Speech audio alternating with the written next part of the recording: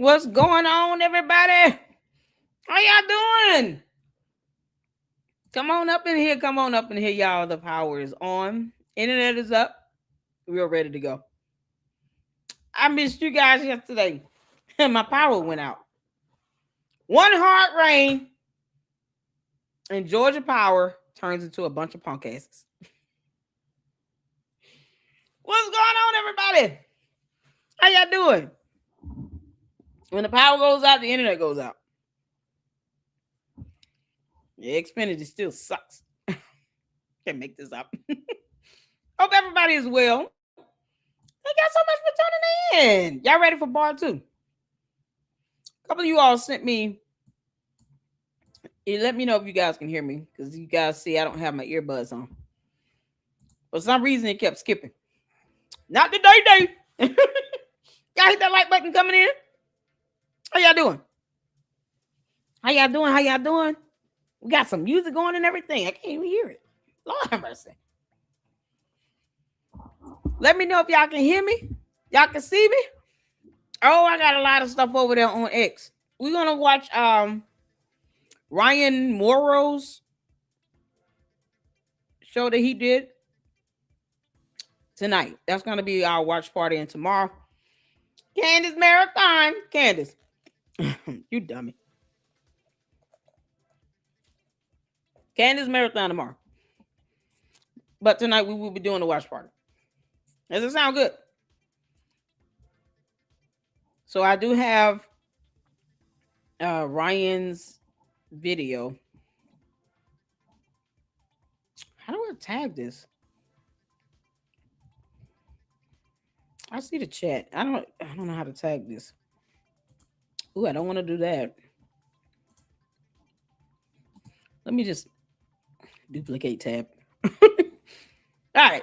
That way I can check the notifications without closing out on the actual live.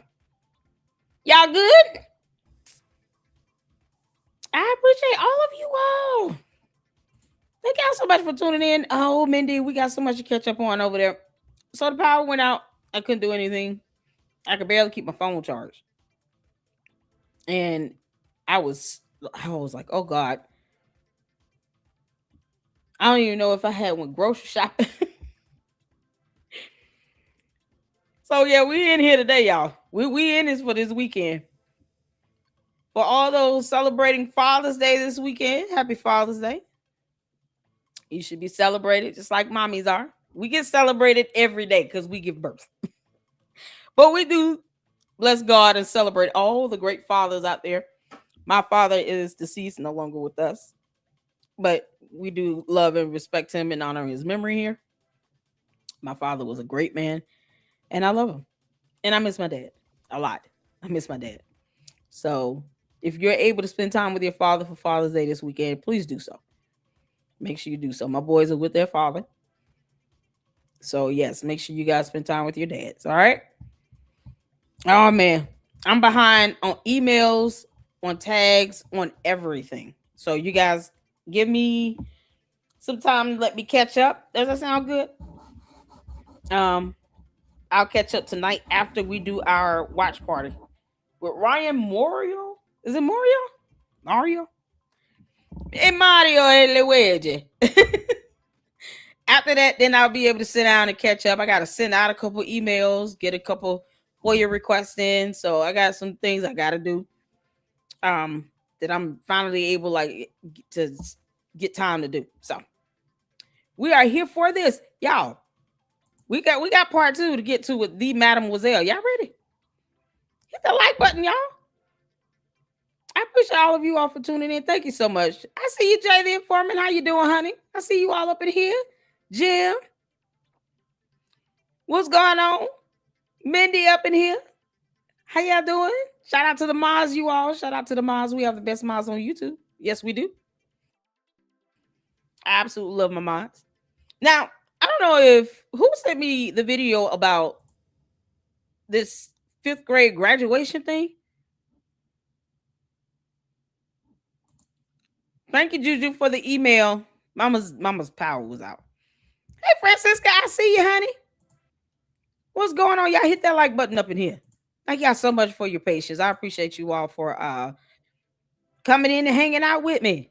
It's Friday. It's nice outside. What's going on, Jim? How you doing? Happy Father's Day of your father. Jay Williams says good afternoon, y'all. Mindy up in here. Shout out to all the moms. L Blizzard. How you doing? Long time no see. You good? Let's see. I want to make sure I get everybody in. Jay the Informant. Thank you for the $2 super. 100, 100, 100, 100, 100, 100. Thank you so much for that $2 super. I appreciate you. Make sure y'all hit that like button. Hype the video up at the conclusion of it. Let's get more views on these Oompa Loompa videos, y'all, because I'm not playing. Umar, you are not tearing up my analytics. You can kiss my ass. You're not going to tear up my analytics. So y'all got to make sure y'all hitting the like button and hyping up these videos and watching them and all that good stuff. Because y'all know how it is. Tavares would be so mad. Let's stop threatening us and not cover Oompa Loompa. Because he can't do Candace. I get you. But we want to keep this content flowing. We got to make sure you guys are hitting that like button, hyping up the videos, keeping it up in the algorithm, and subscribe. We're still trying to hit 50,000 subs. Y'all see the thing scrolling at the bottom? Y'all see that down there? On the road to 50,000 subs. I'm so proud of Jay Whitney. He is over 72,000 over there. I had no idea. I'm sorry, Deacon. I didn't even know you had hit 70. I was like, what did he hit 72? Look at God. Won't he do it? Yeah, we got to get out of this 30-something. We got to get out of it. So y'all hit that sub. As soon as I'll be able to live stream over the X, it'll probably pick up your child. It's good to see you too, Jim. It's good to see you all. That Daily says, "Sup, chocolate people? How you doing?" What's up, everybody? Miss Independent, how you doing, honey? You doing all right? How you feeling? Thank you so much, Francisca. This is Jay the Informant's YouTube channel link. Make sure you guys go and support Jay the Informant and show him your love and support. Give him a look. Check out his great content and hit that like button over there as well. What's going on, Ralph? Mar says, what's up? How is everyone? How are you? Happy Father's Day to all the great fathers up in the chat, all the men up in the LLC that are dads, your father figures, however. Happy Father's Day to you. Sassy, what's going on? How you doing? Y'all ready? Y'all sent me this. Mackenzie, how you doing? I see you up in here. Y'all good? Georgia Power does suck. Hey, Saint, how you doing? Shout out to my moms. You good, honey? Shout out to all my moms. I appreciate all of you all. All right, y'all, we're going to get to this. So, what do y'all sent me this? Father is. Well, he was exposed by, and this is on Kogo's channel. Kogo is a mod here in the LLC. So make sure you guys go and check out and support Kogo on his YouTube channel. He does great uploads, absolutely hysterical. That Room 130 is still slap. It still slaps. It is such a good song. It's such a good song. It's such a vibe. But I'm glad to see you doing well, honey. Good job. Hope everybody's doing good. Savage Patriot mentioned Umar in their live yesterday. What? Because he's still scamming. Umar's a scammer. So one of you all sent me this regarding a 5th grade graduation. I don't know how old this is. Is this old? Or did this happen this year? Like the upload was done June 17th. So it says here on June 11th. So this is recent. Why is he speaking at a 5th grade graduation? That's a promotional exercise. I don't understand that. Why would a school want him to come and speak at a 5th grade promotional exercise? We'll call it graduation because I don't want the kiddos to feel bad. But why would a school want him to speak at a 5th grade graduation thing? But he claims to be the most requested something, blah, blah, blah scammer on earth. And yet you can't even get a college to make a request for you to come and speak at a college graduation or even high school. No, 5th grade. Let's not forget, he said he wants to cuddle with Little boys by the fireside. This is so disturbing why people think that it's okay for this man to be around kids. I don't get it. But they won't ask him, why did a judge order you to supervise visitation for your daughter? They won't ask him that. And they know he said it himself.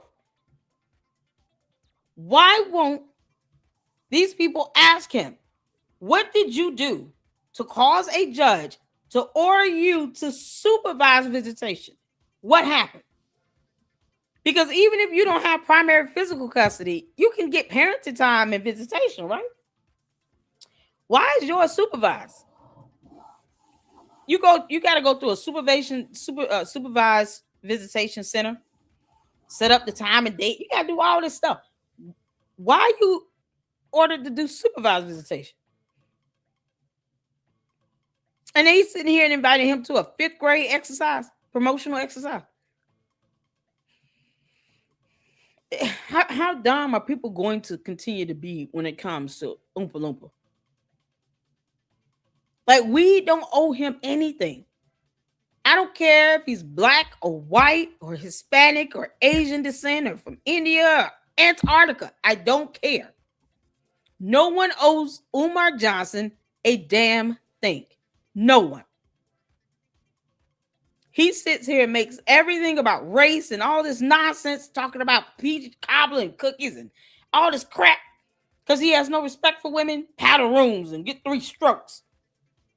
And they still want him to speak at a 5th grade graduation ceremony. After all that, they know he put out those videos. So we're just going to pretend like he did not talk about how he want a paddle room. In a building, in a bando, he wants to be converted to a school for 2nd through 4th graders. And one of those rooms he wants to have turned into a paddle room. So we just gonna pretend like he didn't say that at all? That's not even a joke. It's disgusting. It's weird. But no, he wants a paddle room and he still gets an invite to go speak at a 5th grade graduation. All of those parents should have been mad at the school. The whole administration should have caught it for that bullshit stunt. Because that's some nonsense. Why is Umar speaking at my child's 5th grade promotion when he is ordered to supervise visitation with his own child? He don't even take care of his own kids. Why is he speaking here? He said he want to cuddle with little boys by the fireside. Why are we letting this happen? We don't have to tolerate that.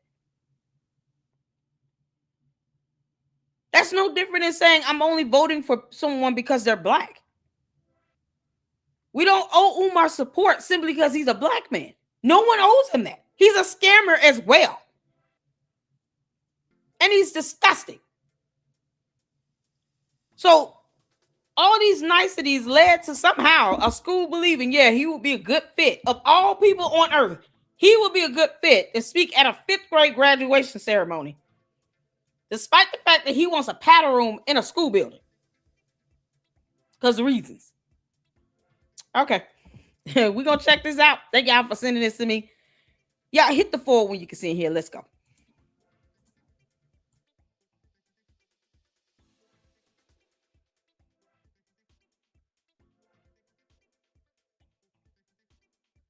My biological father is Dr. Umar. I'm 22 years old now. My dad has never been to anything important, no graduation, no birthday parties, nothing. He has not been in my life. Young men, I need you to understand that as much as you might want to be a basketball player, as much as you might want to be a football player, as much as you might want to be a track star, as much as you might want to be an entertainer or a musician, I need you to understand that you are more likely to go professional in something other than sports and entertainment. When I was younger, I actually wanted to be a heart surgeon. I didn't want to do, when I was younger, this whole entertainment, social media was not in my mind. I wanted to be a heart surgeon, I swear to God. But when you get your education, when you graduate high school, when you go off to college, you don't have to rely on physical skill. Right. You don't have to rely on physical gifts and talents. Because if you have the discipline, if you have the commitment, if you have the desire, and if you have the determination, being a doctor is not a matter of luck. Being an engineer is not a matter of luck. Being a scientist is not a matter of luck.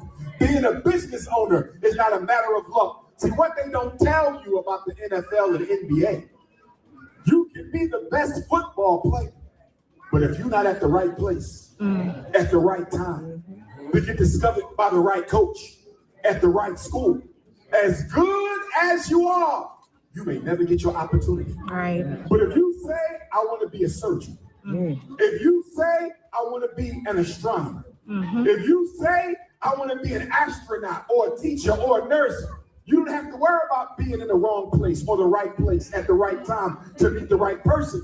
You just have to do your work when it's due at the right place and the right time, and you will achieve the goal. As I got older, I just realized what my purpose was. Like, it's okay to grow up and realize you like different things. Like, in 10 years, I might not even want to do the social media shit no more. Who knows? I feel like I will, not even just social media, just like being an entertainer, being a comedian, stuff like that, because that's a whole industry in itself. But as I got older, I just realized, you know what? I love the camera. I started making YouTube videos at 13. Parents, we have fallen into the hypnosis of American capitalism. Y'all, the kids not even listening because they're fifth graders. Did he not expect this? Who are you there to talk to? Are you talking to the kids or to the parents? Because that's all you're talking to right now. First of all, none of those kids are studying him. They don't even know who he is. These kids do not know who Umar is. Just don't. They don't know who he is. These kids have no idea. This is some random black dude wearing dashiki standing there barking out some nonsense about not going to the NFL or NBA. Something they do understand and relate to. And he got the attention span of a gnat.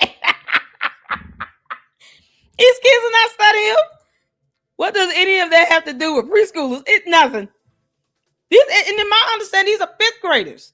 They're not studying him at all. They don't know who he is. They probably trying to figure out why he didn't cut his hair. Is that his real beard? That's what they trying to figure out. They're trying to figure out, is that by design that he got this thing going, or he didn't take a bath? He stinks. These fifth graders are trying to figure out, why is he talking about not going to the NFL? I want to be a basketball and football player. What are he talking about? These same parents that are sitting here, amen in this on, would never ever stop their kid from being drafted into the NFL or the NBA. You know why? Because most of these weird ass, low self-esteem black women are single mothers that think that Umar Johnson is somebody. And while they kids have no idea who his dumb ass is, they're sitting out here just amen in this nonsense and buffoonery. Meanwhile, he's telling people to hit his Cash App and PayPal every time he goes live. And he can't tell people what he's doing with other people's money to go towards a school that he's been claiming to build for 14 years. You think any of these weird ass women are going to hold him accountable and say, now that you're here, can you show us exactly how you've been spending all this donation money? What's going on with your school? You came to this school to do a speech for a fifth grade graduation. What's going on with your so-called school? And why have you been saying this for 14 years that you opening up a school? What are receipts? You said people came in and waxed the floors. What was the name of that company? Can we see the contract or the vendor invoice for that? Because if they did it for free, then why are we giving you money if you're going to have people come in and do stuff for free? That means you don't need the money for that. The money that you're sitting here asking us for can go towards anything else. When you say you want decorations, what exactly does that mean? You allegedly have people coming in, waxing floors and painting. What decorations do you need that requires people to have to give you money for and hit your Cash App and PayPal? What, you buying balloons, confetti? What we doing, a Christmas tree? What type of decorations are we talking about here? Can you be specific? You think any of those morons are going to ask Umar this? No. No, you know why? Because they're scared of his ass.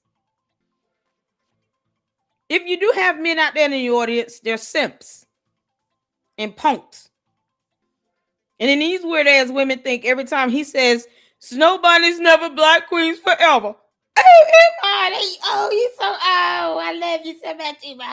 What the hell? So that's all it takes to get these low self-esteem ass women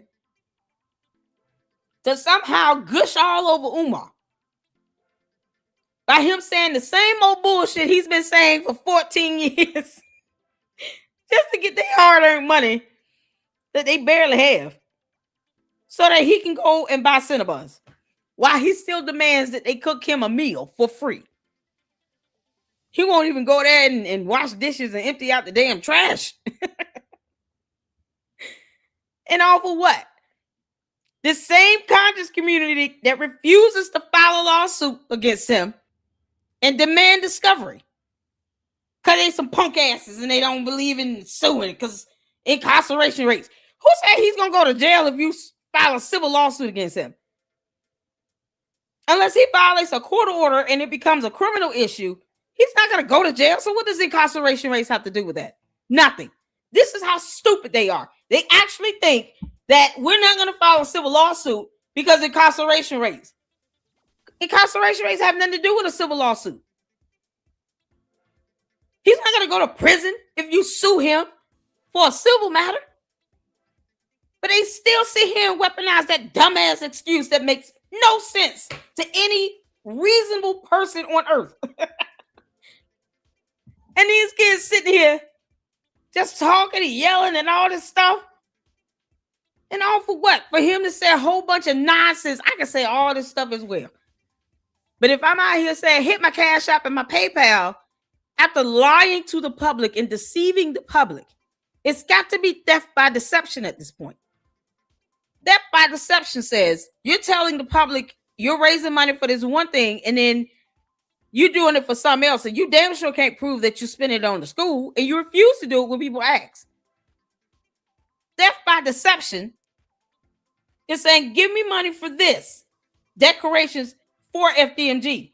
And then I'm never going to tell you if I spent it on decorations for FDMG. And I'm going to continue to deceive the public with these false narratives, going into the bando, making it seem as if there's some progress, give you this illusion of this stuff happening. Theft by deception to the public, to the general public. He's not like targeting specific people here because he has no way to control these donations. He doesn't know if it's a white person donating versus a black person donating. He doesn't know where that money is really coming from. But he is intentionally deceiving the public and stealing the money by doing what he want to do with it and not doing what he said he would do with it. And he can't show evidence of it. See, Umar, that's you dumbass. Is your Achilles heel. You have no receipts. It should not take someone to have to sue you to get that as discovery. But that is exactly what it's going to take. Until then, you do not have the right to say that no one should accuse you of theft by deception on a mass scale. You're doing it in other countries all over the world. You're an international scammer. Because you think you're the most requested anything. So being an international scammer like this, where you're going from country to country scamming people, guess what? If you're donating, if you get money coming into you and you're donating, you live in another country, and he refused to show you what he's doing with the money, that's theft by deception. He's taking this money from you, and he's not delivering on his end what he said he would do. And he's deceiving you by having you believe that he's doing something with a school. By the mere definition of that, Umar, theft by deception is an actual crime. It would not be hard for someone to sue you for that in a civil matter and actually meet a burden of a preponderance of the evidence. because your absence of the evidence itself to show receipts would further the claim for the petitioner. Because you're an idiot and you don't know how court works. Can't make this up. But yeah, and still he wants to sit here and say, you know, the NFL, NBA requires for you to be at the right place at the right time. How about just having some talent? Umar, are you big mad because you didn't go to the NFL and the NBA? Umar big mad because he didn't get drafted to the NFL. He's not making that NFL money. I know he wish he did now. Umar, you're a loser and a bum. Get a job. You won't tell these kids, though, you should go to school and become doctors and nurses. Until you fulfill that goal, you still got to work. So make sure you all go out and get a job and know how to do a resume. And do a resume and fill out an application. I don't hear none of that. This is priceless. This is priceless. God. Oh, Red Hood Forever says, let all who has lived without sin cast the first stone. Oh, okay. And he's still stealing. Theft by deception. That's not just a sin, it's a crime. But he can also be held legally liable. We bless God for the laws of the land that we get to uphold and to have him held legally liable when he has wronged someone. You know, the God we serve is a God of justice too. For those that God loves, he also chastises. See, we can do scriptures all day. I can do that all day with you. It does not take away accountability. They should sue him. The end. We owe him nothing else. This isn't about a stone being thrown towards anybody because of sin. This is about someone taking money and not doing what he said he would do with it, nor is he providing any receipts and not being held accountable. And yes, Judgment Day will be a rude awakening for him. But we do have a court of law. We can take his dumb ass suit and then people can pursue a lawsuit against him for that. It's that simple. God will not allow us to have this judicial branch of government and the idea and the concept of a legal system, or command us to obey the laws of the land if he was not a God of justice. So we do serve a God of justice. Go figure. Did you know that? Serve a God of justice up in here. And he should be held accountable. Where is the 2025 tax filings? As well as the website for FDMG. Where is that at? Since we're going to sit here and quote scripture, where is the FDMG website and the 2025 tax filing? Because thou art to obey the laws of the land. And the laws of the land says he's supposed to be filing taxes. We can do this all day. Can't make this up. What's going on, Switch? How you doing, honey? Enterprise Entertainment up in here. How you doing, Enterprise? Sometimes you got to let it know. Be known now. We're not doing hypocrisy. We don't sit here and skip over certain scriptures for others to try to meet a moot point. This is nothing about, this is about him being held accountable. He's not above the rule of law. He just isn't. So if he go out and murk somebody, he shouldn't go to prison for murk and taking a life because he who is without sin cast the first stone. That's not a legal defense either. Let he who is without sin cast the first stone. You're still going to pay this judgment. Is exactly what the judge will tell him. Then I'm gonna sleep peacefully tonight on that one. Thank you for the reminder. But thou art to obey the laws of the land as well. Can't make this up. What's going on, Enterprise? How you doing? Thank you for the $2 super. This school should be sanctioned for having him. I know, right? Why he still talks about nothing? His fifth graders not even listening. I'm finding it hard to listen. God, I'm trying to pay attention to my damn own self. Can't make this up. What y'all? Let's get back to this, y'all. That means that whenever our children do something good, we want to buy them something. When they get straight A's, we want to get them some Jordans. When they make the honor roll, we want to get them a new laptop. Every time they achieve, we want to give them something. Parents, I want you to change that around. Stop wasting money on things they don't need. The most important thing you can give these babies is your TIME, your time. Umar, you're dead for real. We're going to skip over that dumbass comment. Dr. Umar said he was trying to give you a place to stay, but you rather pretend to be homeless. No, he's not. No, he's not. No, he's not. No, he's not. He's not. The most important thing you can give these babies is your TIME, your time. Umar got my number from when I was texting him when that whole situation happened. Umar is not trying to help me at all. Matter of fact, I don't even have that number. He know my Instagram. He can DM me. He hasn't done that. Why? Because he don't give two fucks about me. The most important thing. Oh my God. These babies. Oh, I'm so glad she said. Why do you people think? First of all, why is this young lady being attacked? We know that Umar does not take care of his kids. And these same morons won't ask Umar, why did a judge order you to supervise visitation? It's a given fact that he has not been involved in his kid's life. He's sitting here talking about the most important thing is you can give is your time. But if my child needs a laptop for school to get that education to become that doctor and nurse, I'm going to get it. What are you talking about?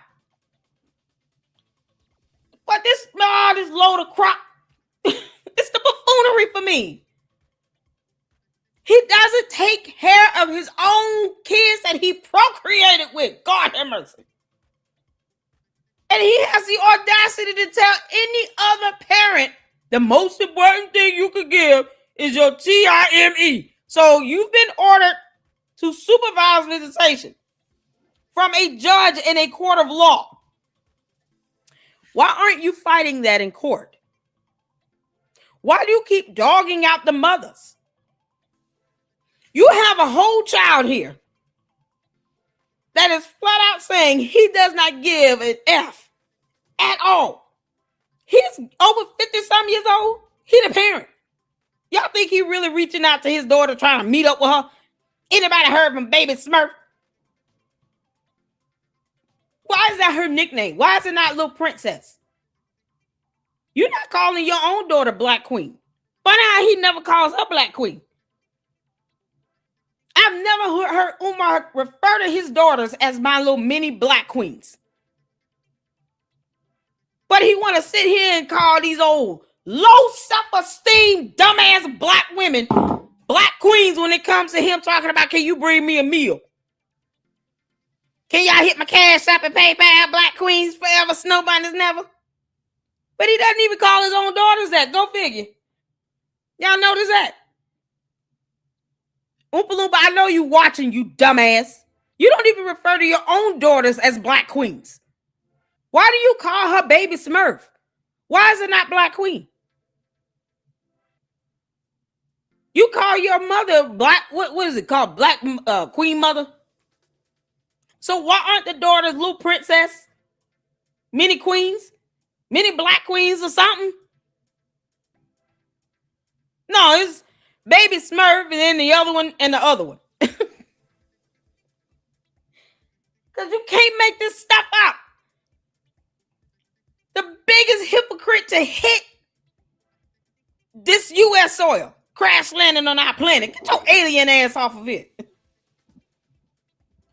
She is flat out telling the truth. He does not take care of his own kids. What's going on, Ad? I see you up in here, honey. How you doing? He don't even take care of his own kids. Hey, Tavares, how you doing? Hey, Coco.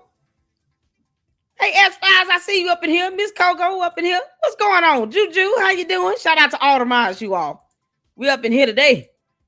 He doesn't take up any responsibilities, not even the basics. When a judge in a, do you understand how that what you would have to do for a judge to say that I'm going to order you to supervise visitation? Do you understand what type of allegations would have to be made and proven in a court of law for a judge to just order you to supervise visitation? Y'all understand how serious that is? Because that's not something that judges want to do. You got a lot of dads out here that get primary physical custody. But in this situation, he was ordered to supervise visitation for one of his daughters. Why? No one's asking him why. They don't pull up the case number and say, hey, here's the case number here. That was an order in here where you was ordered supervised visitation. Why do you need supervised visitation? That means you can't really keep her overnight or anything because your visitation with your own child has to be supervised. Why? What happened? And guess what he will do? Walk away and not even answer. Because he doesn't care. Umar doesn't care. And yet he's trying to tell everybody else how to be a parent. His own child is being questioned by his stupid ass Umar Tardians. But they won't ask him about that court case. They won't ask him, show proof that you are involved in your child's life. She shouldn't even have to prove. We know he doesn't take care of his kids. She shouldn't have to sit here and go back and forth with these dumbass morons that refuse to force him to get a job. To say he does not care about me. What do you mean? That's her experience with her biological father. And we all know it's piss poor. We all know he does not take care of his kids. So why is that something that the Umar Tardians are forcing this girl to have to prove? Umar, why don't you show us all the messages and calls from your call log where you tried to reach out to your daughter, where you text her, where you said, come move in with me and mom, you have a place to live. You don't have to be out on the street doing XYZ. Where do you want to meet up at? Let me take you out to dinner. Let's get something to eat. Come on, let's do a Zoom call right quick. Where's the evidence of that? He could just show a call log, right? It's that simple. Or all the text messages or emails or whatever. If she could prove he's not responding to her and she's reaching out to him, that's all she needs to do. He's the parent. Either he wants to be in his daughter's life or he doesn't. But a judge had to, when it came to one of his other children, order him to supervise visitation. Why would anyone think that if a judge is ordering you to that, if you are an active part of your child's life and you're doing the right thing, a judge would not think to do that. That's not a judge's go-to because judges understand the kids need both parents. I advocate for kids to be in their father's life, but not to their detriment. That judge is obviously trying to protect the child while still give the child the opportunity to see the father. Because now he has to have supervision. Why do you need supervision? For your visitation with your own child. His dumb ass is not out here trying to handle that. And yet people want to question the other daughter as to why he's still non-existent in her life. That's not new. He's been non-existent. Man, this is mind-boggling to me. Anytime I wanted to call my dad and talk to him, I could. Anytime. Even in an emergency situation. Don't care if it's in the middle of the night. Even my godfather. She can't get her own biological father to respond to her in Instagram. Make it make sense. What we do that at? How many real dads up in the chat? Hit the 4 if you're a father. If you are a father, hit that 4. Hit the 4 if you're a father. We honor you. We love you. Happy Father's Day to you. If you are a father, hit the 4. Father figure. If you had a hand in raising a child, took on a father role, hit the 4. Because Umar, I want to show you how it's done. Anytime your daughters, your baby girls, your little mini black queens and little princesses call, Daddy, I need this. Daddy, I'm out here and I don't have anything to eat. Wouldn't you drop everything you're doing to make sure your daughter is cared for? To all the real dads in the chat. Wouldn't you, oh, my daughter just called me. She needs some food. When you do, okay, what I got to do to get you food? Where you need to go? Your daughter's out here and you see that she might be having a crisis of some sort, where you at? Because we got to get you to a hospital. I'm flying out right now. I don't care if I have to stay on live stream. I'm catching a plane. Y'all just going to have to wait while I book this flight. If he would have came to her, we all would have known that, because he would have made sure that he took a photo or two. People would have seen him with his daughter. She would have witnesses to that. There are cameras almost everywhere we go. You don't think he would be caught on a camera if he went through an airport to go see his daughter? We should be able to see surveillance footage somewhere at a restaurant if they went out to eat. She could easily prove whether or not he has been around her. It's not hard to do that in this day and age with all this technology. But he hasn't. And you got these dumbass people that know that he's never been in his kids' lives. Somehow act like they're shocked. Oh, the awe and the horror of this. I can't believe it. She's trying to make it seem like he's not there. He'd never been there. You mean? When you have a judge ordering you to supervise visitation, that is a clear sign you're not in your child's life. Because any real father would not have allowed that order to go through. Because you wouldn't do anything for a judge to have to order you to supervise visitation to begin with. Amen. See, Umar, you're not the only one that can sit here and preach. Unbelievable. Unbelievable. Unbelievable. We don't do all that. He could be in his child's life. He chooses not to be. That is his choice. But that choice comes with some consequences. Look at all these fours up in here. All these dads up in here. Say, hell no, we wouldn't sit here and let our baby girls be out here without food. There you go, Jim. Tavares. How you doing, honey? Kogo. Child, listen. Ralph Mars. Enterprise. All these real men up in here. Real dads up in here. Respect to the dads in the chat. Happy Father's Day. They would not let their baby girls be out here going live stream, trying to reach out to them. She got to reach out to her dumbass daddy on live stream. And he still does not show up and support her. Switch said, I'm a stepfather. It's all good. Father figure. However, you taking care of those kids. Salute to you. Oh, I would drop everything. My daddy would have dropped everything. Where you at?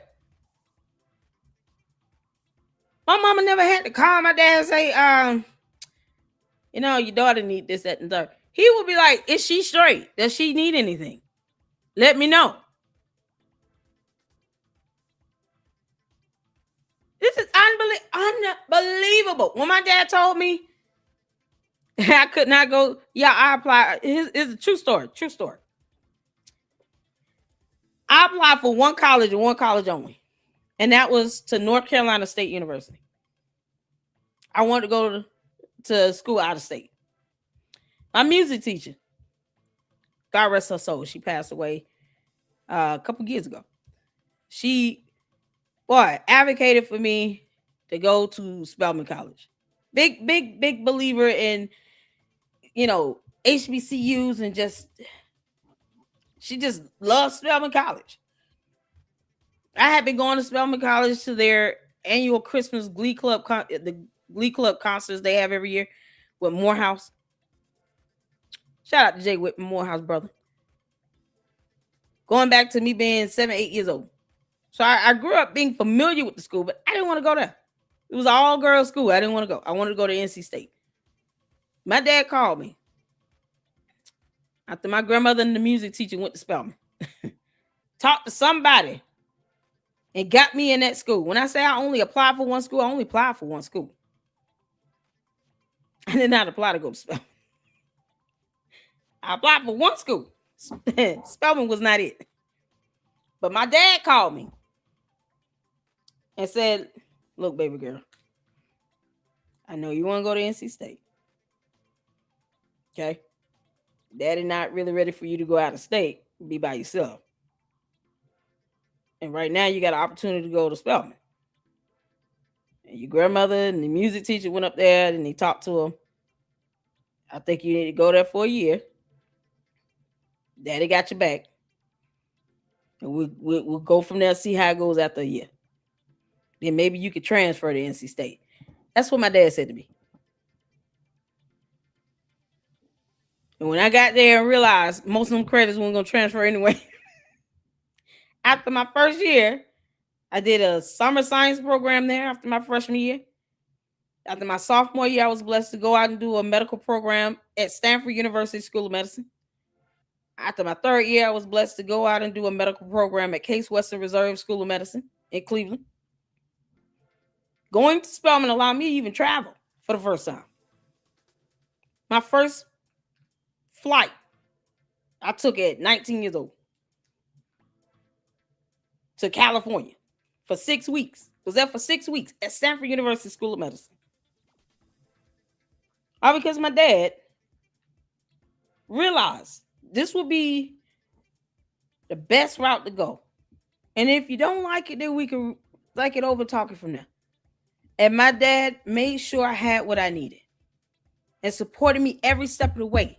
He called me, I called him. It wasn't where I had to sit here and to try to reach out to him on Instagram. No, he knew how to get in touch with me. He would call me. I ain't heard him. You all right? Oh, yeah, I'm good, Dad. How you doing? You need anything?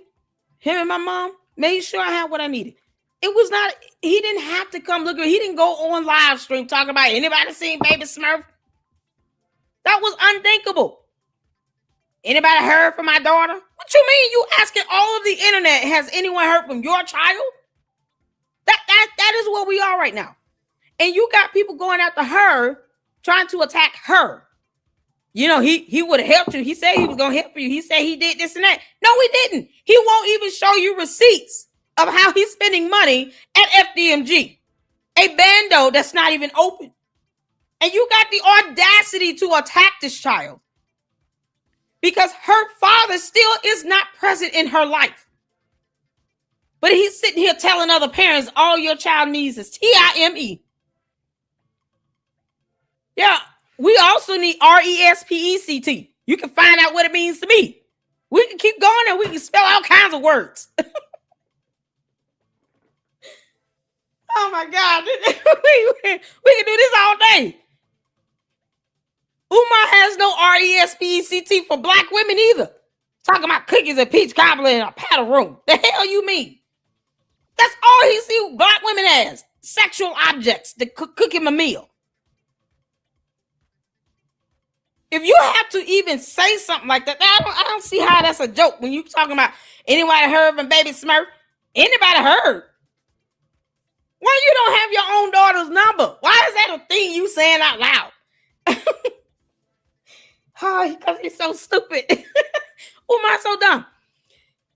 So when you're sitting here throwing out nonsense like that all over the internet, that is a sign that you're not even communicating with the child. And you have the audacity to go and attack the daughter because her father's a deadbeat. Unbelievable. Anybody heard from Baby Smurf? That's my daddy never needed an accent. What do you mean? You lost your adult child? You think the real man in his chat would have said, Umar, this is not a good look. Don't keep asking us if we've seen your daughter. That's a sign that you're not communicating with her. But you'd even say that. It's not even a joke. You asking the public if we've heard from your daughter. What do you mean? Why are you not keeping up with your child? So he tells on himself when he says that BS, but they want to attack the daughter. I said, oh, he said he was going to help you. He was doing this and he's doing that. No, he's not. He can't even prove to you that he's spending your $10 on buying pencils and crayons for a school. What you mean? You think these morons going to sit here and mandate that he actually becomes responsible and is held accountable? No, because they will attack his daughter to believe a dumbass lie when he is getting on live streams talking about anybody heard from Baby Smurf. So you trying to tell us you ain't heard from her either? When you grown as hell and you could just reach out to her on Instagram. I said that when he did that video. We went over that video when he said that. I was like, what do you mean? Why don't you just reach out to her on Instagram? Why would you say that out loud? That's when he was cleaning out the Dookie toilets. To all the Umar Tardians, if you want a reference, he asked that dumbass question when he was scrubbing out toilets with his bare hands, a glove, and a rag. And a bunch of cleaning products that still didn't do the job. And then he's taking that nasty ass rag and cleaning everything else with it. Because he's an idiot. In that video, where he's in the bando cleaning out the toilets, he said, anybody heard from Baby Smurf? And I'm sitting here like, I know damn well he's not asking the actual public if us random people have heard from his daughter, whom he should be able to just call and text right now if he needed to. So you don't have her phone number? Watch my live reaction on that. That's exactly what I said. Oh my God, it's mind-numbing. Mind-numbing. You don't ask us if we've heard from your daughter, and why are you calling her Baby Smurf? But you got the audacity to have some random 25-year-old out here taking care of your mother. She the black queen, though, taking care of your mama. Some random 25-some-year-old, 20-some-year-old. But your daughter can't move in with your mama when you're not even there? Where is your mother? Where is Barbara Shoemake? You can't make this stuff up. Anybody heard from Baby Smurf? Oh, it's the buffoonery of it all. But now these dumbasses want to believe that he's a good father, asking the entire internet if we've heard from his child. Oh, yeah, I'm going to keep fussing here. So y'all might as well just buckle down and get used to this. This is something else. Shout out to Enterprise for the $2 super. Everything out of his mouth is lies and projection. Exactly. Thank you so much for that $2 super. Miss Coco sent the $2 super. I would never turn my back on any of my kids. Me either. I'm not giving up on my boys. I believe they should be independent and go out and be the man that God has called them to be. But sitting here asking you all, have y'all heard from my son? Y'all would be like, Lady Luck Club done lost her damn mind. I know damn well LLC did just ask us if we heard from her son. What you talking about? Y'all would be so mad at me. All my moms will be emailing me, Lady Luck Club. I know damn well you did not ask us, seriously, if we heard from your son. What you mean? Unless he is missing and there is a search party going on, God forbid. You should not be asking the internet if they heard from your child. And yet these stupid ass Umar Tardians are sitting here attacking her. Like they know what type of communication is not flowing between her and her deadbeat daddy. The audacity. Oh, man. Shout out to you, Miss Coco. Thank you so much for that $2. Use a 225 up in the house. How you doing, honey? Thank you for the $1.99 super. UJ eats and view the way he preys on young bucks. He just locks in and claws in their spine. Can't make this up. Thank you for that $1.99 super. I appreciate you, YouTube225. Let's get back to this, y'all. I can't believe that this girl is having to fight Umar Tardians in the comment section. It's your T-I-M-E. And instead of telling the internet, I don't give two fucks about my daughter, he ready to get on here and lie and pretend like he's trying to help me out. He's not. He's not. Your T-I-M-E. If Umar wanted to help me, Umar can DM me. He has 1.1 million followers. He's doing this for his image. I don't know how much money that man got. I don't give two fucks. He's not trying to help me. And if he was, y'all know, I would post about it. I would let y'all know so y'all can see another side of him. But that's not true. He's not trying to help me. And I would really like if people would stop running off with the narrative like he's trying to help me, because he's not. They not going to remember the Ed Jordan. Look. Let me tell you something right now. I can say right now he's not, because that's not the sign of a man that actually has a relationship with his daughter, by saying to the entirety of the internet while scrubbing a toilet, have y'all heard from Baby Smurf? What you mean? He didn't ask this. I was so taken aback when I heard him say that. I was like, who is Baby Smurf? He calls his child Baby Smurf. She's a grown woman now. I don't know.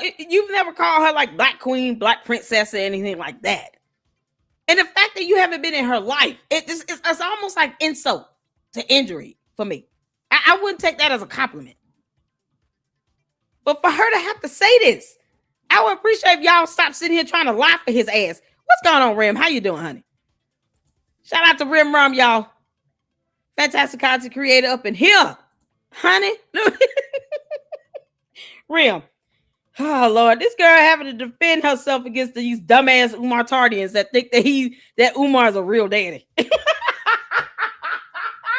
Lord. Rim's a dad, too. Rim, would you ever ask the internet in a live stream, have we heard from your child? Because I wouldn't. I don't know anyone. All the real dads that's up in here, Rim, let me tell you something. When you have to ask the internet, the general public, many people you don't know, if they heard from your child, something's wrong. Rim, I'm telling you right now, if y'all ever hear me say, hey, y'all see my son, and I'm not like, there's not a search party, I'm not out here live streaming the search party. The news would be out here, APD, the Fulton County Sheriff, every sheriff I can think of, I'm bringing in Secret Service. Y'all, when I say I will reshift the gravitational pull of this planet for my kids, I'm not playing. Even if their dad is in the way, you got to go. You're not going to be in the way of me and my kids. I will reshift the pull of this planet. Y'all gonna wonder why it's like nighttime at 2 p.m. Lady Luck Club is fucking with the planet. No, Lord. Me asking the public, have y'all seen my handsome young men, my sons? I would be like, Lady Luck done lost her damn mind. I've lost my mind. Please have me committed. Umar should be 5150 just for asking that dumbass question. What's wrong with you? That's infuriating to me. My daddy never had to go calling around everybody else talking about, have you heard from my daughter? What you mean? How did you lose her? What? Stop it. Oh, this is so irritating. Umar, you're an idiot. They're not going to remember the Easter outfit.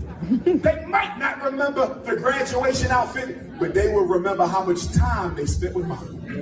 They will remember how much time they spent with dad. Telling me all this lies and this bullshit. You calling me? This lady said I was a narcissist. She said you turned out just like your dad and you got a chip on your shoulder. But they will remember how much time they spent with mom. I was raised, my mom raised me, single mom. But they will remember how much time they spent with mom. I had a good, my mom raised me, you feel me? Me and my mom don't have the best relationship, but at the end of the day, she raised me, so, I can't say nothing bad about it. They will remember how much time they spent with dad. Umar don't do and never has did nothing for me. They will remember how much time they spent with dad. The only thing I can remember Umar did was he took me to a bookstore in Pittsburgh. They will remember how much time they spent with dad. And when I was at DCS, the school in West Philly off Parkside and Belmont, whatever that street called, Discovery Charter School, he came there and got me a big-ass chocolate cupcake. That's all the nigga did. 75% of them had no learning problems at all. Mm-hmm. Their problem is they were lazy. And parents, I need you to make sure your children understand that laziness will not be accepted in your home. If the home... Have y'all heard this? When did this happen? LLC, apparently the women who busted his daughter's head with the brick on live stream were sent by Umar. You're going to have to dig more to verify, but I wouldn't be surprised. That's a FOIA request for a police. Did the police go out? I know she went to the doctors, but we wouldn't be able to get that information. That'd be a violation of HIPAA. Do you know if she called the police? Because I definitely want that body cam. Didn't she do a live? She did a live stream from the hospital, right? man, I wonder if she's willing to talk about that. I would put it past Umar to do some dumb shit like that. I wouldn't. I would not put it past Umar to try to have these weird ass women out here. They when FamerTube goes up to FDMG to the property Enterprise, do you see these weird ass women out there recording and taking photos of you when you go up there to FDMG? Enterprise Entertainment, you still in the chat? Because I know FamerTube, he gets that all the time. Every time FamerTube goes up there, it's always some random woman out here outside the building, the bando, that is either recording him or they taking photos of him. I know Enterprise has been up there. Anyone else has ever been by there? Have y'all ever had to worry about that? Has that ever happened to you all?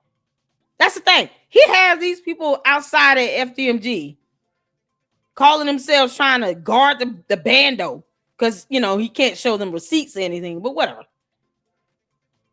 I wouldn't put it past him if these weird ass women were to do something and he knew about it and he did nothing to stop it or to report it.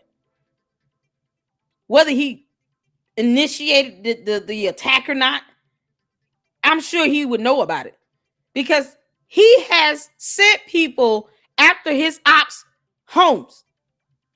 He has doxed people.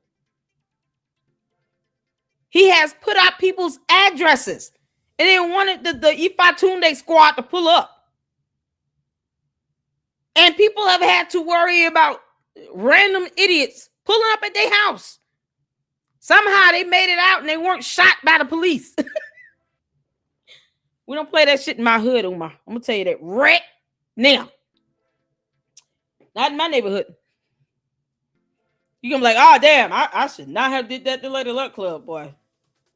I lost my whole Oguni Goon squad. All of them gone. In jail, prison. They got popped in the ass. Police whooped their ass. Then the neighborhood beat their ass a little bit. Oh, man, that was... I would never do that again. Yeah, he would deeply regret that one. He has doxed people. He has had his Oguni Goon squad pull up on people at their homes because he didn't like what they were saying about him. When he still has not shown a receipt to prove how he's spending other people's money. Umar, where the 2025 tax filings for FDMG? I am waiting, you dumbass idiot. And you know it. Because you know I'm going to go over the tax filings. I'm looking for a particular expense. One that's around $68,600. Yeah, we're going to go over that shit. I told y'all. Boy, some people got it coming. You have not been ethered by me yet. I don't see that expense in there. And you learn about getting the settlement? Yeah, come on. I'm waiting on them taxes to be filed. I would put it past him to have something happen to his daughter because he don't care who it is. He just don't like people saying things about him because, mean words and all. No, you hurt my feelings. Stop. Get you a job. Go get a job. We unemployed bastard. That's how he is. Umar is a punk. He's a punk. He has no spine. He's not fit for social media. You get criticism, you ask questions. He don't like it. All of a sudden, you're an enemy if you're asking, how are you spending this money I've been donating to you?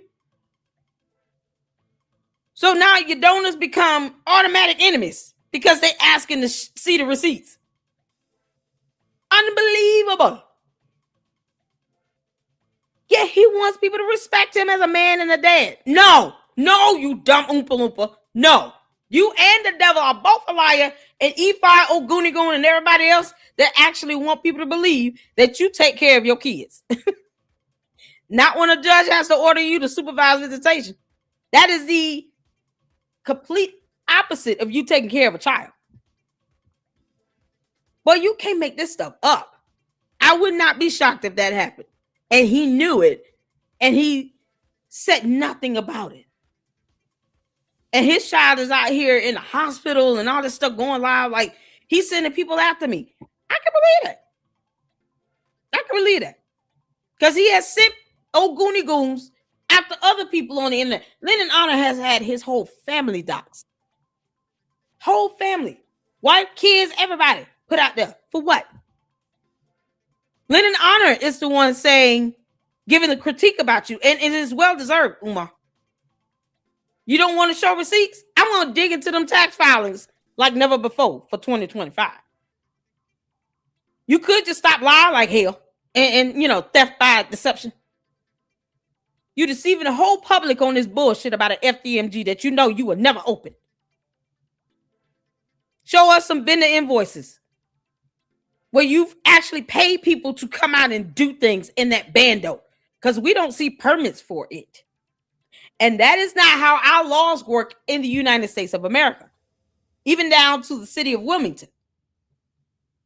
You're not above the rule of law. Me personally, I would sue the shit out of you and sleep peacefully, because you don't pay my bills. I owe you nothing. This young lady, if she's been subjected to that, I can believe that. I can believe that. He's an evil gimp. And he doesn't care about his own kids. And if that girl was attacked, these weird ass women out here, boy, they're willing to sit here and defend him at all costs. And for what? For what? He wants to put you in a paddle room and want to charge you $600 a month for your child to go to this bando with all that black mold. And some of these women are dumb enough to let this stuff happen. Hopefully CPS is waiting for them at the door to reroute these kids the other way and then take custody from all these stupid ass parents that think, yeah, this would be a good idea for my child to go to this black mold infested bando, where half this stuff he claims has been done on this bando does not have a permit on file with the city. So we have no idea if it was done the right way. Shit falling apart, the railing coming out the stairs. Just unbelievable stuff.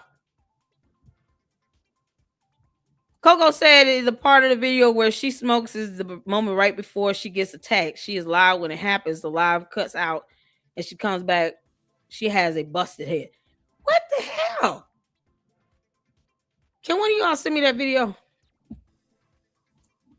I know I saw one with her in the hospital.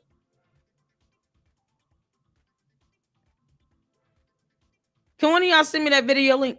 Email it to me right quick. I can't click in the chat from StreamYard. Can you email me the link to that video? Lord have mercy. I must have missed that one. I know she did a video of her in the hospital. Y'all, we gotta go back because I've been pausing it. Let's go back. We'll play this out while I look for the link for that video. I can't say nothing bad about it. They will remember how much time they spent with Dad. Umar don't do and never has did nothing for me. They will remember how much time they spent with Dad. The only thing I can remember Umar did was he took me to a bookstore in Pittsburgh. They will remember how much time they spent with Dad. And when I was at DCS, the school in West Philly off Parkside and Belmont, whatever that street called, Discovery Charter School, he came there and got me a big ass chocolate cupcake. That's all the nigga did. 75% of them had no learning problems at all. Mm-hmm. Their problem is they were lazy. And parents, I need you to make sure your children understand that laziness will not be accepted in your home. If the homework ain't done right, you make them do it over. And I remember Umar being stern as shit because one day I had to come home and do homework. He was like, "You're not watching no TV until you finish your homework." Like Umar just strict as shit. No. But you calling me a narcissist and you telling me that I turned out just like my dad. And mom and dad, if y'all can't get along, you had better get along in front of those children. There's nothing more destructive to the emotional health of a child than to see mommy and daddy fight and argue in front of them, because they are 50% mom, 50% dad, and when you fight, you're attacking them on both sides. Text me, you and your mom can meet for dinner. You used to beat the shit out my mom though. And mom and dad, if y'all can't get along, you had better get along in front of those children. There's nothing more destructive to the emotional health of a child than to see mommy and daddy fight and argue in front of them. You used to beat the shit out my mom. Why the fuck would she want to deal with you? You need to be in fucking jail. But you on the internet trying to tell other black people how to lead. Aren't you building a school in Wilmington? So you doing all this for all these other black kids, but not doing nothing for your two daughters. Conflict resolution. Fathers, there's a time to fight, but there's also fight and argue in front of them. You used to beat the shit out of my mom. Why the fuck would she want to deal with you? You need to be in fucking jail. His own child said this. Umar, I would never say that about my father or either of my parents if it weren't true. Your own child says you need to be in effing jail. Umar, you a woman beater. She said you beat her mom. You put your hands on her mom. I can believe that because he's a control. He's a controlling type. And he's also insecure. He hates himself and he hates black women. Your own daughter said you need to be in jail. Umar, is this why you were ordered to supervise visitation? Because you were abusing the mother? Because they will do that for domestic abuse. Umar, is this why you were ordered to supervise visitation? Because you were being abusive to the mother. He goes online and dogs out the mother on social media. This is unbelievable. You think the child needs that? You think they need to know that you're dogging out their mother on social media? Boy, this is something else. Now do you all see why I keep saying that it's not usual, it's not normal for a judge to order someone to supervise visitation. You would have had to do something very serious for a judge to order that. I know what I'm talking about. I haven't missed Umar. So is this why you were beating on the mother? The child had to witness domestic violence? And that came up and the judge ordered you to supervise visitation. I can imagine it. That sounds like the most plausible thing here. Thank you, Coco. So we're going to watch the video of her being attacked after this one. Because you just can't make this up.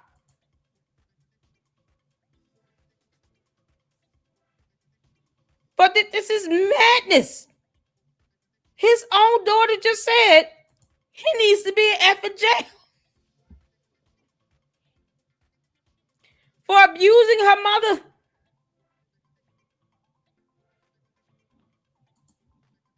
This is crazy. Can y'all? Oh my God. This is one of the reasons that could lead to you having supervised visitation. Domestic violence, not just an argument. No, you putting hands on a woman. And then he's not married, never been married. And these random dumbass, low self-esteem, low IQ black women out here that kisses his ass and worship the ground he walk on somehow think he's going to be a good man for them. They actually have this perception that he's going to marry them one day. Why? He's never been married. He's what, 50,000 years old? He still hasn't been married. He doesn't even like the idea of marriage. And if he does think about the idea of marriage, it's to multiple women at one time. So now y'all can see why a judge would order him to supervise visitation. Umar, no one has to make that up. It's called court documents. You can't make this stuff up, man. Supervised visitation because he is violent. And the judge is like, I'm not going to sit here and let this child be with you alone if you're abusing her mother. And this is a little girl. Now y'all see why he may have been ordered to supervise visitation. His own daughter said he should be in jail. Boy, this just gives a whole new meaning to things. But yet you think these Umar Tardy is going to try to read those court documents where he was ordered to supervise visitation? This is why he was going berserk while she was more active online. His daughter was absolutely drinking. He needs to be dragged. He putting his hands on women and abusing her mother. Judges ordering him to supervise visitation for his child. He's an absolute abuser. Yeah, we remember that Jamar interview. He went ape shit, got mad, going off. He's an angry, like, rage person. Like, he's easy to provoke to rage. Look how he acts when he doesn't like criticism online. He will send people to your house. He will dox your address and think that he's somehow justified legally. No, you're not. No one should have had to worry about that. I wish Lennon Honor would have sued his ass. Just to let him know you're not going to do this and get away with it. That's it. This is where you in. Now you got to pay for that shit. That's a whole federal lawsuit. Let them go pull up here if you want to. You have to beat through the community, the neighbors, because we carry out here. And then the cops and all SWAT. I'm calling everybody. The hell you mean? You will not be able to make it around the corner. And you're going to have to sit here and explain to the Ogoonie Goon squad and all their relatives why their asses are popped and in prison. Because you tried to send them to the right person's house on the wrong damn day. Everybody don't play that shit. This girl said he need to be in jail. Boy, I thought I heard it all. Didn't we almost hear it all? Yeah, we heard it all. God. Oh my God. But you on the internet trying to tell other black people how to lead? Aren't you building a school in Wilmington? So you doing all this for all these other black kids, but not doing nothing for your two daughters. Conflict resolution. Fathers, there's a time to fight, but there's also a time to walk away. And too many of our young men are ending up in the cemetery and in the prison house because they don't have the wisdom to know when to walk away. I need you to teach our young men the difference between when you have to stand your ground and when you need to flee. Because too many of our young men are falling. Coming from the deadbeat that hits women. So you teaching young black men how to be chicken shit. Are you going to just tell them flat out, you know, if she gets pregnant, it's all her fault and you should just leave her with the baby? How dumb is this conversation going to go for a 5th grade graduation? Well, this is mind-numbing. Mind-numbing. Enterprise, shout out to you for the $2 super. There's where and why the supervision came from. Exactly. But this is something else. And he wants to make it seem like anyone that says the truth about him and he don't like it, all of a sudden they're crazy or something wrong with him. No, you're just a deadbeat, unemployed bastard that don't want to do the right thing and take care of your kids. And a judge had to order you to supervise visitation. She said he should be in jail. He should be in jail. And I'm glad she's saying this because it shows the reality of what she had to deal with and why you can't just let someone like him get away with it. He should be in jail. Why isn't he in jail? If that's the case, why didn't he go to jail? That would have been for the mother to pursue. Now in most states, if there's a domestic violence, that goes to the state. So the prosecutor is the one that really dictates that. Many states had to change the laws and how they handle domestic violence disputes because you had people being beat to death. And then they would go to court and say, I don't want to pursue any charges. I want to drop and dismiss it because either they, get accustomed to this abuse or they were scared and petrified out their mind. Or because you got somebody like a Oompa Loompa that thinks that he's an international sensation. And then you got this dumbass coat that will go after the woman. She's been abused and physically beaten on. And somehow these simping men, these grown-ass simps that call themselves men, will sit here and give Umar a pass for putting his hands on a woman. But yet when it comes down to him going to jail for it, all of a sudden, you just tear down a black man. Now let his ass get beat in jail. He want to put his hands on a woman as a free man? Go to jail, and then let's see how you handle yourself when them men in jail start whooping on your ass. That prison justice is something else. You can have hardcore criminals in there that murk, hundreds of people. You go in there and they find out you abusing a woman or a child. They handling you. They gonna handle you, and that's it. They may have taken out 100 people. But you go in there and they find out you're not only a public figure, but you putting your hands on a woman and it's the mother of your child, they will beat your ass in prison. They'll tap you in jail. That prison justice is something else. That's exactly what he needs. He will not go fight a real man in the street with his punk ass. But he'll put his hands on a woman. And somehow you got these simps that think, no, he should be able to do that. Because, he a black man and all. You mean?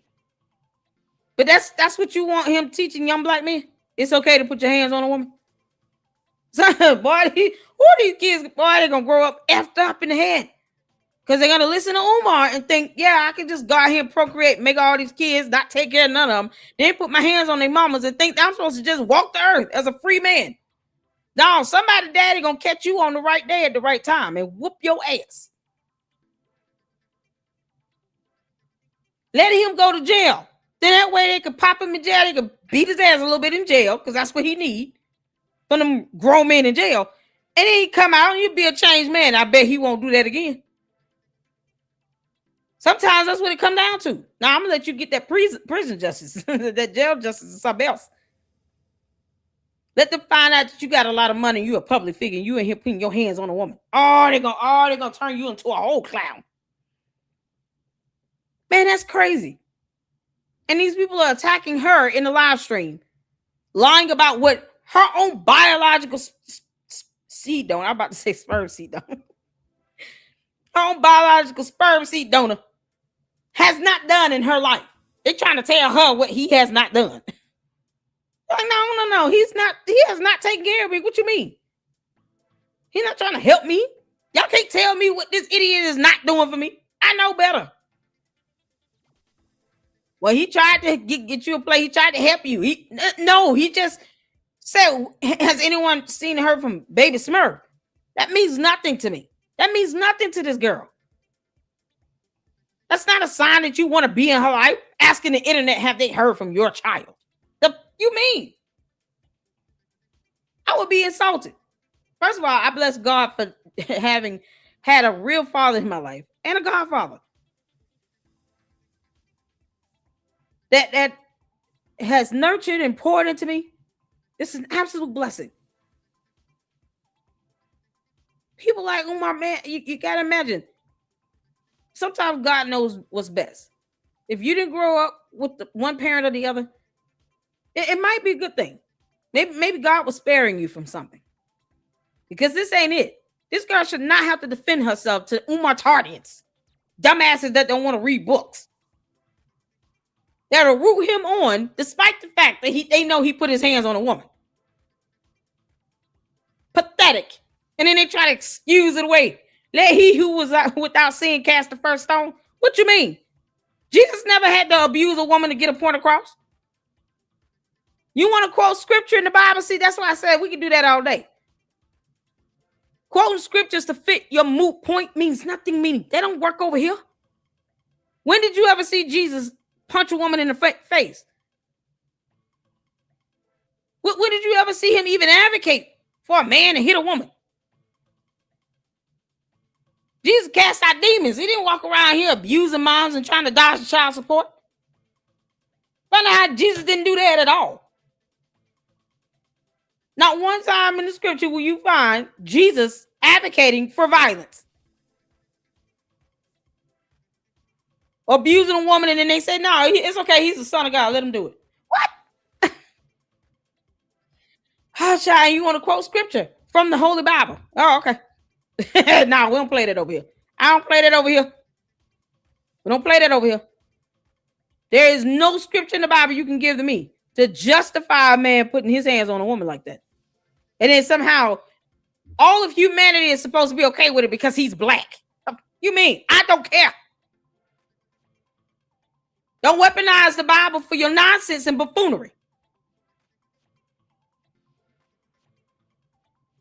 Thou art to obey the laws of the land. You don't have the right to put your hands on somebody. It's called battery. He should be in jail. If he put his hands on this woman, he should have went to jail. And guess what, moms? Guess what, moms? Let them go. Whether it's my son or a husband or a brother or my father. God rest his soul. Put your hands on a woman, you're going to jail. If that's been proven that you did that, you're going to jail.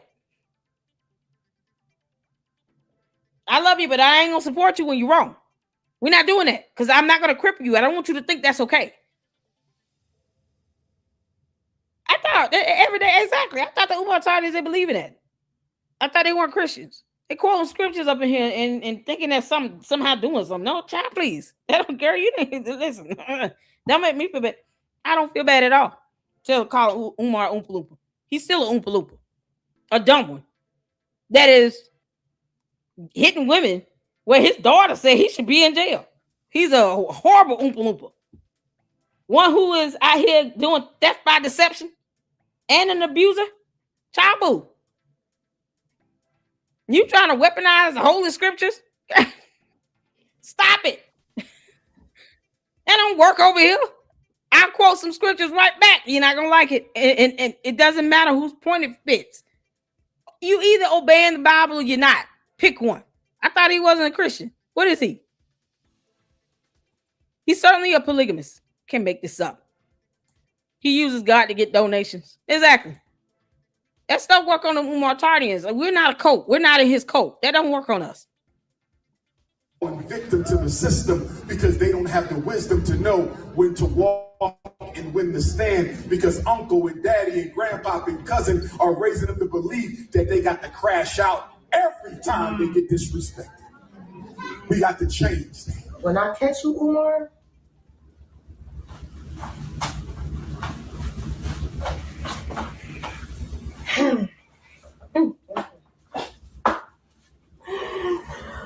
Umar, when I catch you in the motherfucking street. Fathers, there's a time to fight, but there's also a time to walk away. And too many of our young men are ended up in the cemetery and in the prison house because they don't have the wisdom to know when to walk away. Yo, what y'all gotta understand is I'm not afraid to go to jail. I've never been to jail. I could have went to jail. They almost sent me to jail instead of friends and could have charged me for fighting that girl, but they didn't, and they sent me to friends. And they went easy on me. I've never been to jail. Fathers, and too many of our young men are ended up in the cemetery and in the prison house because they don't have the wisdom to know when to walk away. I need you to teach our young men the difference between when you have to stand your ground and when you need to flee. And I don't give a fuck about going to no jail. I'll probably spend the rest of my life in jail. I really wouldn't even give a fuck. You wanna know why? I don't gotta worry about social media. I don't gotta worry about all this bullshit. I'm gonna just be behind the walls. First type of parent, we call them passive. These are the parents who love their kids. They give their kids whatever they want. The child knows they love them, but it's all about love, no discipline. These children grow up to be spoiled. They can't work hard because their parents never made them work for nothing. I know he ain't talking. That's the unemployed Oompa Loompa. When the last time he had a documented job again? This hypocritical oomph has not worked in over 10 years. What you mean? Umar, where is your personal income tax filings? How are you earning revenue again? Because begging is not an occupation. No matter how many times you pray for it to be one. You're nothing more than a homeless bum. Death by deception. You have to lie to the public to get somebody to hit your Cash App and your PayPal about a damn bando becoming a school that was already built and designed to be a school. You haven't even proven you bought it. I'm still waiting on the receipt of him exchanging money for this bando. I'm not convinced. I'm sorry. I want to see the receipt. That's what I want to see. It's just unbelievable that he is not working. He is unemployed, and he is sitting here talking about kids are spoiled. Oh my God. He's got siblings afraid of confronting him about their own mother because he threatens them with allegedly a weapon, allegedly. And yet and still, he talks about kids being spoiled. Where do you work again, Umar? You over 50-something years old and you don't have a job at all. You won't even let your siblings help take care of their own mother or go see her. See, this is what happens when you spoil the child and you spare that rod. Umar should have had his ass whooped many a times in the past. But he's got all these simps and cult members around him that are sitting here shielding him, even to the point where they're attacking his daughter because she's telling the truth. He hasn't been in my life. He put his hands on my mama, and hopefully I can come across him and whoop his ass. Like, this is crazy. Meanwhile, he doesn't try to reach out to her or message her or anything, and they can't prove that he has. Funny how they can't prove it, and yet they want to sit here and tell her, well, he tried to help you. No, the hell he didn't. And if you don't know what it's like for a father to take care of his daughter, maybe they don't have fathers in their lives. Most of these low self-esteem, low IQ women don't have a father figure. Most of them don't. Probably never met their daddy. And then they perpetuate this nonsense. They don't believe in two parents being in the home. At the very least, kids having access to both parents. Because they would know, if you're not showing us proof that you are actually trying to reach out to her, spend time with her, we can't say that you're doing that. We don't owe you that level of defense. What are they protecting him from? He won't get a job. He won't help take care of his kids. He won't let his siblings see his mother. We don't know if she's alive in that house. I mean, good grief. And then he's still lying and deceiving the public. Whole countries at a time. And can't manage to turn a bando into a school where it's already built to be a school. This is priceless. Yet and still, when they ask for receipts, he's like, oh, now you're an enemy. My supporters don't ask me for receipts. Yes, they do. And they should, by the masses. Or say flat out, we're not giving your dumb ass another dime. You're going to have to get a job at McDonald's. Ooh, my Chick-fil-A is hiring. Can't make this up. These parents are disciplined. They strict like the military. Their children grow up to be doctors and lawyers and business owners and Fortune 500 company CEOs, but they also grow up to be some of the biggest secret cigarette smokers and alcohol drinkers. Ah, fuck. I keep burning my.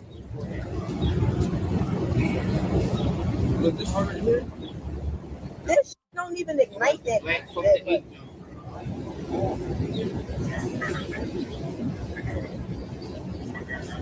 Yeah, you got some gas? Huh?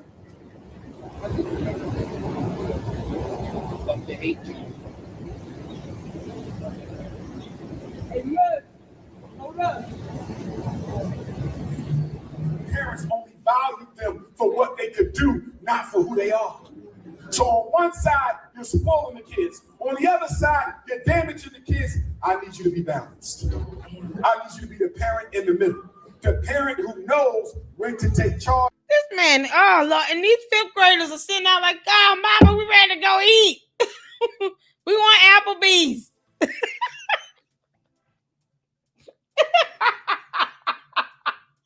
Golden Corral, that's the place everybody go for a graduation. Because it's a buffet, all you can eat. Let the kids just pig out and have at it. You can't make this up. These fifth graders don't care what he's saying. He's not saying anything inspirational to these kids at all. And they thought this was a good idea. He's just standing up there rambling and being hypocritical as ever. This whole speech is one big walking hypocrisy. You're talking about being the parent and the villain? What? Does it involve a man putting his hands on a woman in front of the child, leading to having supervised visitation by a judge? How far do you want this to go, Umar?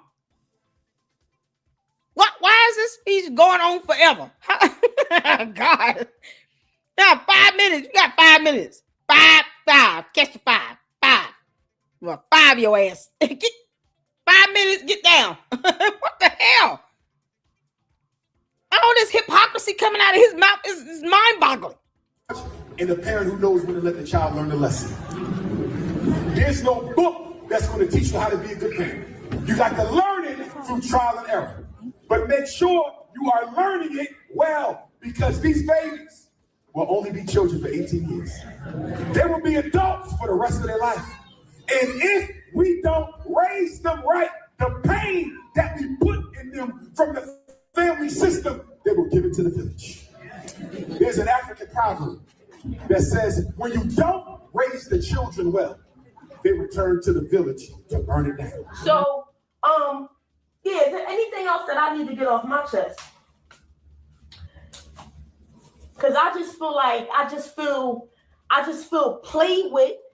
I feel manipulated. I feel gaslit, and I feel abused. I feel, what's that word? Start with a D. I feel, what's that word? I feel defeated. And I don't too many times feel defeated in life. You feel me? But Umar, when I catch you in these streets, the way I'm going to embarrass you and humiliate you. To my young ladies, as you move into middle school and high school, I need you to understand that mathematics is more important than your hairstyle. I need you to understand that reading is more important than your body. I need you to understand that comprehension is more important than the high heels you got on your feet. Black mothers, please stop letting our daughters sexually objectify themselves. Our ancestors were enslaved for 246 years. Sexual He talking about objectification. Even though he refers to women as cookies and peach cobbler and pie and snack cakes and ginger ale. Cinnabon and a caramel and an ice cream and a chocolate syrup.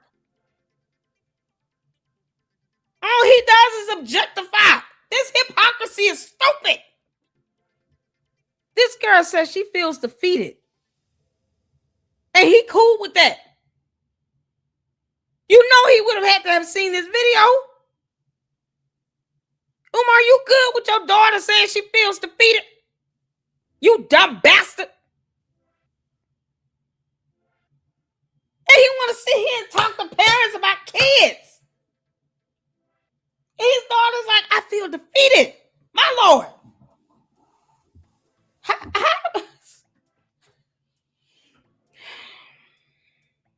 don't know. It would break my heart to hear my kids say that. It would break my heart to hear my son say, Mom, I feel defeated. So I could tell Mama what's going on. I don't want you to feel defeated. This baby says, I feel defeated. And what is his ass doing standing here being hypocritical and unemployed? What? Who, child?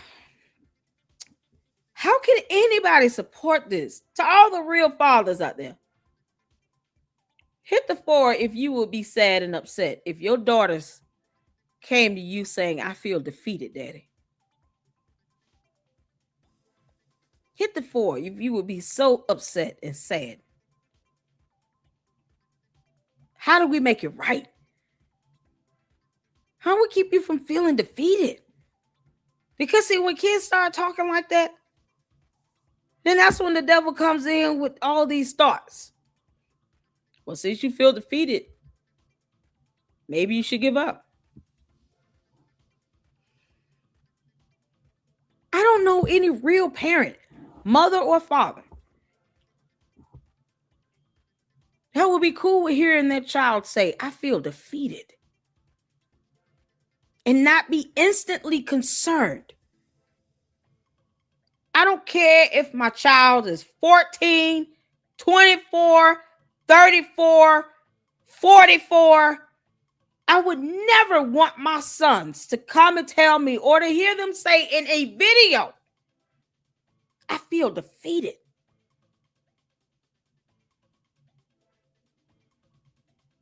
And his ass is standing here like she doesn't even exist.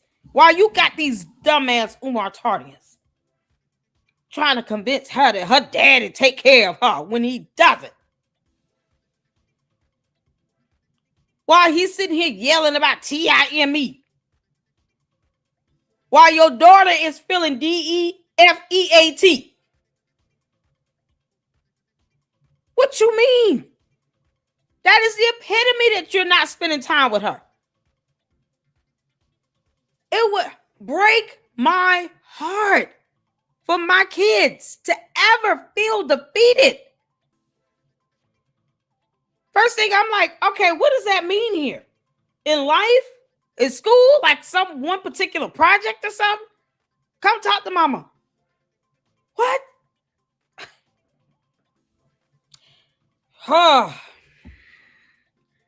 That one hit hard to hear that. It really hits hard as a mother, as a woman, to hear these young ladies say that.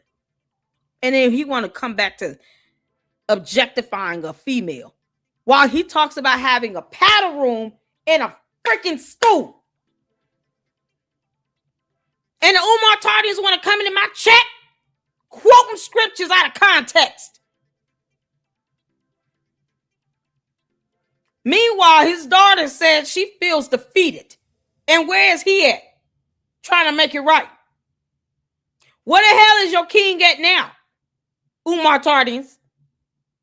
Let he who was without sin cast the first stone. We're not going to stop putting our foot on his neck. Weaponize whatever you want out of context. Keep playing with God if you want to. I refuse to let you think that you're going to weaponize and mock God over here in the Lady Luck Club. Nope. You and the devil are both a liar. His daughter says she feels defeated. What makes you think he's spending time with her when she's saying that stuff? How is anyone supposed to say, oh yeah, he's definitely spending time with her? Because either way, it still makes him look like crap. Guess what? Your daughter feels defeated and you spending time with her. That means you're not talking about her about anything. You're not having any heart-to-heart conversations with this girl at all. For her to say, I feel defeated. But you want to sit here and tell parents they need to spend time with their kids. While your daughter is on a live stream practically pouring her heart out, talking about she feels defeated. Objectification of the black woman for 246 years. How dare you continue to practice today? 6th and 7th graders, 8th and 9th graders dressing like grown women, lipstick, tattoos, weaves all the way down. Umar, I'm gonna do you so bad, you never gonna want to speak at another school again. I swear to God. You never gonna want to speak at another school ever again in life.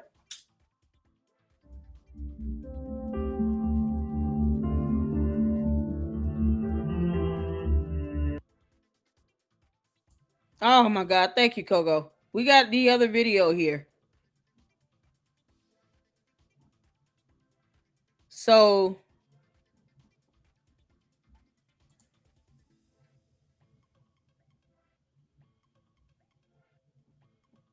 let's see what.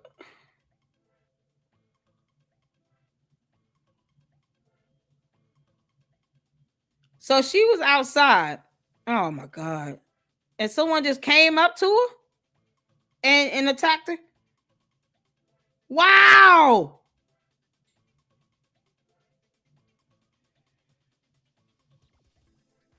I don't know if I'll be able to play the video, but I'm going to scroll over it real quick. I don't think I'll be able to play this because it'll definitely, yeah, sensitive info. So this is Sweet Mom for Life. Shout out to her. She covered this here. I know her from Hood Horror Channel. It's funny. You see that YouTube community is something else. Sweet Mom for Life also watches supports Hood Horrors, who did the series on Nature Boy and Pharaoh. You'd be surprised who knows who in this community. So as you all can see, she's outside smoking something. And then when that happens, or she's doing something, I don't know, she's lighting something up. Then sensitive graphic info. Hold up.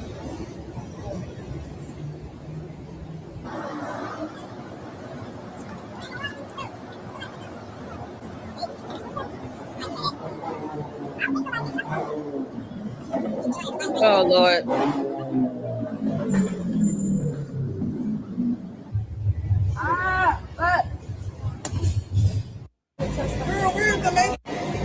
I don't even.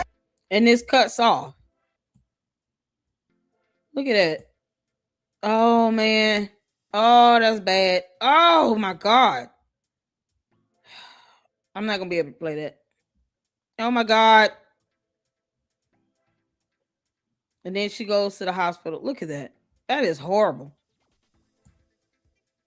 Yeah, it's hard to show this stuff. This is her in the hospital. Oh my God. Yeah, YouTube not gonna let me play this. But y'all can see how bad it is. There's a gash right above her right eye. This is crazy. YouTube not gonna let me play this. Oh my God. Some woman just randomly came up to her and did that. I can't even show the bodily fluids. Some woman just came up to her and randomly did this. Unprovoked. YouTube is stupid. It's not going to let me play that stuff like that. But you guys can see.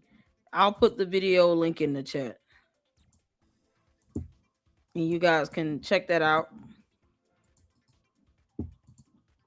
I don't know how Sweet Mom was able to play this much and get away, get you know, like not have it taken down. YouTube just, they don't care. They just go after random people. Sure that, what again, just for Smith one more time. You don't get tetanus that you can get through just like. Oh yeah, I want it then. For sure. Yeah. And I hate needles. Oh my gosh. She had to get a tetanus booster because when you get cut with foreign objects like that, a tetanus booster protects you from getting infections from any of those objects, especially metal. They used a brick. Someone just walked up this girl and just threw a brick at her. Kimberly Callahan, what are you doing? Said Umar sent people after her. I can believe it. He sent people after. Umar will send people after anybody that says something he doesn't like. And for him to send somebody after his grown daughter that he refuses to spend time with, that is talking about feeling defeated. When did this attack happen? Hold on, let me see when did this occur? This was 10 months ago.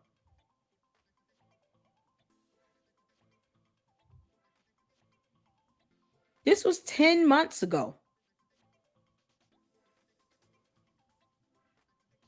And then did he ever go see her from this?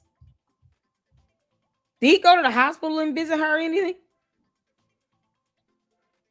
I hate them. You getting it right? You say yeah. I hate needles. She's like, Lord. If you were and you were about to. Lord, I hate needles. Get off live for a little bit. A little bit. Do y'all know that Zach told Rocky that he God, Tomati.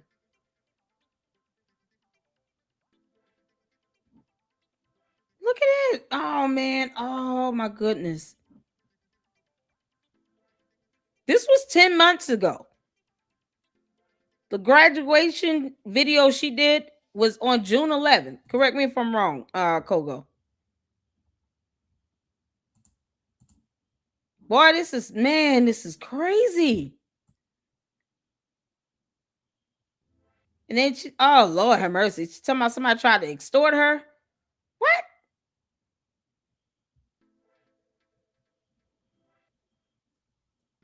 Boy, this is crazy. These Umar Tardians are crazy. They'll attack his own daughter because they don't like what she's saying. Back door. You extorted me for $100. You know them bitches could have shot my ass up. Where my charger at?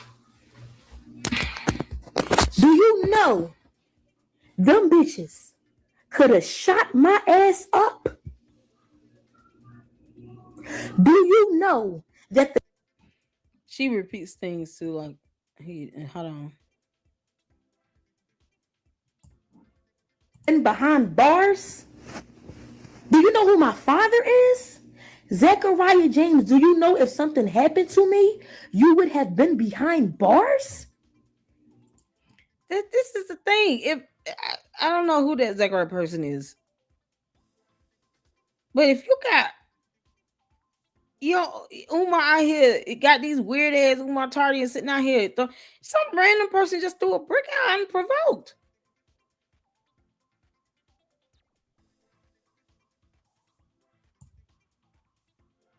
And they don't sit here and try to find out like what's going on. Who's the person that did it? Did they go to jail? Did the person who did it go to jail? This is unbelievable. This is out of nowhere. You just see her like standing outside, and the next thing you know, the live goes down. Ain't this a mess? No, I don't know. And that's it. I mean, and all of a sudden, it's oh my goodness. Did they catch the person who did it? I was smoking. But this is crazy. This is crazy. She said, I feel defeated. No jail. 2 women in ski mask. What? Hey, B, how you doing, honey? So it was 2 women in a ski mask. Y'all, it looks hot outside. They went in ski mask. So they playing that. 2 women in ski masks when it's hot as hell outside. It's sunny and everything. They're walking around in ski masks so they could throw a brick at somebody. And they didn't hit anybody else. So it wasn't like a random person. They just throwing bricks out and hitting random people with it. No, they knew who they were throwing that brick at. But I had This is crazy.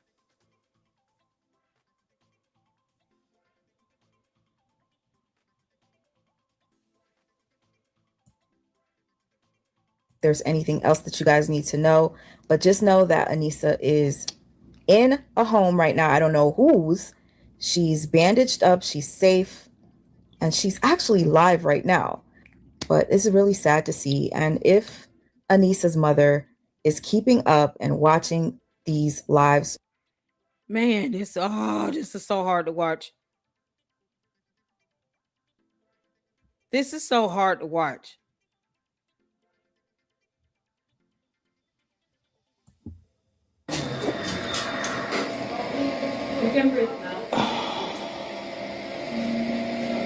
That girl could have had a concussion or anything. This is crazy. This is crazy. Thank you, Coco, for sending me that. You guys make sure you go check that out on Sweet Mom for Life video on her channel. Y'all, we got to get to the Mademoiselle. Years. So where we left off. It's hard to play that video in full because of the graphics, but I just People want to believe that he's a good dad, though. She's out here being I don't care if she runs her mouth. Don't nobody have the right to sit here and throw a brick at somebody. 2 women in a ski mask came up and did this out of nowhere. For what? For a man that does not pay their bills. Umar Johnson does not pay your bills. I repeat, Umar Johnson does not pay your bills. He does not pay your bills. He would never pay your rent or your mortgage. He won't even let your child go to FDMG in some alternate reality if it ever opens for free. No, you're going to have to pay at $600-700 every month like everybody else. So you did that for what? He won't even marry these weird ass women. That's what's so crazy. And if he set his own daughter up for this to happen to her, imagine what he would do to some female that he did not help procreate. I can believe that he put his hands on her mother. Plus, her mother is not the only woman that said anything about Umar putting hands on him. So he hits women, abuses women. Umar, you a piece of shit. Hey, Jackie, how you doing? You can't make this up. I'm going to watch it later. I am. It's hard to play it here on YouTube. They might try to, put a rating on that or something. They've been doing that a lot lately with my videos on Oompa Loompa. Umar, I don't care how you feel. Cry a river, you dumbass. Boy, this is something else. He never checked on his father. He never checked on his daughter in the hospital. Because I was asking about that. Did he ever go to the hospital? I highly doubt it. Rim covered the brick attack. He covered. Okay, cool. I know for me, YouTube will. They probably put a age restriction, and that restricts revenue and everything. Oh my God. Plus, it's just really hard to see that. And then after hearing her say that, she feels defeated, and this idiot won't even go and see her in the hospital. She looked like she was in a hotel room when she was doing the other video we was checking out. I would be, oh my God, you can't, oh my, man, listen. Who child? That's a little bit of crazy you got to have in you as a mom. My kids tell me somebody, God forbid, somebody do something like that. You all would never hear the end of it. Everybody going to jail. Are you kidding? Everybody going to jail. And I want them to be there for as long as possible, as long as the law allowed their asses to be up in there. That girl could have died. A brick from 2 women wearing ski masks on this hot ass day. That was planned. That's not an accident. That's assault and battery. That brick could have been a deadly weapon. What if it would have cracked her skull? Ski masks in the summertime, nothing to see here. I know, right? This is so ridiculous. That's like someone going outside in a trench coat. We all know what that is. It's 92 degrees outside and somebody walking around with a fedora hat and a trench coat. We're going the other way. No, we're not even getting out the car. We're going to keep driving. Somebody got a trench coat on. We ain't playing. Are you kidding? They knew what they were doing. Boy, this is outrageous. And he didn't even show up at the hospital. First off, our children wouldn't be out in the streets, LSE. Oh, no, not at all. No, so even now, my kids don't even like hang outside like that. They go out, go walk and exercise. My youngest and I was cutting the grass last week, stuff like that. And he mostly wanted to cut the grass. It's just, becoming a young man. I love it. But my kids wouldn't be out there where someone would be able to come that close to them with ski mask on and throw a brick at them. Like, are you kidding me? You are not getting away from me. How did they do today? Were they in the car? She was not by herself. Were they in a car? On bikes? There's no way you're not getting away from me that quick. No, I'm chasing you down a little bit. But yet and still, Oompa Loompa did not go to the hospital to see his daughter. He didn't take a flight and go out and go see her at the hospital and make sure she was okay. That's the disgusting part about that. And they want to sit here and argue with this girl talking about your dad is trying to help you. No, he didn't. He won't even come to the hospital when she get hit with a brick. What you mean? Prove that he went to the hospital and visited her when she was in the hospital from getting hit in the head with a brick. Prove that happened. Because hospitals have cameras. Once again, you can't go anywhere without being on the camera. Boy, this is something else. No phone call, nothing. Boy, Umar, you a piece of shit. All right, y'all, let's get the Mademoiselle and pick up where we left off at because we here for it. Thank y'all so much for tuning in. Make sure y'all hitting that like button. Let's get to it.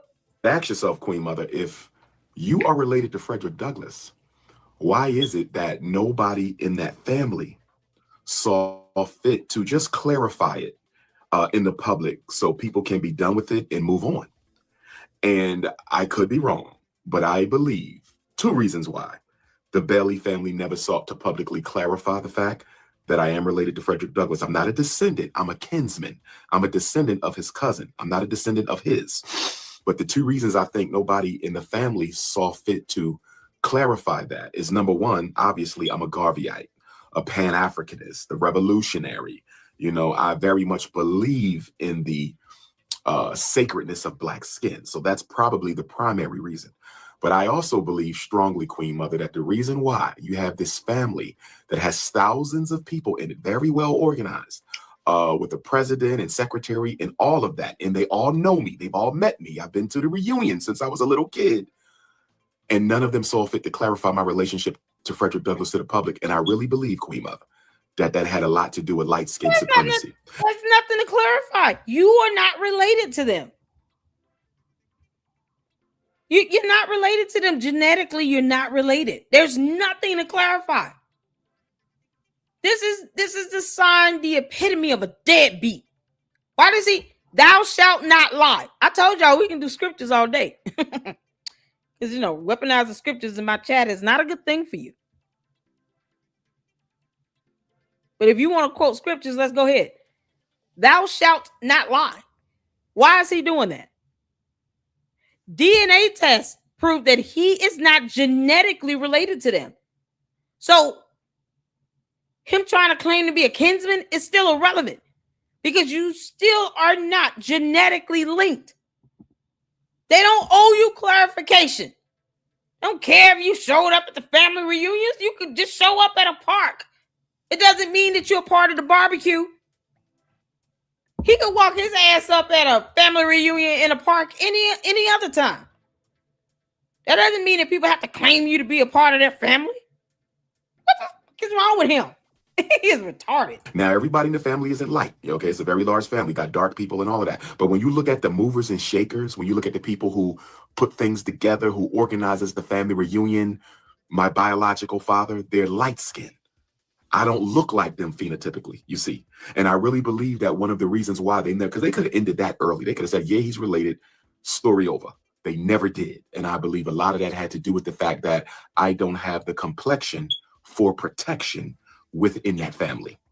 So that's just a little story of mine that, you know, illustrates the light skin supremacy that I think played a role in that whole, is he related to Frederick Douglass or not? That could have been easily dealt with, clearly dealt with. You know, that shouldn't have took a day, but it did, because I didn't have the complexion for protection within the family. And of course, the political ideology didn't make it any easier. Terrence Bailey, a known confirmed relative of the late, great Frederick Douglass, has been on Umar's neck for a couple of years.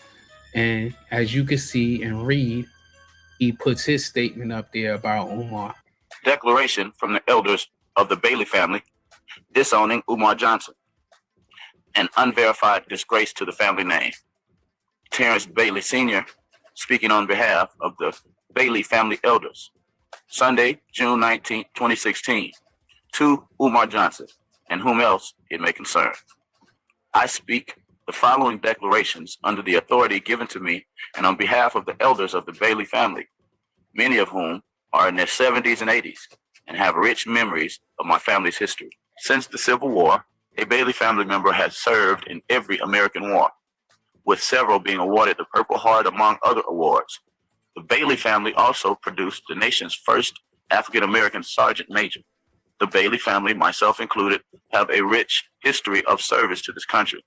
The Bailey men are protectors, honorable, and selfless men who believe in service and sacrifice. Umar Johnson, you claim to be a Bailey, but you do not exhibit any of these traits. I am a verified descendant of Perry Bailey, January 4th, 1813, August 18th, 1880. The firstborn of Harriet Bailey, the mother of Frederick Douglass. Umar Johnson, by claiming to be a Bailey, you have brought dishonor to my family's name, a family in which you are not a part of. In a phone conversation with you recently, effectively asked you why the wisdom of the elders, I respectfully asked you why the wisdom of the elders was not consulted before using the family name in what has become a personal money-making scheme on your part. I asked you about your academic credentials, which the public has rightfully questioned. You have not verified any of your academic credentials to any of your supporters. I also asked you about your alleged lineage in my family. Your answers were insufficient at best and internet-based research at worst. The next day, you referred to me as a flunky on your Facebook page, but you didn't answer my question. After speaking with you and reading your reference to me as a flunky, my concerns and suspicions increased dramatically. As I did more research into your many disgraceful controversies, your wrongs have been many, and dishonor of the Bailey family name and lineage can no longer be tolerated. You promote racial division and hatred. This is neither the character of the Bailey family nor Frederick Douglass. Our family fought against racial hatred and slavery. Our family inspired the civil rights movement. Our family does not represent the racial division and hatred which you so arrogantly, new word, look that up, note to self, speech after speech all around the country. The school district of Philadelphia recently banned you from speaking at their schools, and I congratulate them. I bet others follow the same wise decision to end your divisive hate speeches. No sensible person should trust you with their money or children in the school, bus trip, tour, or anywhere else. You are not only a racist hate monger, you seem to disrespect and also hate women, and the black media does too. Oh yes, because his own daughter said he should be in jail. Oompa Loompa, it's mighty ironic how everyone you meet, well, one you are genetically linked to, said you should be in jail, and then others whom you're not genetically linked to, but you're lying about it, flat out said that you hate yourself and black women. See, we're not the only ones that can see that a mile away. These people want you to leave them alone and stop lying on them. First of all, you're a disgrace to humanity.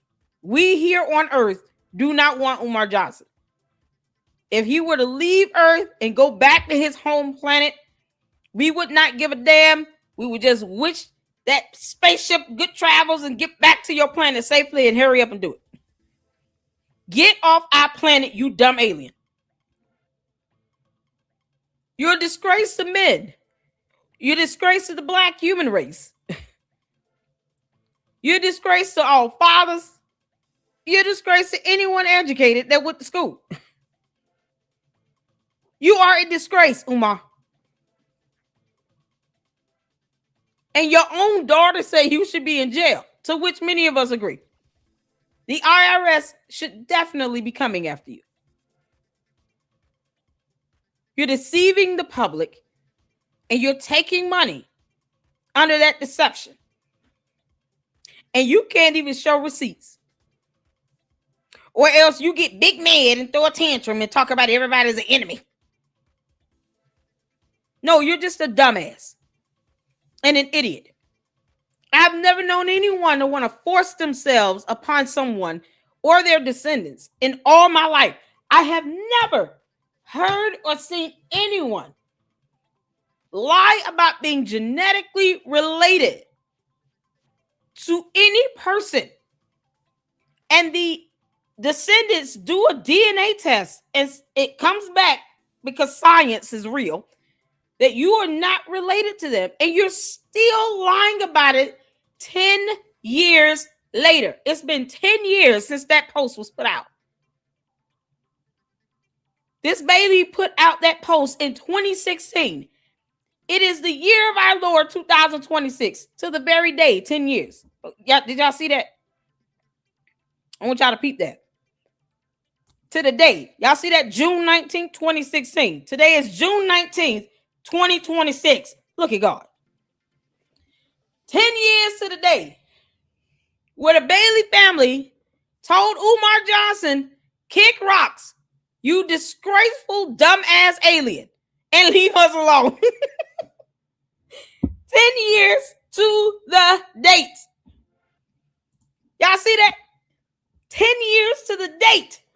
To the very date. Today is the 10-year anniversary of the Bailey family telling Umar, kiss our ass, you dumbass. We don't want to claim you. Even if you were genetically related, you're still a disgrace. But you're not, and we bless God for it. 10 years to the date. This is where we are now. 10 years to the date. And he's still lying about this. Umar, you are a loser. Listen here, B. Alley. There you go. Umar's a loser.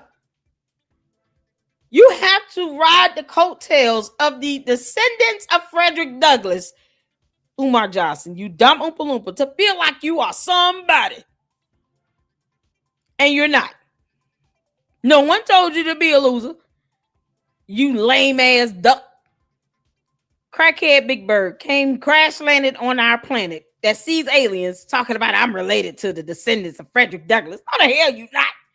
I wouldn't want his ass either. 10 years to the date, y'all. June 19, 2016. They put this statement out. Today is June 19, 2026. And they're still telling him, leave us alone. You're not related to us, you buffoon. And go get a job. Our people served in the military. We were the first to accomplish things. We read books. We don't have a cult. You do. We take care of our kids. We don't believe in putting our hands on women. And you hate black women. Like, these people can say all of these things. That it's not hard to see. He's sitting here saying, you hate black women. What are you talking about? And yet it's still, you want to keep lying to the public, deceiving the public about being related to us. Leave us alone. You're just trying to make money. You can't go get a job. So filling out an application is hard for you to do still 10 years later. Umar, you've been at this for 10 years. You're a grown-ass male alien. Or whatever you consider to be on your planet. Whatever your species is. Can make this up. It's disgraceful to claim for him to be a human being. You didn't even go see your daughter when she got hit in the head with a brick 10 months ago. And somehow you want people to take you seriously, you piece of shit. Do you think Frederick Douglass's descendants should be claiming you? No, they want you to leave them alone and leave that name out your mouth. Then you go turn around and call him a clown and all this. Throwing a tantrum. Once again, because you couldn't get your way. You're not related to them. Because science says so. Here on Earth, in our reality, DNA is based on science. So as opposed to you getting mad at the Baileys, why don't you just be mad at science? I mean, hell. You're not related. You're not related. Why can't you be proud to be related to your family? 10 years to the day, y'all. 10 years to the day. Oh, boy. Oh, Lord have mercy. We got to hear this again. At best, and internet-based research at worst. The next day, you referred to me as a flunky on your Facebook page, but you didn't answer my question. After speaking with you and reading your reference to me as a flunky, my concerns and suspicions increased dramatically. As I did more research into your many disgraceful controversies, your wrongs have been many, and dishonor of the Bailey family name and lineage can no longer be tolerated. You promote racial division and hatred. This is neither the character of the Bailey family nor Frederick Douglass. Our family fought against racial hatred and slavery. Our family inspired the civil rights movement.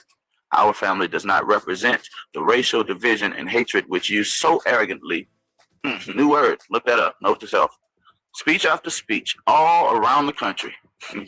The school district of Philadelphia recently banned you from speaking at their schools, and I congratulate them. I bet others follow the same wise decision to end your divisive hate speeches.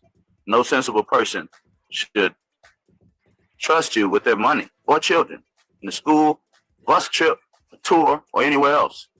You are not only a racist hate monger, you seem to disrespect and also hate women, and the black media does too. This was a huge controversy because it's like, nigga, if you don't shut the fuck up, but also it's one of those things where it's just like, you can't just go around saying you are related to an icon when the icon's descendants still exist, and then prove that what you're saying is a whole crock of caca.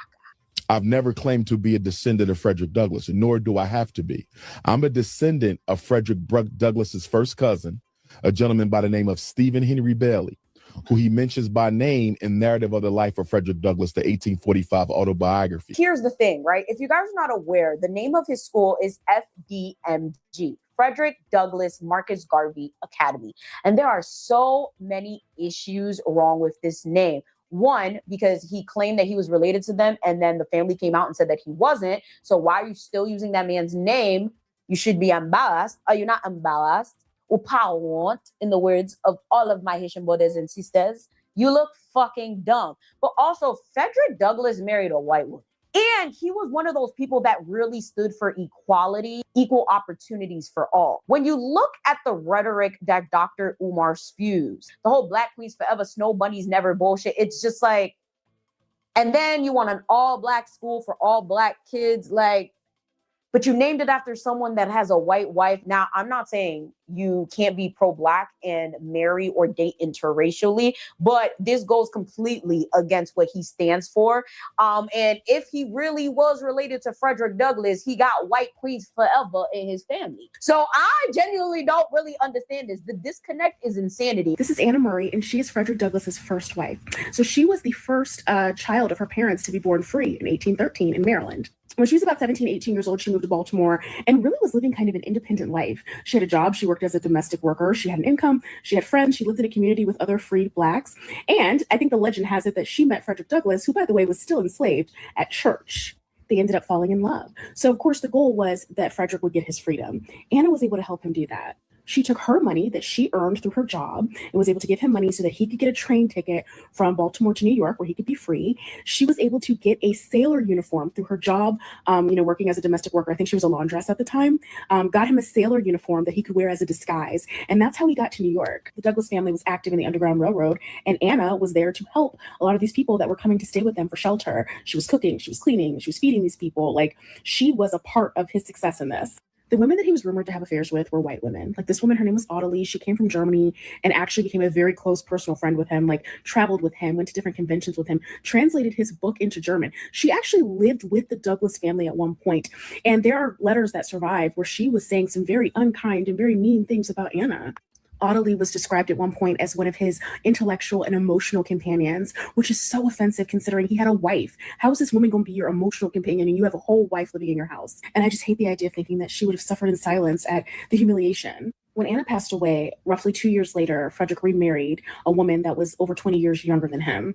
Her name was Helen Pitts, and obviously this marriage was very controversial. And FYI, the German lady, Ottilie, when she found out that they got married, she unalived herself shortly after hearing the news of their marriage.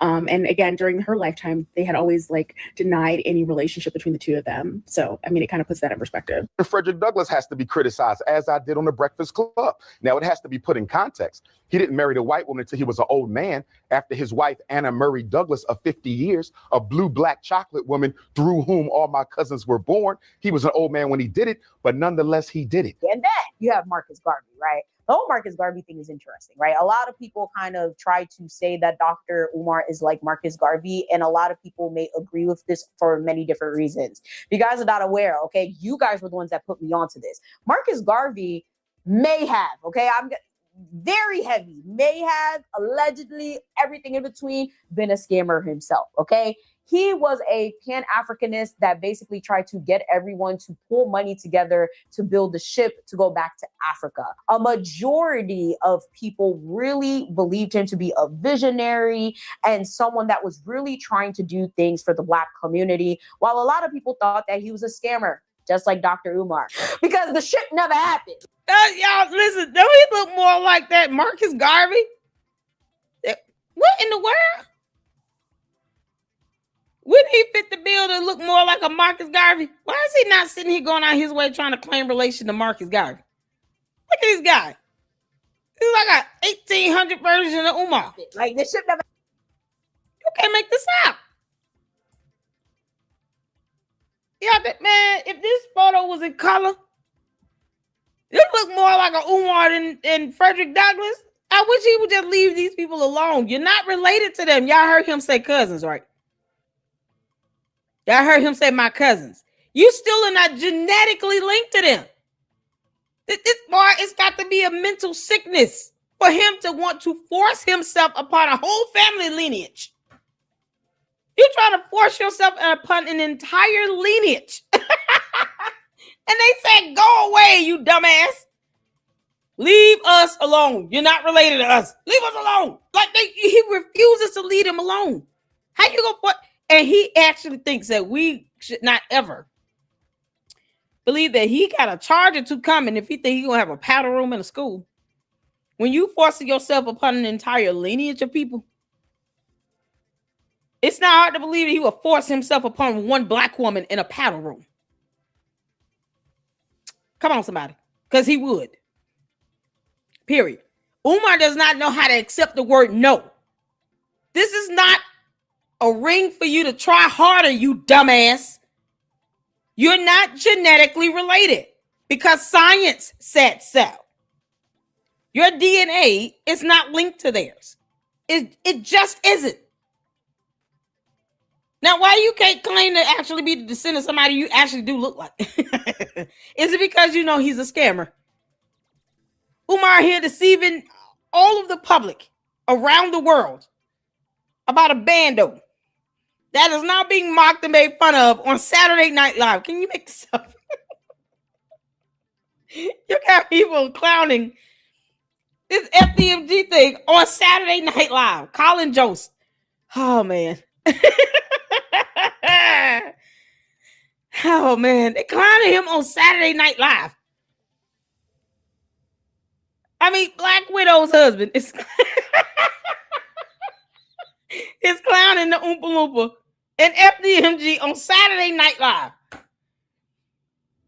And he still wants to sit here and lie about being genetically related to Frederick Douglass. These are not your cousins. They don't like you. They don't care for you. They have no respect for you. And it's like you trying to force yourself in there. You gonna love me anyway. What? This is not a signal to try harder, you stupid. Leave him alone.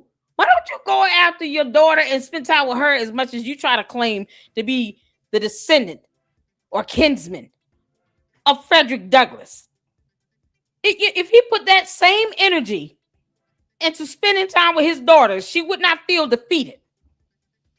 Simply put. Things for the Black community, while a lot of people thought that he was a scammer, just like Dr. Umar, because the ship never happened. Like, the ship never happened. Nobody ever saw the ship. Hey, Black Adam, how you doing? It's actually crazy because I didn't really know about this. Like, I always knew him as just, visionary, political rights, Black social issues type of vibe. And then people brought this to my attention. I looked it up and I was like, those of you who think you know Marcus Garvey, I'm gonna need you to shh. You know why?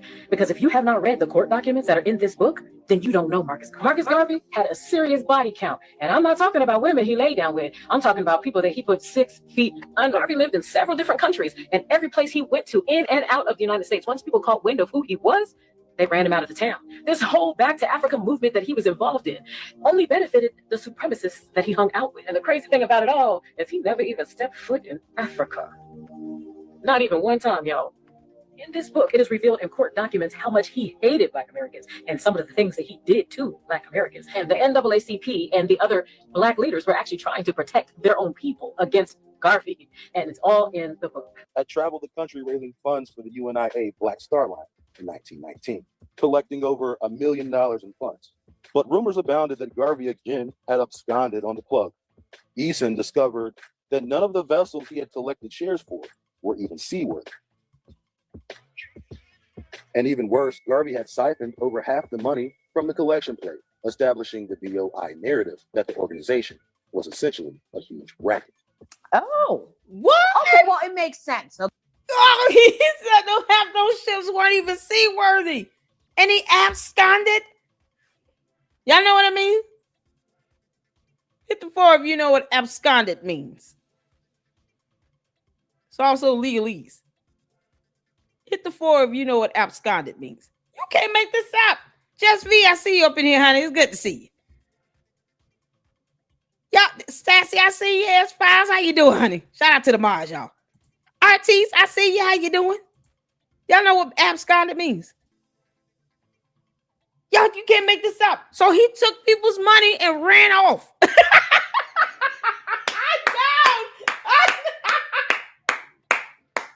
The court documents.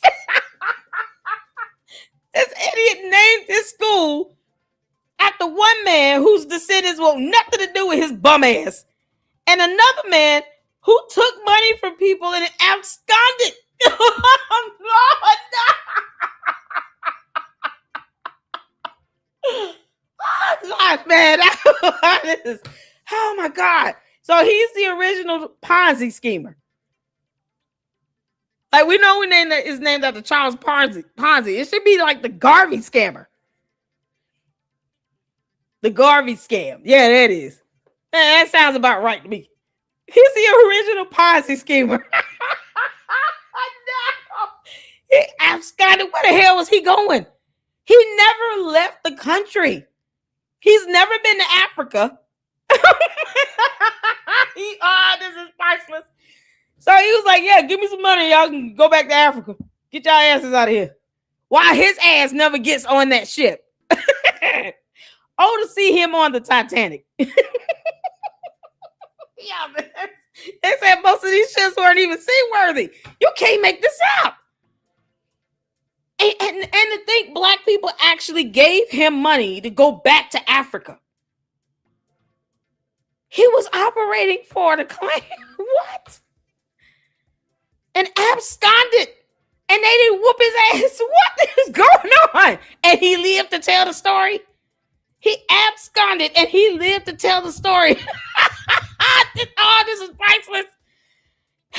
Leave hurriedly and secretly, typically to avoid detection of or arrest for an unlawful action such as theft. Umar out here, theft by deception.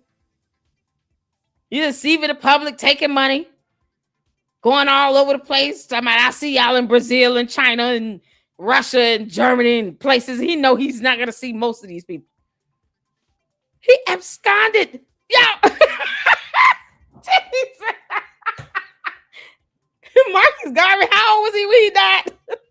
That should have been the internet. And they didn't whoop his ass? What you mean? This is priceless. Okay, the entire idea of naming that school FDMG is laughable. Okay, it is so laughable because it's just like, are you like, child, moving on. The issues that I personally have with Dr. Umar are how he handles himself regarding personal relationships and business. On a personal tip, I feel like a lot of people are grossly unaware of how this man carries himself, and this needs to be talked about at length. So let's get into it. If my daughter comes to me and say, Daddy, my husband cheated on me, I'm gonna say, Princess, is he a good provider? Yes. Does he take good care of you? Yes. He ever disrespect you, raise his hand to you? No. Outside of this cheating, is he what you need in a man? Yes, he is. Was this thing purely sexual? Was it a hit and miss? Or is he really feeling this woman? If she tells me this was a hit and miss, go have a conversation with him about his infidelity. Let him know you do not like it. I will never tell you not to leave a man because he cheated. You want to leave him because he cheated? Go ahead and do it. I want to ask you a question. How many men you expect to find out there who are never going to go outside that marriage at least occasionally to experience another woman? I'm not saying it's right. I'm saying it's not realistic to leave a good man. So you saying that your daughter should deal with an adulterous husband, even though she can't be an adulterous wife? Because this bum would be mad if he found out his wife cheated on him. He wants 2 wives at the same time. By the way, this is coming from someone who wants 2 wives at one time and wants both women to be okay with it. Like they don't deserve to have one man be committed and faithful to them. He who findeth the wife findeth the good thing. Because I told you we could do scriptures all day. And he is saying that if he goes out and cheat, if he tells you it's a hit and miss. What if it was more than that? What if it was emotionally based? What if he lies to her and says, oh, it's just a hit and miss and it's a whole affair? Oh, is he a good provider? Okay, go work it out. What you talking about? This is coming from the idiot that put his hands on his daughter's mother. Oh, Lord. Jesus, keep me near the cross. You just can't make this stuff up. You can't make this stuff up. You would be cool with your daughter's husband cheating on her. So if you saw him out with another woman, you'd be one of them ones where you wouldn't say anything because bro code. Homies over hoes. But I'm married to your daughter. Homies over hoes. No. What the hell? He's out here with his daughter saying he should be locked up. Y'all heard that? We watched the video where his daughter said in a live stream, he should be in jail. And he said he's talking about, my daughter came to me. She wouldn't come to you. You're asking the entirety of the internet where she is. Have y'all seen her from Baby Smurf? Anybody heard of my child? You know, the one I should be keeping up with? And he talking about if my daughter came to me and said, your daughters would not come to you. You don't take care of them, you dumbass. And you putting your hands on their mothers so they would not come to you. The hell? And who my target is what else to be cool with this idiot. How now he can kiss my ass. Oops. See, one of the reasons I don't date black women who have been with snow puppies. If you let a Chinaman in your yoniverse, a Neanderthal in your yoniverse, East Indian in your yoniverse, I'm not going in there. Some of you sisters allowed him to practice shooting in your yoniverse. Lord, I'm not going in there. I'm not going in there with a raincoat or without a raincoat. Heterosexual couples only. This is not a government-funded activity. I have the right to discriminate. Heterosexual couples only. Donation. Come on. Hyde Park might tell a different story. I have a feeling Umar does not discriminate. Umar, what happened with Devontae again? What happened with that? Because you said that boy slept on a couch that did not exist in a hotel room, allegedly. You could have just came out and proved Malware wrong about that, but you didn't. Funny how he didn't prove her wrong about that. Y'all recall the Oompa Loompa coming out saying Malware is lying. I've never been to Red Roof Inn or Room 130 with Devontae. He never sponged my hair. He never came out and denied any of that. He slept on the couch, Umar. I want you to come out and prove me wrong. You got to have some evidence. Get the receipt for the hotel, all that shit. Get the surveillance camera footage. You gonna prove me wrong. You're gonna have to prove me wrong with some evidence. I want to see the video evidence. Umar, do you discriminate? He never came out and said she lying like hell. I have never had a Devontae sponge my hair or stay in the room. And there's no couch there. She lied. Oh, she lied like hell. He never said anything. Why didn't you come out and debunk Malware on that, Umar? If Hyde Park could tell some stories, I'm wondering what it would tell. There's some bushes that probably want to spill the beans. I might invite the bushes of Hyde Park. I'm going to invite the bushes of Hyde Park to the LLC. Well, they got some stuff to tell us. Oh, my God.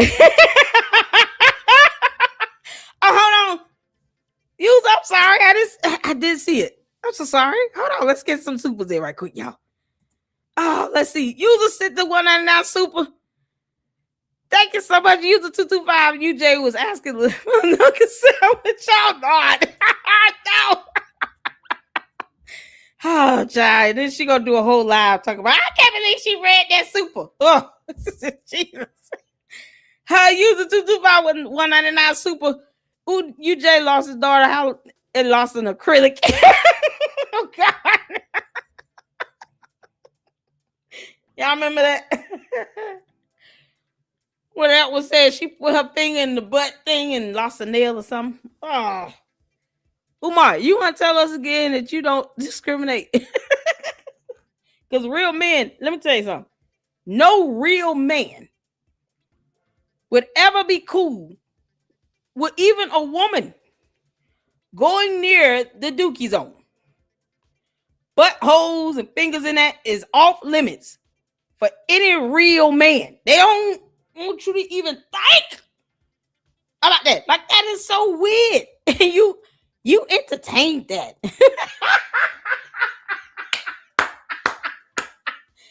Keep telling us you don't discriminate, Umar. Keep all you lying bastard. You can't make this up. Yeah, did you tell this person that her mouth was not as strong as a man's? Seriously? It's just so crazy. The things he's saying, he's talking about I don't discriminate. Really? But Devontae slept on a couch that didn't exist. Use a 225. How many fingers you just like hit one? Hit the three. Enterprise hit the $2 super. No one is up there when I'm up there. I love it. Use a 225 to the 199 says surprise nobody has entered the film FDMG interior. He barely goes in there. And when he do, he only show like 3 or 4 rooms. And then he does something repeatedly, like wipe down the same 6 desks. Just stupid stuff. Look, y'all, look at the floors. They so shiny and shit. We don't care about these floors. It's black mold underneath it. So what difference does it make? You can't make this stuff up. Shout out to Rosetta for the LLC membership gifted. Y'all, if you're getting memberships, make sure you send a shout out and show some love to those that are gifting these memberships. Thank you so much, Rosetta, for your support here. User 225 is bringing it in with the 199 UJ 8225 air roll. 2 out of 10. Too much today. One thing user 225 have me doing is laughing my ass off. Umar, keep lying, talking about you don't discriminate. Enterprise with the $2 super. There's a word why they supervision came from. Enterprise with the $2 super. Come to my crib. I got 2 assistants at Oh, then Ed gave us the definition of abscond. Garvey should have got his ass whooped. I don't know how to. What in the world, Umar? You're not gonna be able to pull that off. You cannot convince people that we should go back to Africa on some ships. Y'all, come on. We got the Carnival Cruise Line is up and running. I tried to get Spirit Airlines and they didn't. They went out of business. Carnival Cruise is up and running. Trip back to Africa. Umar, when you go to Africa and never return, just make sure you take your Umar Tardians with you. They're a plague. We're not in the mood for them. Take the Umar Tardians with you. Can't make this up. Shout out to Miss Coco for gifting the 1 LLC membership. Yeah, shout out to all of those that are supporting here in the LLC. I appreciate all the supers. And yes, it is hard for me to see what's going on in the chat when I'm on YouTube's video screen. So that's where I am, y'all, just in case. But we got it in, y'all. What's going on every day? Thank you so much. I appreciate you all. Y'all for the support. Laurie, how you doing? I see you up in here, honey. How's everything going? All right, let's get back to it, y'all. Donations, gifts. Anybody who tells you they're running for office to help somebody, smack their ass in the face. What you want to do? You want to box? You want a street rumble, or you want to get into the intellectual boxing ring? A naughty picture from one of my sisters. It's gorgeous, but she's naughty. Cut it out. With all this fake hair, like y'all so beautiful, why do you Are you addicted to the weave? Are you addicted to the perm? White people are ruthless when it comes to controlling blacks. If I gotta invent AIDS, I'll invent AIDS. If I gotta push LGBT on your kids to destroy your community, if I gotta drop off crack, if I gotta drop off guns, if I have to overthrow and assassinate, I will do that as well. Also, if you guys haven't peeped, he's very homophobic and racist. Let's not forget racist. Now, I know a lot of people like to say, oh, well, black people can't be racist. I'm sorry. I'm one of those very few that believe anyone can be racist. Prejudice, whatever word you'd like to use. Nonetheless, I don't think this rhetoric is okay at all, especially in the 21st century. Like, it's one thing to crack a joke here and there. It's one thing to make like a comment, but it's just like, it's a lot. It's actually pretty hard to watch this. So hopefully I put a trigger warning in the beginning of this video for you guys, but before we continue, here's a trigger warning right here. It's a lot. We got some super zest monsters in the chat, but we're going to ignore because I think most of them represent Neanderthal Nation. Martin Luther King or LeBron James twerk off, you must be a zesty fester. Let me block you for disrespecting Dr. King. I see we got some zesty brothers on the feed. Let me say this to the Zesty Fest. Can y'all promise me that y'all not going to let the doggy doo-doo? Let me say hi to the snow puppy. Come here. Black queens forever. Black queens forever. Come here. Black queens forever. Snow bunnies never, snow puppy. As one brother the other day said, Dr. Umar, brother, I love you. I follow you, brother. Oh, Lord. Umar, you're an idiot. You literally sit here yelling at this dog. This dog did nothing to you. What? Black queens forever. Snow bunnies never, snow puppy. As one brother the other day said, Dr. Umar, brother, I love you. I follow you, brother. I married a white girl 10 years ago, brother. Well, brother, until you unmarry her, it's best you stay over there, brother.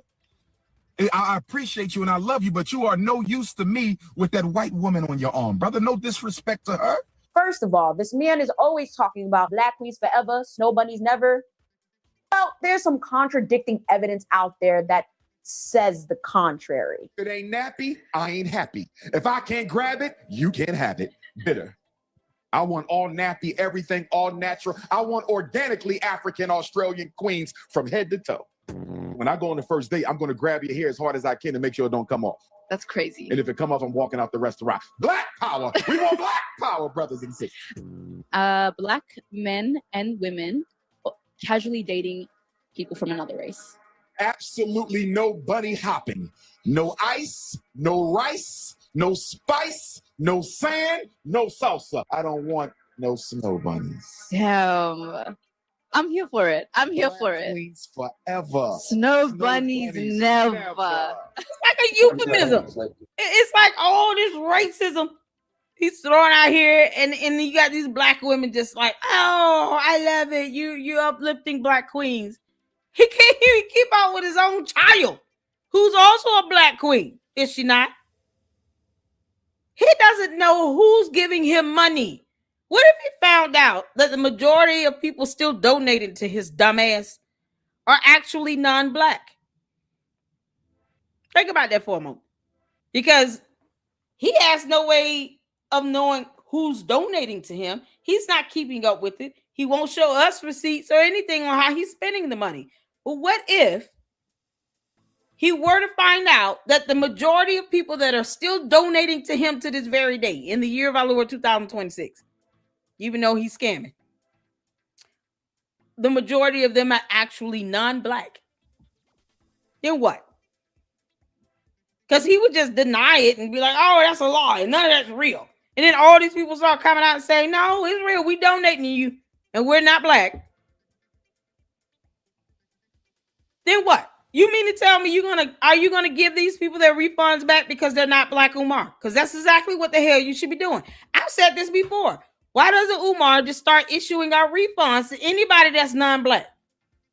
So all the donors that are non-black that have ever given Umar any money should be demanding refunds. They should be sending him a request to his Cash App to have these funds returned. So if you've been donating to him for 14 years over his BS and it comes out to equal $5,000, then you need to request that he sends you back $5,000. Here are all my donations. And since you only want black people sending you money, then I want my money back that I sent you. So what if that starts happening, Umar? You gonna give all these non-black people their money back? Because they damn sure should get their money back. I'm all for that. I'm all for everybody that's ever donated to him that are non-black to request a refund from Cash App or PayPal. Get your money back. It's theft by deception. You telling the public that only black people are giving you money, and then you're saying this money is going towards this specific purpose, and you don't want to produce evidence or receipts to prove that it is, and yet you have no way to keep up with who's donating to you in the first place. So if you are a non-black person, you should be getting your money back from this dumb racist. Let him figure out how to come up with that money. Switch said, nah, he's sit it out. See, that's the thing. The Umar Tardi's body, oh, they so brainwashed. These weird ass black women with no confidence and self-esteem sitting here talking about, that's so cute when you say that. No, it's not. It's stupid. Because he can't prove to you that only black people gave him money. Now, Umar, go ahead and give all these refunds back. You better go out there, Umar, go out there. I heard pimping yourself out is very lucrative. You claim to be Shango something, blah, blah, blah. So go ahead and just open up that damn website of yours. You can slide down or glizzy down a pole. All these weird ass black women that just love you somehow for some reason, even though you're not bathed, can just pay you to see you do dumb things in a video. That way you can work towards getting that money back to pay back all these non-black donors. All these years, people have been donating money to you that are not black. Now you can go out and make some money. You might have to take some trips to Hyde Park. Whatever. Yeah, I say that as a joke. I laugh at it. Laurie, I saw your question, honey. I just laugh at it. It's a great punchline. Still funny to me. Even if they lie like hell, it's just funny to me. But he gonna have to do something to come up with making that money back so he can pay all these people back. And I hope they start sending back requests to him. Send me my money back. I am Caucasian and I live in Germany. You don't like my money? Okay, cool.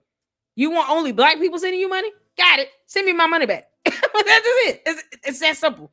I bet he will shut the hell up then. I can guarantee you he will shut the hell up. He would not keep saying, oh, well, this is all it's funded by all black people. No, it's not. No, it is not.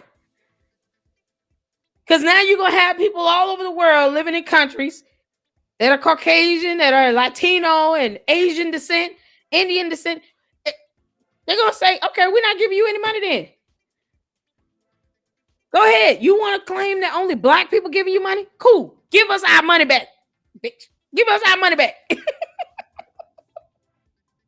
I want all $8,452 right back. Send it back to me, Cash App.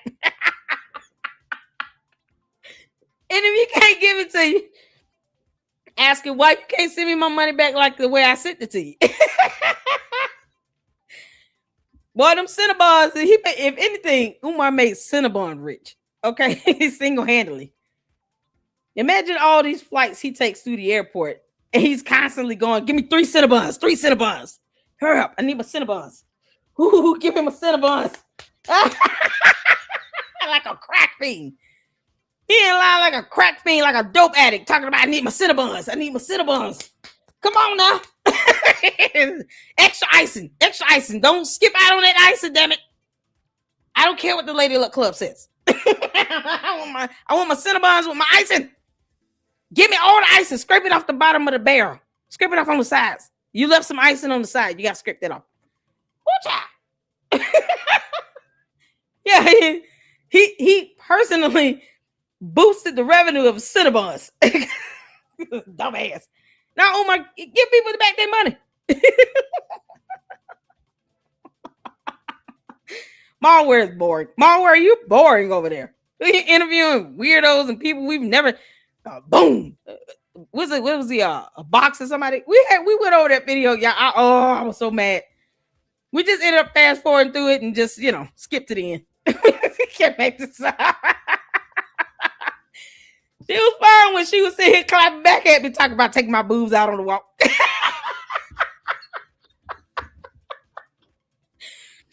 Oh my word! The times we had laughing at you, you see, Turtle. Hey, baby. Hey, baby, how you doing? It's nice to see you. Hi. Good afternoon. Likewise. No hugs, please. They come to here. Come to here. We having a conversation. How you come on to here? Okay. Yeah. So, Why you don't have a black woman? because I fell in love with a white woman, not a black. Why did you fall in love with a black woman? I fell in love with a black woman. We broke up. Okay, and why didn't you fall in love with another black woman? I did that too. We broke up. Okay, and why didn't you get another one and another one and another one until you found the right one? Because I met a white woman that I fell in love with, and that's the person. And you're being disingenuous about something. And let me tell you what you're being disingenuous about. Romance is a function of focus and opportunity. If I want to date an Asian, I'm going to put myself around Asian women so I can find one. If I want to date a Latino, I'm going to put myself around Latino women so I can date one. If you wanted to marry a black woman, you would have put yourself around black women so you can find one. So how did you end up with the Caucasian? No disrespect to her. No, not at all. What I'm telling you is the places that I go socially are not just mono. So what? I went to a white college job. I never bunny hopped. Listen to my question. Let me answer you. That wasn't my priority. My priority wasn't, I'm not closed off to dating Latino women. I'm not closed off to dating Asian women. I'm not closed off to dating white women. So again, in my search for romance, all of those things were on the table. But you do understand that by not being with a black woman, you undermine the success of the black community. That's your opinion. That's my opinion. Then tell me how the black community benefits from you having a white woman. Absolutely not. Because if that were true, why do I get so many requests for help from white parents? Why do I get so many requests for help from Asian parents, Arab parents? They don't have a problem texting my phone saying, hey, can I pay this consultation? I need you to look at my child's psychological evaluation. I never get apprehension from white parents when they need my help. But you're not licensed or certified, you dumbass. I can't believe this. He literally said, what benefit is it to the black community for you to be married to a white woman? Umar, do you pay his mortgage? Are you paying this boy's mortgage or rent? Here, I keep putting this man through school. I pay your bills for you and your wife. What you mean? What benefit is it of it to you, Umar, for him to marry a black woman? It's like, why you can't make this stuff up? Did y'all hear this dumb shit? Woman, you would have put yourself around black women so you can find one. So how did you end up with the Caucasian? No disrespect to her. No, not at all. What I'm telling you is the places that I go socially are not just mono. So what? I went to a white college job. I never bunny hopped. Listen to my question. Let me answer you. That wasn't my priority. My priority wasn't, I'm not closed off to dating Latino women. I'm not closed off to dating Asian women. I'm not closed off to dating white women. So again, in my search for romance, all of those things were on the table. But you do understand that by not being with a black woman, you undermine the success of the black community. That's your opinion. That's my opinion. Then tell me how the black community benefits from you having a white woman. Absolutely not. Because if that were true, how does anyone benefit from him having a black woman? This man married who he wanted to marry. He married who he fell in love with. He has no personal effect on Umar at all. Umar doesn't have to pay this man's bills. Umar act like he paid for this man's wedding. I'm only going to pay for the wedding cake if you marry a black woman. Otherwise, I'm not paying for shit. Like, what do you mean? What kind of stupid ass question is this? His argument is dumb. Umar's argument is dumb. There is no benefit to him marrying black or white upon the black community because this man does not have to pay our bills and we don't have to pay his. He has no direct effect on us. I don't have to take care of this couple, whoever they are. I don't even know who this person is. Who's this guy you talking to? Yo, you can't make this stuff is ridiculous. But yet it's still, if that man is committed and faithful to his wife and he never puts his hands on her, he's already a better man than you, Umar. This man who married a white woman, loves her, respects her, he's faithful and committed to her, does not cheat on her, and he does not put his hands on her, and he helps her take care of any child. He helps to procreate with her. He's already a better man than you. That you mean? This is so crazy. What was this? Joe Budden had that crap on his podcast. That Joe Budden about his bad the Breakfast Club. What is he doing? I can't believe he had that shit on his. He had Joe Budden had that on his podcast. Joe Budden, what are you doing? Why do you care what Umar thinks?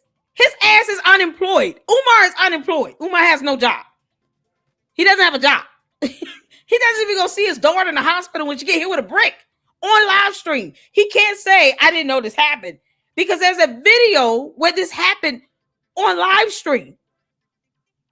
Millions of people around the world could watch what happened to her in the video.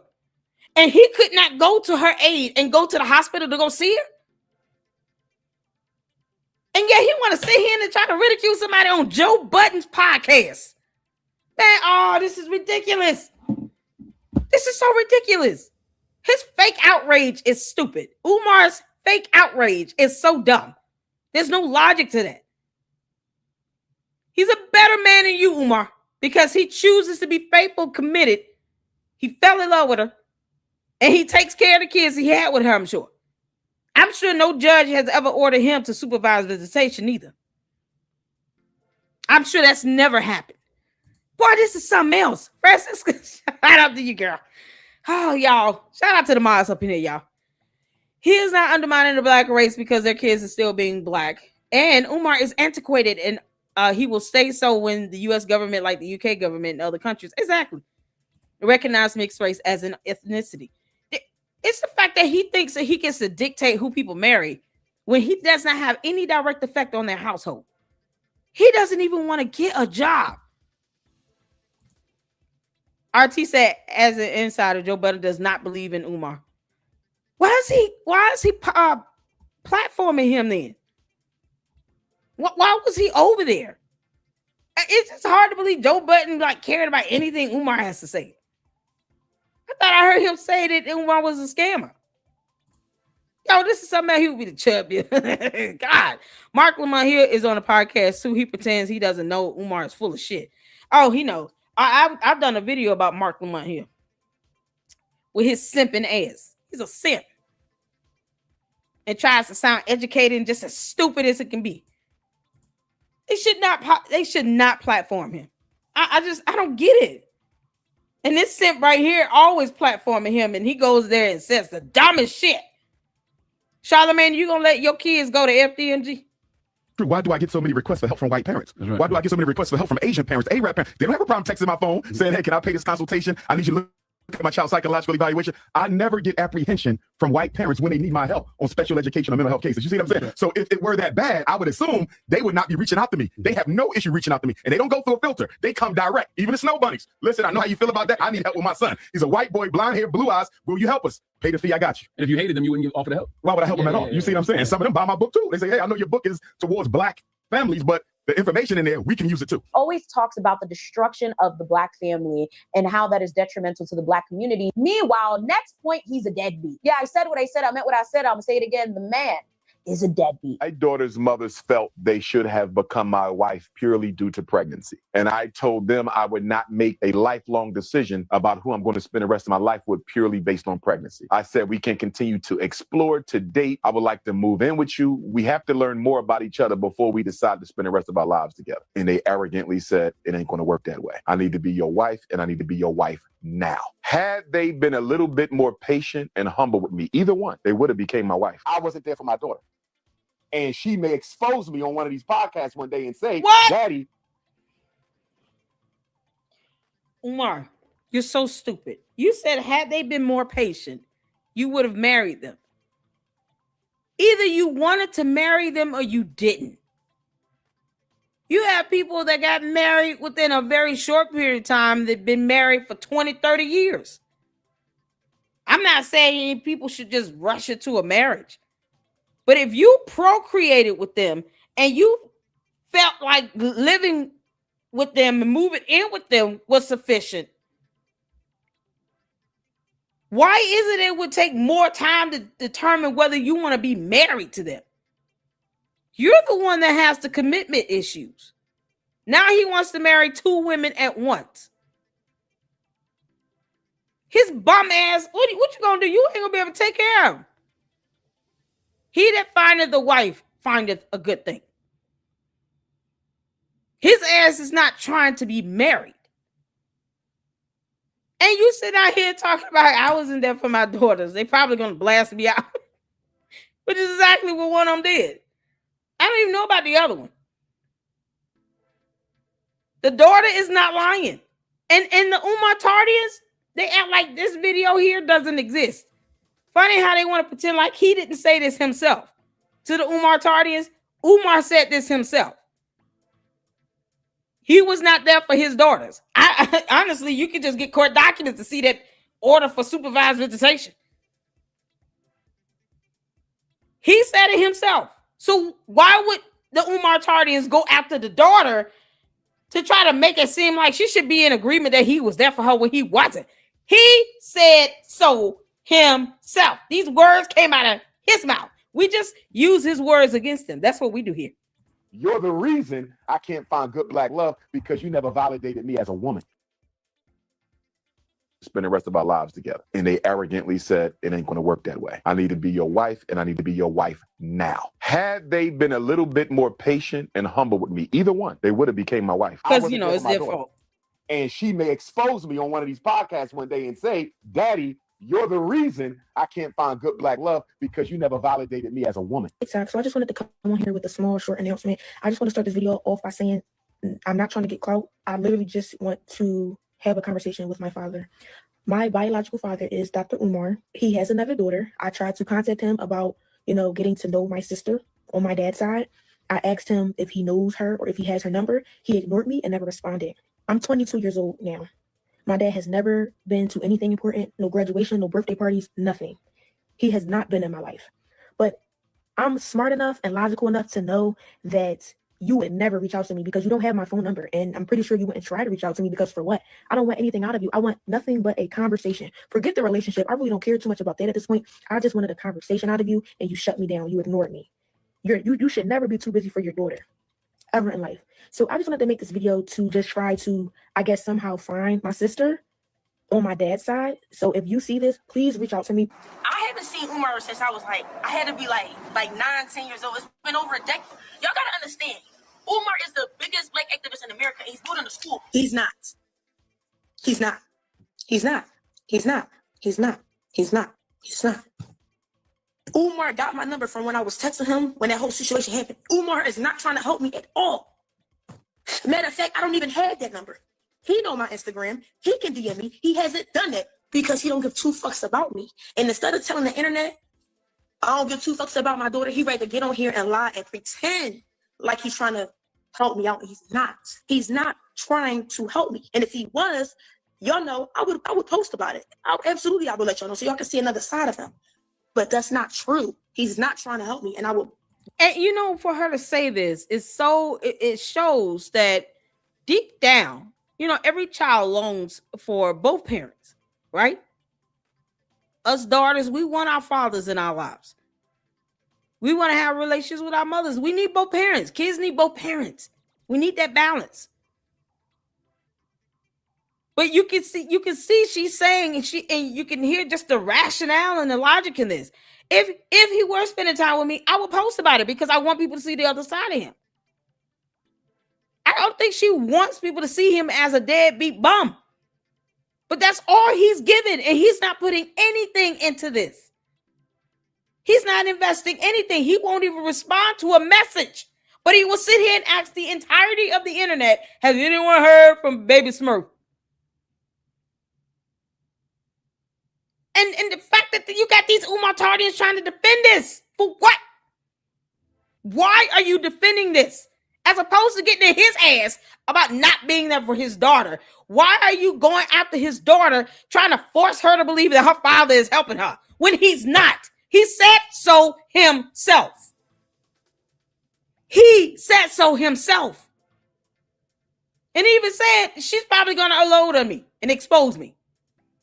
He's a deadbeat. He's proud of it. You don't sit back and let a judge order you to supervise visitation and not try to fight that in court if you are a loving parent and you want to be in your child's life.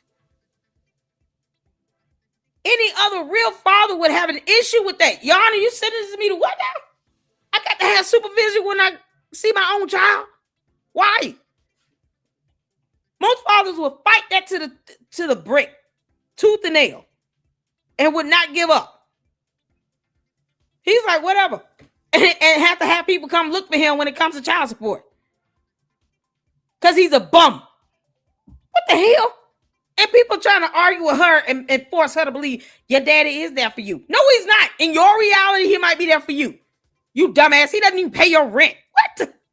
really like if people would stop running off with the narrative like she's trying to help me, because it's not. I said we would expand upon this in this video, and here we are. If you guys did not do your own research from my last video, when I'm telling you right now, this shit right here is crazy. So Dr. Umar has a daughter, and I'm very sure he more than likely has other kids out there that we do not know anything about. In my personal opinion, I think he does, and I think he might be paying them off, or the people that he may have had these children with are terrified to speak out, because this shit right here is crazy. His daughter came out speaking about how he was a deadbeat, he didn't do anything for him, and his response?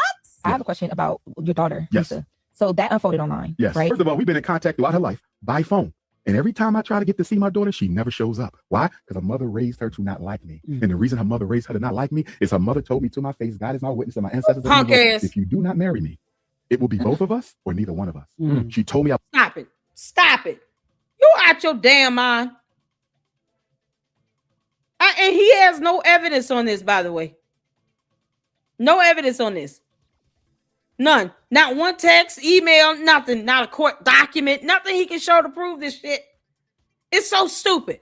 She said, I'm an adult now. She was 22 years old. She doesn't need her mother to talk to you. She said that she just wanted a conversation with you. She's not seeking a relationship with you.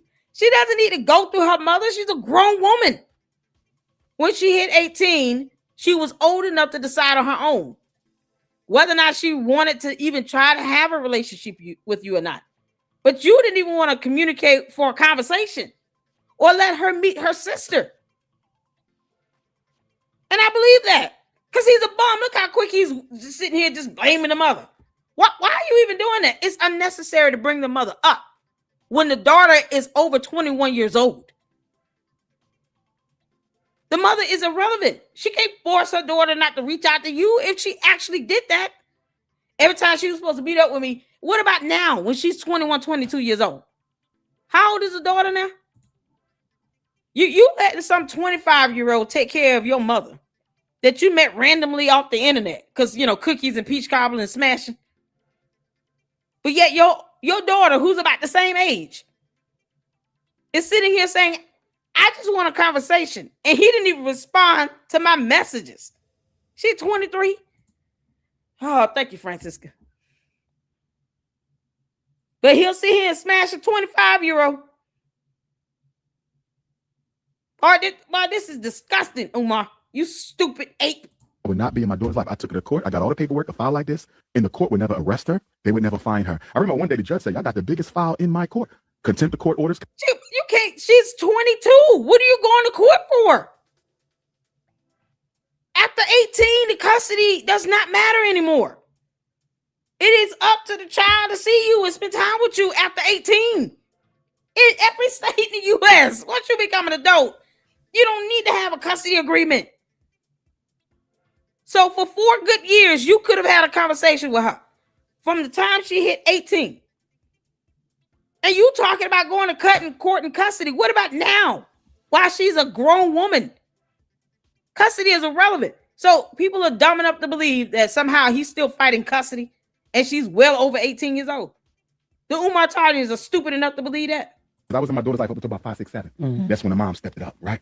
I guess she found a man. You know how that go. They don't want you around with a man around because he might feel insecure, so they keep you out your kid's life just to please the man. Whatever the case may be. But my daughter knows this because we've spoken before. And she texts me about once or twice a year. And every time she texts me, I want to see you when and where. In fact, since she came out last year, Envy, it's been a year, right? Guess what? I ain't seen her yet. It was never about meeting your dad. It was about becoming a struggle streamer. When that Drewski episode blew up, she probably said, hey, maybe I can skate off my dad's name too. You idiot. She's over 21. It is irrelevant. Umar, we talk about you too. And you, thank God, will never be anywhere near what my father was. It is unthinkable. And you can live 1,000 lifetimes, Umar. You will never be an 18th of what my father was, period. And we still gonna talk about you over here. So what the hell does that mean? And that's exactly what she did. You told the whole world you got some questions. Well, guess what, princess? Your daddy been trying to meet with you face to face since you call yourself exposing me. I love my child. Let me say that. I love my child. Let me say that. I love my child. Let me say that. I pray to God she's safe. I pray to God she's healthy. Baby Smurf has my number. She is not blocked. She can text me anytime. She can call me anytime. She has a mother with a house. I have a cousin of mine who invited her to come and stay with her. Baby Smurf don't want a place to stay. Baby Smurf has places to stay. And I pray my daughter as well. I pray she's well. But I need y'all to understand something. If she want her father's help, she can have her father's help. If she want her mother's help, I think she can have her mother's help. I've had relatives It's not about her mother. She don't want to be helped. It's not about her mother. You keep trying to bring and rope her mother into this because your dumb, bitter ass can't get over the mother. Get over it. You chose to not to marry the woman. And yeah, he keeps bringing up the mother. Ironic, ain't it? How this piece of crap bum can't get a job. But whenever it comes out to his grown 20-some-year-old daughter saying, I just want to have a conversation, and he didn't even respond to me because he knows it sounds bad. He knows it sounds bad for his daughter to be on any social media platform saying, I reached out to this dumb bastard to talk to me and have a conversation with me, not even trying to have a relationship with him. And he didn't even respond to me. The idea of blocking her sounds about right because he blocks people that says anything he doesn't like. You didn't go visit her in the hospital, though, when you could have? The one point in life where she's vulnerable, she's just been injured. You could have went to visit her in the hospital. And guess what would have happened? Either she would have allowed you to come in and visit her or would have told the nursing staff, send him away, I don't want to see him. Either one would have happened. As opposed to you just going out there to at least say, I'm here. I'm in the waiting room, lobby area. I want to see you. If you want me to come back, I want to see how you're doing. I saw you get hit with a brick on live stream. I'm here to see you and check on you. One or two things would have happened. Let him back, come on back. Or, no, I don't want you to come back here. Or you can wait and let me get discharged, then I'll see you. But he didn't even try. He doesn't even try. He's the parent, and he's not trying. And sitting here blaming it on her mother. Her mother has nothing to do with this. No, I'm out of it. She's 18 years old. If she wants to talk to you, that's on her. I can't stop her from calling and reaching out to you. She's a grown woman. But yeah, he's still blaming it on the mother because he's a punk ass. You're trifling as hell, Umar. She loves the attention that she gets on the struggle streams. She's called me out my name. She's disrespected me, but she's still my child. She's not honest about a lot of things. She knows why I wasn't there. She knows her mother kept me out of her life, so she's very dishonest. She told somebody on the interview this morning or yesterday that I wasn't there when she was born. Complete lie. I'm the first person to hold her after the white doctor. Complete lie. I'm the first person to hold her after the white doctor. I had her more than her mother had her first 5 years of her life. But if she wants to lie, she can keep on lying. I understand her loyalty is to her mother, and because her loyalty is to her mother, she can keep on lying. But that's not the point. I just want all y'all to know that if my daughter ever reaches out to me, I'm here for her. So what you see her doing is all intentional. It's strategic. She's very intelligent. She knows exactly what she's doing. And I think she knows. And I pray my baby is safe. But I think she knows that if she gets help, she can't act crazy on the internet no more. I'm done with Mama Smurf and Baby Smurf. I wish them the best. Baby Smurf, get your interview money. You ain't got much to tell because you don't know shit, but so be it. If you with me, you with me. If you ain't, you ain't. I'm not begging nobody. The only thing good that's coming out of this unfortunate situation is everybody got to pick a side. Pick a side and stay on it. Y'all, this is what my dad responded to me. Good evening, Princess. Although I am very disappointed in your online behavior, I want to have lunch with you and your mother next Thursday or Friday. Please have her text me the day, time, and location for our meeting. You deserve to hear all of the truth from us together. We have much to discuss. I look forward to building the relationship with you that she never allowed us to have. With love, your father. So you decide to reach out to me because I outed you. You had all this time, you had all these chances to reach out to your daughter, but because I outed you on social media, now you want to sit down for lunch? You're a fraud. You're a hypocrite. You are everything that you say that you aren't. And you got on live responding to me, talking about some struggle stream, talking about some, oh, I'm known in North Philly. If y'all needed to find me, y'all could have found me. Why the? Oh, what do I have to find you for, sir? When you're my dad, right? Like, now you want to have a talk because I outed you. Hold black men accountable. Ladies and gentlemen. Ladies and gentlemen. Can we say? Even a 24-year-old knows how to hold his ass accountable. Now you want to send a message because you're embarrassed and you know you look like a deadbeat that you are, Umar. You dumb Oompa Loompa. Now you want to have lunch? How about just visiting her in the hospital again? So your daughter gets attacked on live stream and you did not try to find out where she was in the hospital? Come on, daddy gonna take care of you in the hotel. Where you saying at? I'm gonna get you some lunch and some soup. Gonna make sure we clean your bandages up, all this other stuff. She would have recorded that whole thing. She probably would have vlogged it. And you didn't even try. And you want to say it about, well, mama won't let me see her. She's 24. Hold black men accountable. Oh my God. Umar, are you going to give people their money back if they're non-black and they've been donating to you all these years? That's all I want to know at this point, because we've come to the consensus that you're a deadbeat. He's a deadbeat.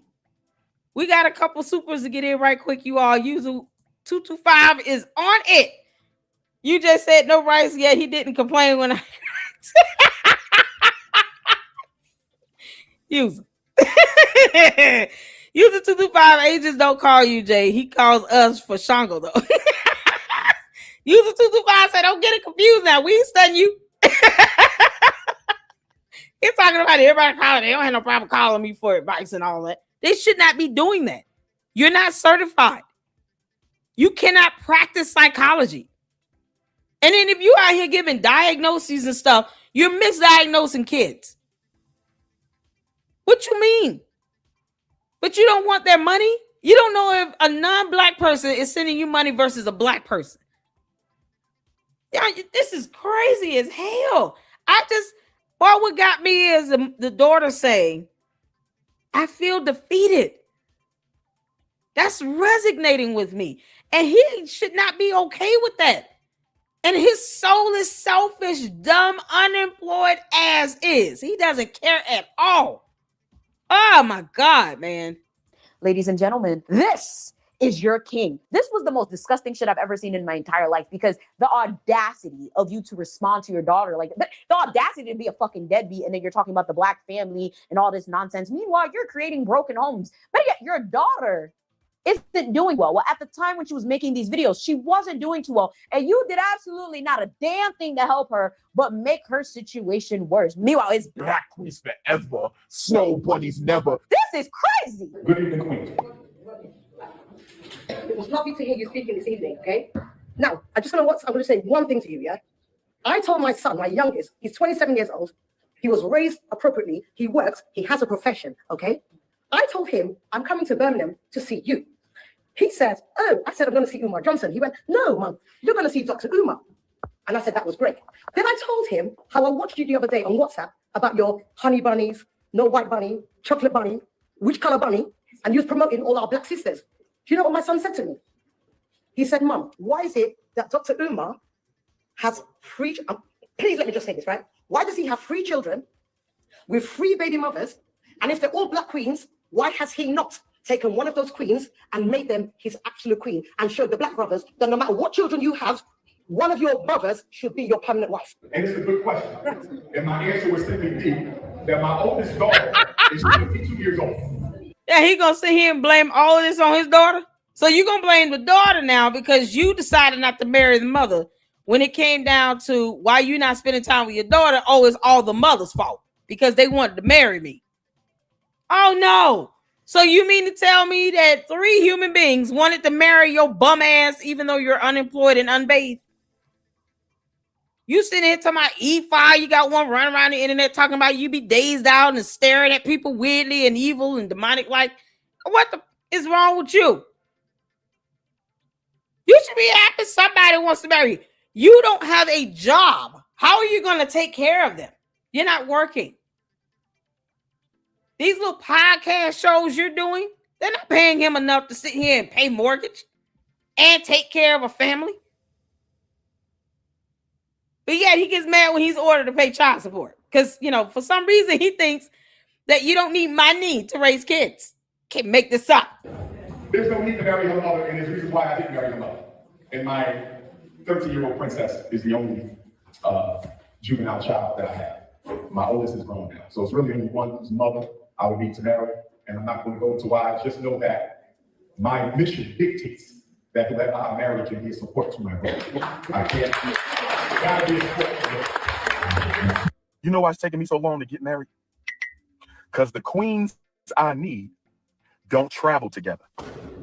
The queens I need don't come to me as a pair. Lord have mercy. See, I need the queens to find each other and then find me.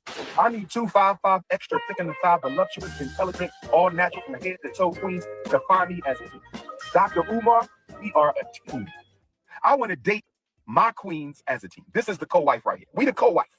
This is the co-wife couple you need. Y'all want me to mix and match. That's what's taking me so long. I got to mix and match.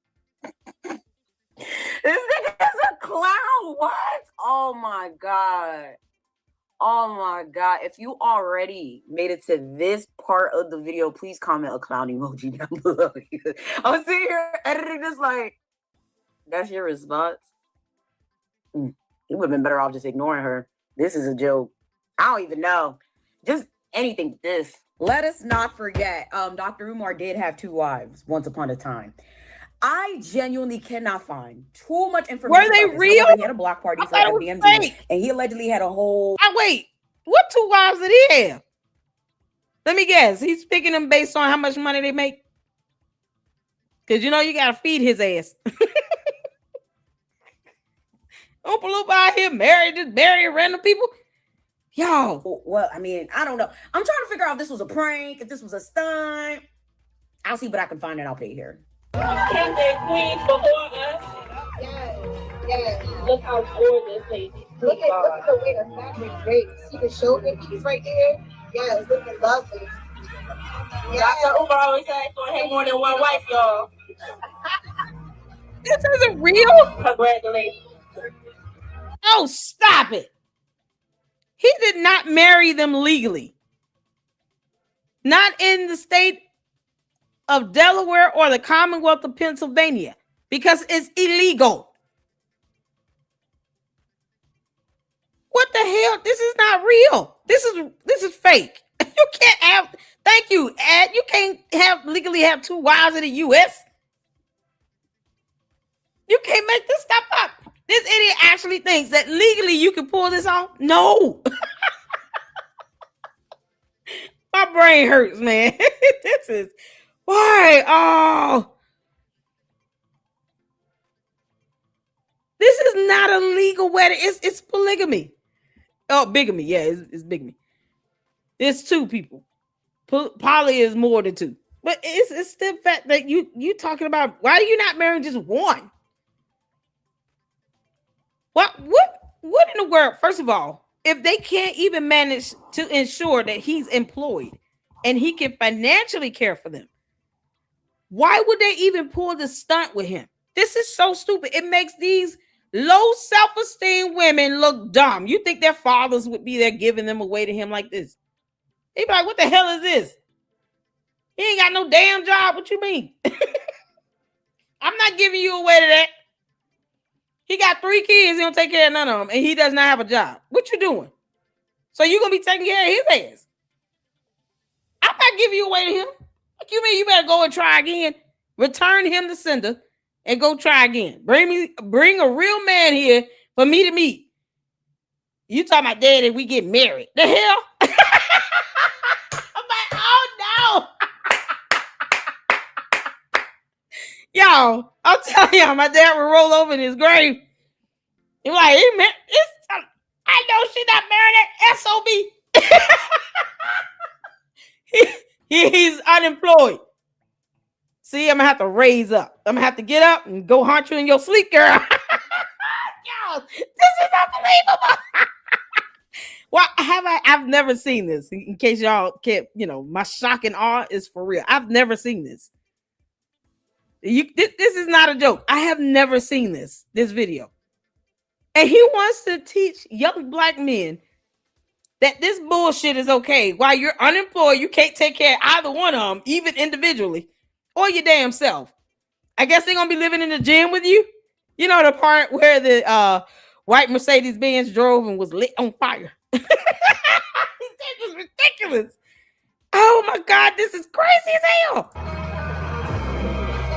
Hey, boy, this is into my world, pathetic. into my life. You are my earth. My God.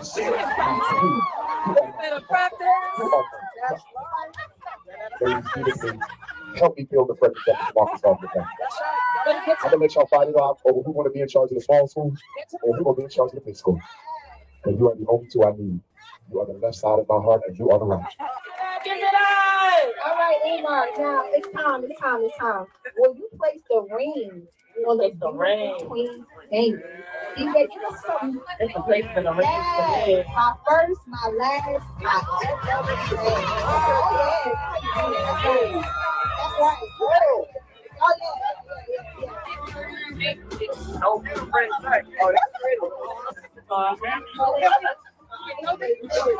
He goes around touting himself as a high value. I hate using that goddamn word, but I have to use. When we talk about these weirdos, I just have to use the language. I have to use the lingo so I can fit in, you feel me? He totes himself as a high value man. Meanwhile, not only is he a deadbeat, but the women he chooses to date. What did I just see? Is there more of this? Hold on. Go back. I have never seen this. What was he saying? Y'all, the captions is not on. Look at it. It's unavailable. Oh my God. Help me build the Frederick Douglass Marcus Garvey family. I'm gonna let y'all fight it out over who want to be in charge of the small school or who gonna be in charge of the big school. And you are the only two. Okay, he said I'm gonna let y'all fight it off on who wants to be in charge of the small school and the big school. But yet by this point, the city of Wilmington had already did that violation report. They had already deemed it to be uninhabitable. And see how this deception went on about the bigger bando.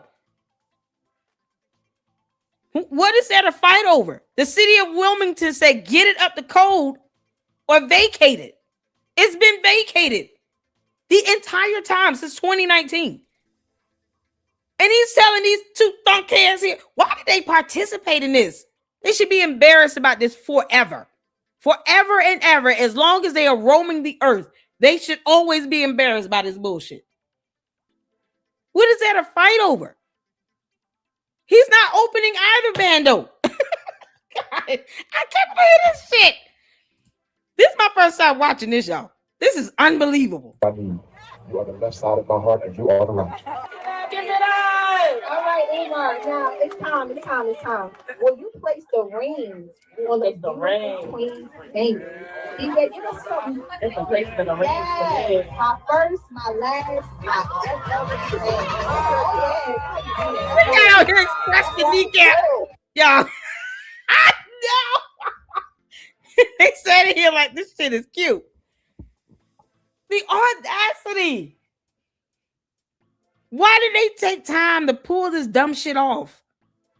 They got kids involved in this. What is that baby wearing over here? Whose child is that? You want this little girl to think that she should grow up and be resorted to this embarrassment? This baby got to grow up one day and think like, oh, my mommy might let me marry another woman and man. Boy, this is like a slap in the face to God, who ordained marriages to be a sanctity, a union between two people. Because it is. The Bible didn't refer to this marriage thing being amongst 68 people.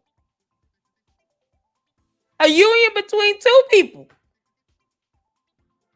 I mean, if he really wanted to sit here and support polygamy, he would have made at least 3 or 4 women when he made Adam. But this is crazy. This baby is standing here, even if it's fake. This is the message you're sending. There are kids here. And you want them to think this is okay. You want this little boy to grow up to think he could just marry 2 women like this in the United States of America. Or this little girl to have to think that she got to share a grown man with another woman. And he's not working to take care of either of them. Why did they put this on? But yet he won't go through the entire bando and show every crevice of the bando. We can't get a full tour of the bando. But he want to do this bullshit. They took time and put money and time and energy into this. Make it make sense. This is so crazy, man. I can't believe it.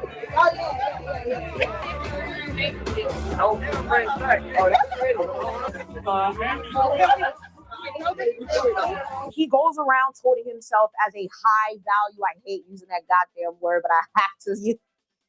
When we talk about these weirdos, I just have to use the language. I have to use the lingo so I can fit in, you feel me? He totes himself as a high value man. Meanwhile, not only is he a deadbeat, but the women he chooses to date, the women he chooses to date, the woman he dates, ladies and gentlemen, I'm just like, now, if you guys are not aware, right? There have been a few women that have came out talking about their relationships with Dr. Umar. As a matter of fact, some of them have actually done interviews. And it is absolutely crazy what these women have to say about Dr. Umar. He was like, anytime you want to come, just let me know. Okay, cool. So you decided to go out there in March. You flew yourself out there. When you get there, how soon was it before you guys actually had that day? He was over there that day. So he came to your hotel or you went to his house? No, he came to my hotel. Okay, you guys had sex that day. Did you use protection? Yes, because he's been stealthing women. Like take the condom off while he's hitting it. So he took the condom off while he was hitting you? Yeah, this was towards the end. This is towards the end, not these times. How many times were you guys, together sexually? Maybe about 4 or 5 times, but we were having sex multiple times within those times. Like he would come over and we would have sex like 3 times in that day. So him talking about always I ain't had sex in 4 years, Tasha. No, I'm just saying because the way he's making it seem like it's like you don't take care of yourself, you're not clean, you're this. But for him to keep coming back and then allow you into his home with his family, that says a lot. So don't listen to nothing he's talking about because I have all the facts. You were the throat goat. That's it. You were the throat goat. Why are you making up these lies? I'm willing to take a lie detector test with her. I'm willing to go to Kansas City, Kansas, and take a lie detector test. I'm willing to go to Kansas City, Missouri, and take a lie detector test. And I want the lie detector technician to ask 10 questions. Did he want you to have his baby? Did he want to marry you? Did he want you to... I was wondering that, Ad. She said stealthing. So he was doing it. What the hell? You understand? If somebody, like, if he did that, why didn't you report his ass? What if he has some incurable disease? He already doesn't bathe. What do you mean? What you mean stealthing? What? That's not funny. That's gross. So if he has some STD of some sort that's incurable, then what? You understand it's illegal to pass on STDs like that? Especially the deadly ones. Like HIV, AIDS. You can't pass shit on to people like that. Stealthing. So you doing it, you don't even tell them you're taking it out? My soul is disturbed. have his baby? Did he masturbate in front of you? Did he do drugs in front of you? Did he hit you raw? Did he go down on your funky, sardine, rat-infested, smelling like the worst fish tank never cleaned? Did he go down on? I think I posted on Facebook on my story, like, oh, Umar, I want to join the movement. But like, you know, I didn't really know, like, you know, the memes or lyrics. I'm not really heavily on Instagram and stuff. So I didn't know he already had all these scandals already out there about him, you know? So I was just like, I want to join the movement. This is about February 2025, you know? And I said, I want to join the movement. And like, I really am inspired by like Black activists or like, you know, late Black activists or like, you know, psychology, like philosophers, psychologists. I even went to school for a few semesters for that. So I was inspired by him and I had DM'd him. And then Brother said, I'm already there. Oompa Loompa can't stand my guts. Thank you for the $4.99 super. The brother said, okay, this is it. After this show, LLC will now definitely be put in the book of Negroes. I'll probably be bumped from page 2 to page 1. Umar, kick rocks and jump off a bridge. Oh, this is too funny. Thank you for the $4.99 super. Oh my God, y'all. That's something else. I'm just, why am I always like floored? Every time I hear this, oh God. Ugh. And like basically, he sent me his number. We start talking in iMessages and like, you know, phone calls and stuff. And then he started like, you know, learning my personality, you know, I'm real chatty and stuff like that, and understanding what I've been through, like my, you know, asked about my life and my current situation, and he was asking if I was working, and I'm just like, oh, I'm not working right now because of certain circumstances and everything like that, and at the time I wasn't, so he was like, oh, I think I have a job opportunity for you, and then he was like, yeah, so meet me, and then when I met him, you know, I'm kind of like, you know, oh my gosh, this person I looked up to, like, you know, he inspired me to do those few semesters I did in college, you know, and I'm just like, you know, he was like, oh yeah, but I want you to be a caregiver for my mother, you know. Now let me ask you this. Let me stop you right there. So this was last year, February of 2025. Right, last year. How old were you? Yeah, I said age of thinking, yes. At the time, I was 23. Did he try to come on to you in any kind of way? Well, like the first couple of months, no. Like he was also saying like, oh, you're too young. Like, you know, he kept on making that excuse to himself. I don't know what it was. I guess for me to say, well, oh no, I'm not too young, whatever, I don't know. But also I was coming on to him at first, you know, because I liked him, I was inspired by him, and like this is a Black psychologist, he's well spoken, you know, that's what a lot of girls are attracted to. So then, like, you know, I guess that I was like too much into my masculine at the time, and like so, you know, starstruck by him and everything. And I'm like, oh my gosh, there's some more, you know. And then when I calmed down and I kind of got used to him, and I'm like, you know, take a look around, just like, you know, I kind of stopped lusting for him. That's when he came on to me, and that's when, you know, that happened. How are you doing with everything that Umar has been up to over the last couple of days, including doxing you on his Instagram page? I'm doing really good. It's different. My family has been awesome. The city's been awesome. My family's been awesome. Job's been awesome. Nobody is really surprised. A ton of DMs, just like, you know, he's crazy. Something's wrong with him. How did you stay in that space? How do you deal with someone like that? And I just say I've dealt with it. I'm kind of numb to it. It's woken me up to a lot of things that happen against women. And I've worked in that space before, but it was always physical, you know, like the physical abuse. Never really paid attention to like the psychological abuse. Then there's a whole nother capstone of men that can create narratives for women, you know, and them having power to create these narratives. Like there's a lot of people that think I'm like a sex worker because of, you know, the type of stuff that he put out, you know, and my personality is not even that. I sent them, and you can show it if you have it. I'll pull it up. I figure you just had it, but it's scary. Like, why would you send that to a young man? Yeah, let me where his mother's concerned. And it says, "Good evening, sir. Your mother attacked me on YouTube by going on my #1 haters platform and discussing my mother's personal business. My mother is innocent, and your mother had no right to target my disabled mother by conspiring with my haters." It's interesting that he says he's suggesting that you targeted his disabled mother. You were the one taking care of her, right? Yeah, right. And yeah. Just like with putting out there my son, and I was trying to get in touch with his teacher so that I could get her just to send a voice clip or something so that people wouldn't think that I skipped an IEP. He's trying to make out like I just shucked my son off. Yeah, can you explain? Like he's mental, and I'm just gonna let him stack up against him. Because one thing about it, when you have a good reputation, that is really hard to squash. I've never missed an IEP with my son. That's one thing. Yeah, because just even looking at some of the stuff in the house, I was just like, it's been a long time since, you know, some things have been turned over in this home. So yeah. What do you mean? What do you mean by that? So, some of the things in the house. Just walking into it and looking at like the condition of the sofa, looking at the condition of the chairs. He did tell me that he needed to have like he wanted me to decorate, or he wanted me to come in and fix things up and everything. And you know, hey, that's my thing. So I was like, I was on it. So he kind of sets you up with these false narratives, and you're not understanding that it's really him trying to protect, you know, himself. You're actually thinking that he's really interested in doing these things, that he lived different. I didn't prepare for it to be what I saw. He was trying to cover up for himself, like, oh, there's no woman. I need somebody here that's going to be able to do that. So if you're a woman and you're going into that space with the idea, okay, this is a bachelor. He's going to live like a bachelor. He's gonna be eating out of the ice cream bowls and stuff like that. You know, it's I understand. But that wasn't what it was. It was, this is like what you said, is squalor. And I feel like he genuinely took advantage of these women. There's a power dynamic there that he's been exploiting for years. Chad, that could be a dedicated video in itself, but moving on.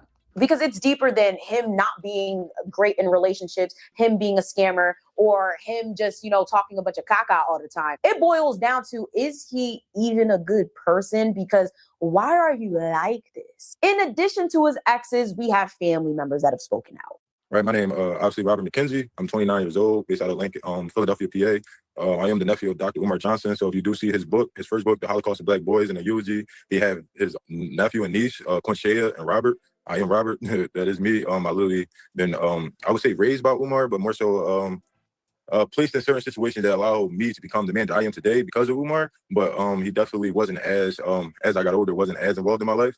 But more so pertaining to like my grandma. Umar had full authority of my grandma and everything like that. Me and my family been going on some quests trying to see how my grandma is doing and things like that. But just to give you a little brief background about myself, like I said, I'm from Philadelphia. I went to Afrocentric schools my whole life. I went to the only Afrocentric schools ever in America because of Dr. Umar. I went to the same college as Dr. Umar at Millersville University because of Dr. Umar. The schools that I went to because Dr. Umar was the psychologist of the schools that I went to. Also, every school that I did went to, as far as Waukesha Charter School, St. Cobra Freedom Academy Charter School. These are African American culture schools. I went to a lot of places. To a lot of places because of Umar. I went to a lot of grave sites. Frederick Douglass is my fifth great uncle. I know the Nguzo Saba. I know how to talk Kiswahili. I know how to pour libations. So he out here claiming Frederick Douglass as a relative as well. What? Why? Did he not tell you, young man, that a genetic test was done and you all not genetically linked? Why do this? Why do this? I understand his advocacy to see his grandmother. But at some point, this fight has to go to a court of law where you're challenging his so-called power of attorney. That's if he even has one.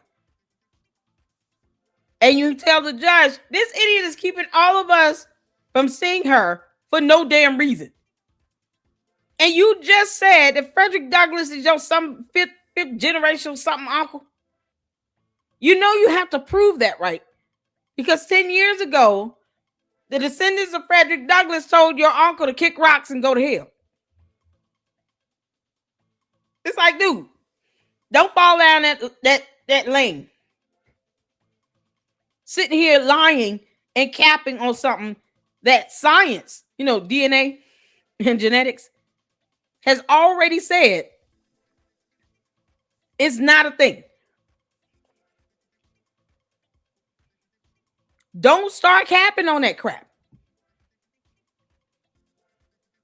What's wrong with you? No one is a black Hebrew. What are you talking about? Don't put that comment up in here. Don't spam my chat. You're not black Israelite. What are you talking about? But why would you even say that? Don't repeat that. Everything. Listen, your uncle's not a good person. He's a deadbeat. He didn't raise his own kids. And whatever little he did for you, he didn't do it for his own children. So why don't the nephew go and just get a DNA test done, and then he can double down on this evidence that would prove he's not related to Frederick Douglass. Robert McKenzie, you should go get you a DNA test done against the Bailey family. That way you can have that confirmation for yourself. You're not related to Frederick Douglass. It might sound cute to hear him say that, but he's been lying all these years. Your uncle is not a good person. And there's nothing wrong with saying, I don't want to be like him. I want to be better than him. Start with telling the truth. Don't keep lying like your uncle. All that goddamn lie. Stop lying. I almost cuss. Lord forgive me. I can't stand the lying. He's been lying about this for 10 years. He's been lying about this for 10 years. And it's a stupid lie. And if this young man really wanted to know the truth, he could reach out to the Bailey family and say, listen, I slipped up and said that Frederick Douglass was related to me as my uncle or blah, blah, blah. I would love to surrender some DNA for a DNA test to be done so I can have confirmation. I can have confirmation that we are not descendants or kinsmen of Frederick Douglass. And in that way, you can have that for yourself. And you don't have to do this. Don't sit here keep lying. Your uncle has been lying for 10 years about that bull. And they're sick of it. They put out a whole statement. They clowned him out. It was like, we would never even acknowledge you. You don't like yourself. You don't like black women. You sit here, you go out and you throw out this racist rhetoric. Our descendant Frederick Douglass was married to a white woman. And you sit here talking about, oh, nobody should be, there should be no interracial marriages. He wants us to go back to pre-1967. It's like, no. Young man, you have got to go and get a DNA test done. Science is not lying. DNA, genetics does not lie. If you believe that your sister is related to you genetically as your sister, then you should believe when science says that you're not related to Frederick Douglass, because he is not the grandpappy. We did Mari already. He is not the great grandpappy. The test results have come in. You are not related to Frederick Douglass at all. You gotta stop. Your uncle's about to get you effed up. If you get named in a lawsuit with him, then what? Because you cannot afford to pay Terrence Bailey or any descendant of Frederick Douglass any money for defamation, because your dumbass uncle is sullying their good name and lying about being a kinsman or related or somehow genetically linked to Frederick Douglass when he's not. And DNA test has already proven that. Go get tested, boy, and be done with it. It's that simple. Thing that have to do with the people and our people and everything like that, I fully commend it to Dr. Umar Johnson, because the only reason why I'm in it is because of him. He's my uncle. So like literally my mom is his sister. He's my mom, older brother. People would hit me up like, hey, can you just reach out to Umar saying like, hey, we just want to see our mom, X, Y, and Z, things like that. I start noticing like he didn't want to entertain those conversations. So one time he went live, and then and I just literally, he went live, and he was in Philadelphia at the time, and I was in Philly at the time, and I was just like, hey, like, I've been trying to reach out to you. The family reaching out to me, trying to see what's up with my grandma. And this is what Umar, I know he's gonna hate when he see this. We call my grandma Barbara Shoemaker, which is my grandma's name. We call her Goon Goon. I'm asking him like, hey, what's up with Goon Goon? And he like, nothing. So when he went live, and I was like, hey, Uncle Umar. I always say Uncle Umar, because I always get respect every time. Always Uncle Umar. Hey, what's up, Uncle Umar? What's up with Goon Goon? Never said. Okay, you don't have uncle, daddy, nephew, whatever. That's so irrelevant. He won't let you see your grandmother. You why don't you just call him and say man to man? Let me tell you something. I don't know what it is about everybody else in this family. Why won't you sit here and let us see our grandmother / mother? What is the matter with you? You barely there. You on everybody's podcast, and you won't. Who are you to stop us? That's what here's where this conversation is gonna go. Who are you to stop us from seeing her? How about that? Who are you to stop us? Because they could just go out there anytime when they think that he's out of town, right? They believe he's out of town. Why don't they just show up? He lives in Philly. Just go to her house and show up.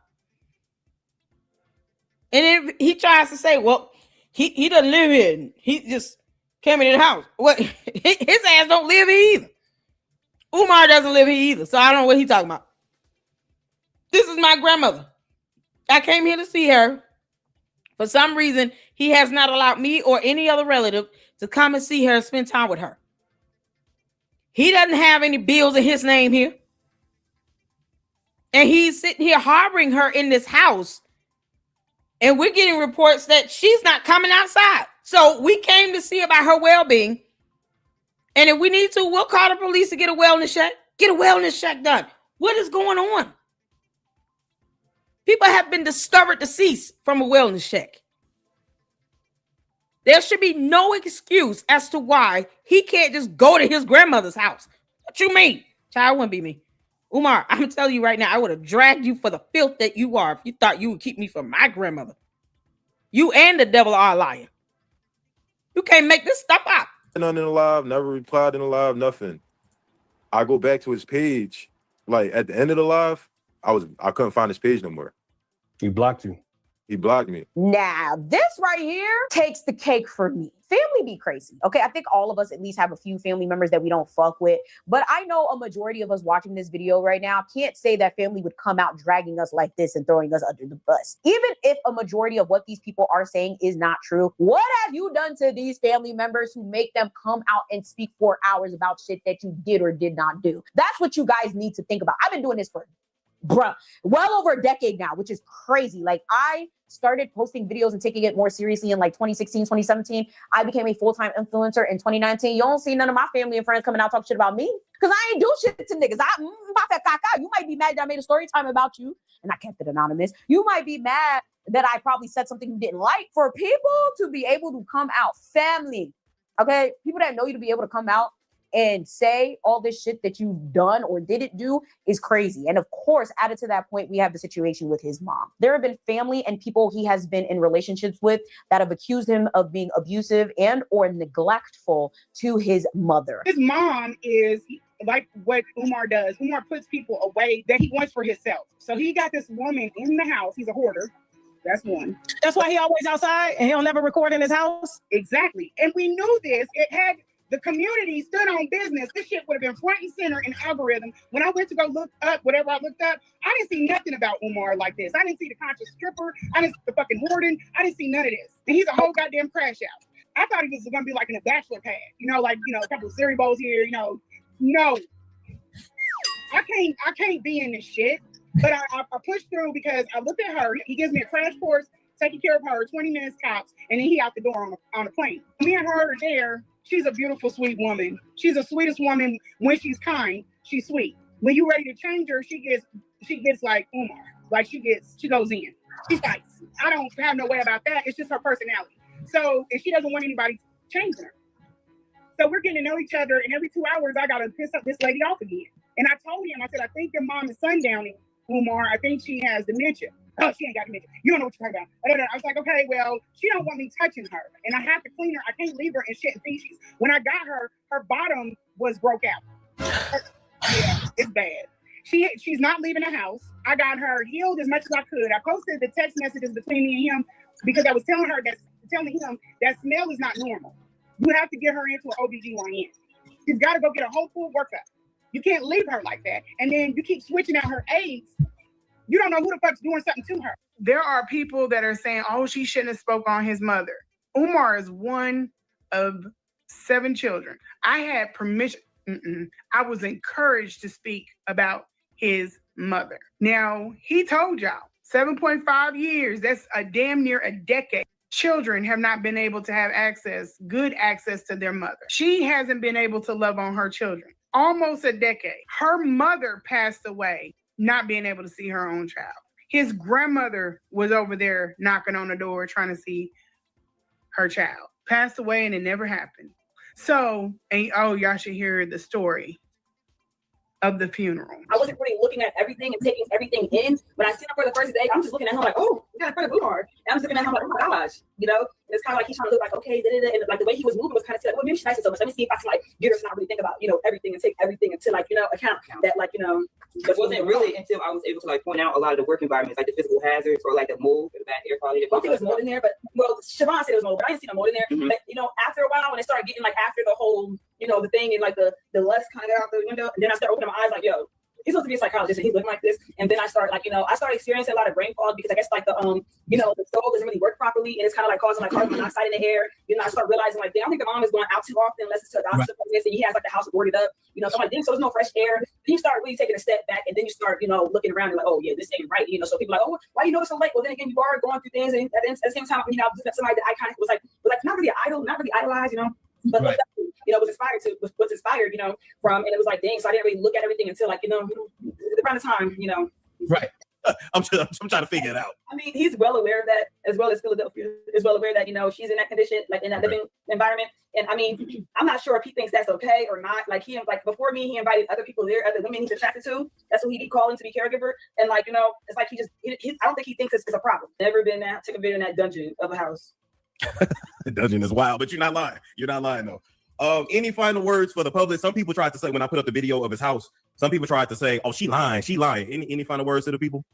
Well, if you go on Google and you do the research and put in Dr. Umar address, and it will show the address. I'm not going to say his address on here. You can do your own research, and then you can come back to this video and you can see the outside of the house fits the same house that you can find on Google that his name is connected to on the site called MapQuest. His name is on there. Google says Dr. Umar is connected to that address. And if you type it into Google Maps and look at the photo, that's the same house, the same street. That I took a video from the outside going in. You know, what I find very weird is that almost every person he ends up in a relationship with is a caretaker for his mom as well. Like, you just letting anyone take care of your mom. It's giving cheap labor. It's giving, I don't want to pay someone adequately and consistently enough to take care of my mom. But see, that backfired because now they're all outside telling the truth. And I can't respect it. Again, it ties into everything I've been saying in this video and everything I said in my last video. It gives liar, it gives two-faced, it gives scammer, it gives you're more than likely not a good person. How can you be sitting here talking about women, especially Black women, protecting Black women, creating Black families and all that?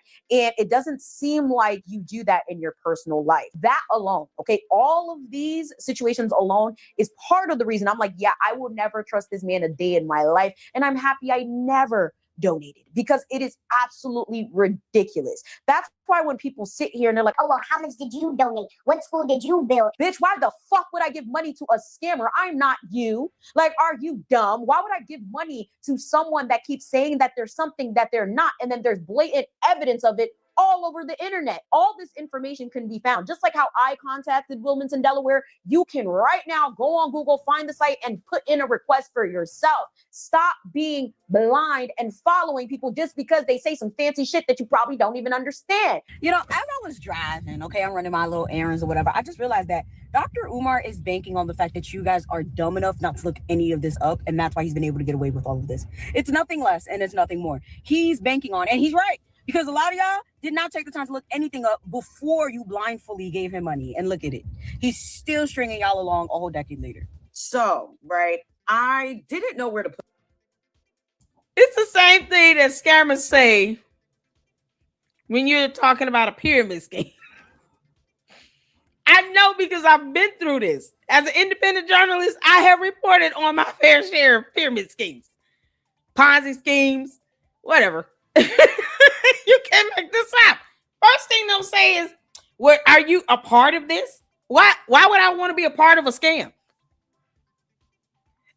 If you all check out, because people think I don't talk about anything else. Umar, you can kiss my ass. I don't care how you feel. But if you check out my channel, there's a playlist called Novatech. That was a whole pyramid scam. It was a crypto scam. And the so-called president of that called herself Reverend Dr. CEO of Novatech. And now, not only does she have SEC charges filed against her, the FBI is investigating this dumbass international crypto scam where they took in about $1.2 billion worldwide. They also have 2 federal lawsuits, one from the state of New York. The New York Attorney General filed the lawsuit against Novatech. And then a private law firm filed a federal lawsuit. So they got 2 federal lawsuits plus the SEC complaint. And then the FBI is investigating them. And all the while, all these dumbass bots, people who were pushing this stupid scam, kept asking me, are you a part of this scam? Are you a part of Novatech? No. Why would I be in this? It's a scam. Why would I put my money into a pyramid scheme?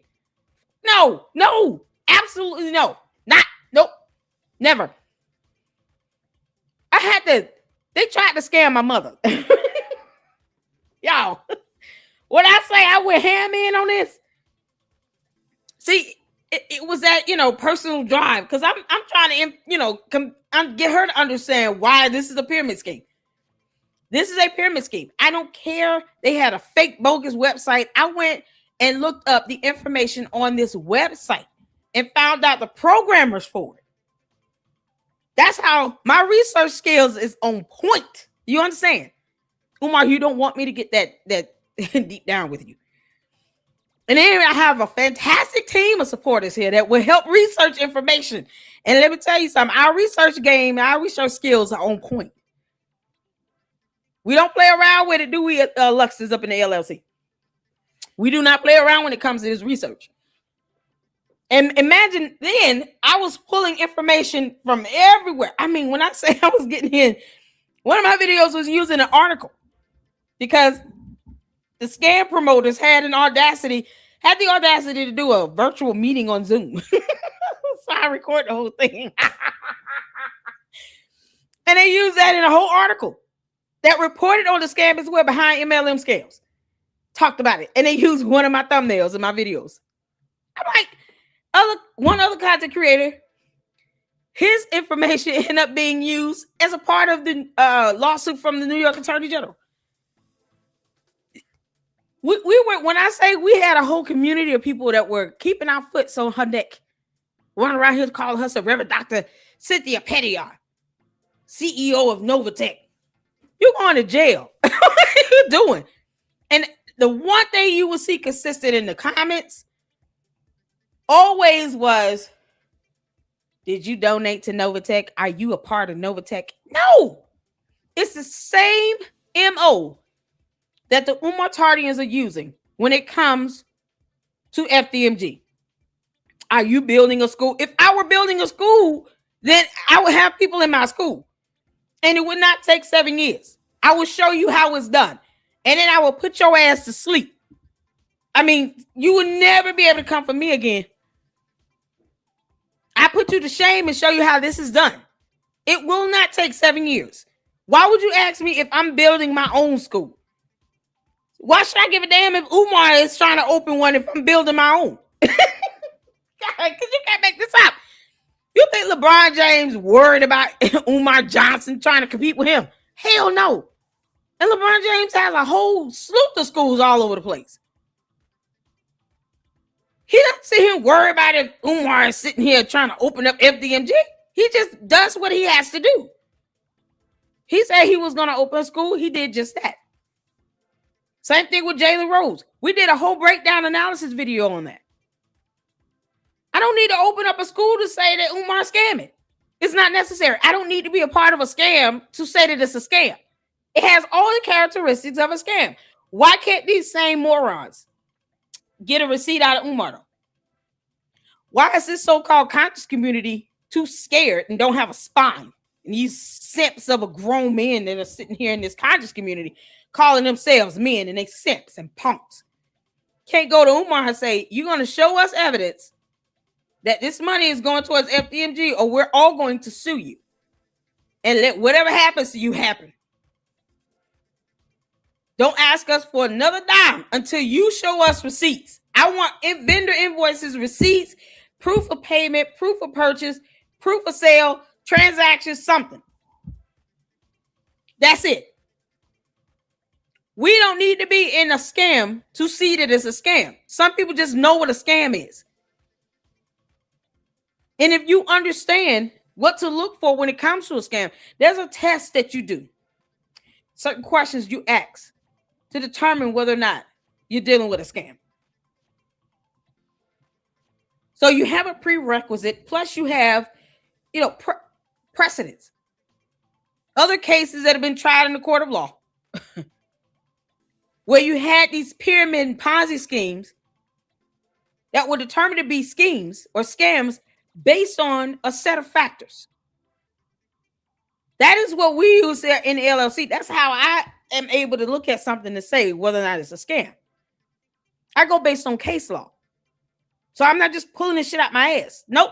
Based on case law, based on what a court of law has already ruled and deemed to be scam, to be a fraud. That's the best way to do it. And somehow the Umartardians think you need to be a part of a pyramid scheme to see that it's a pyramid scheme. Somebody said affinity scam. That's a good one. Affinity fraud. There you go. And then he's got these contribution packages, these tiered contribution packages on his website. Once again, where is the website for FDMG? Because it's mighty funny how these morons think you need to build a school when they dumbasses can't even create a website. Umar, you're still stupid. And so is your cult. None of these morons can come with a website. Not one of them can help you create and design a website. You can't even get a website going. And you're asking other people if they built a building. What the good is a building if it's riddled with black mold and you can't open it? Funny how you think somehow that works on people. It don't work over here. You got a whole violation report where the city of Wilmington said, I dare you. Either get this bando up to code or abandon it. You're going to tell the Umar Tardians why the larger bando can never be open? What good does it do if we go build a building? It will be our building. And yeah, he won't just sell this to, what's the boy name that tried to buy it? If he was serious. Somebody tried to buy it. Or just give it back to the city of Wilmington. You don't have the money or the revenue to open the bigger bando. You will never be able to get that up to code financially. All these shortcuts are not going to get you anywhere. You will not pass inspection. You'll learn that the hard way.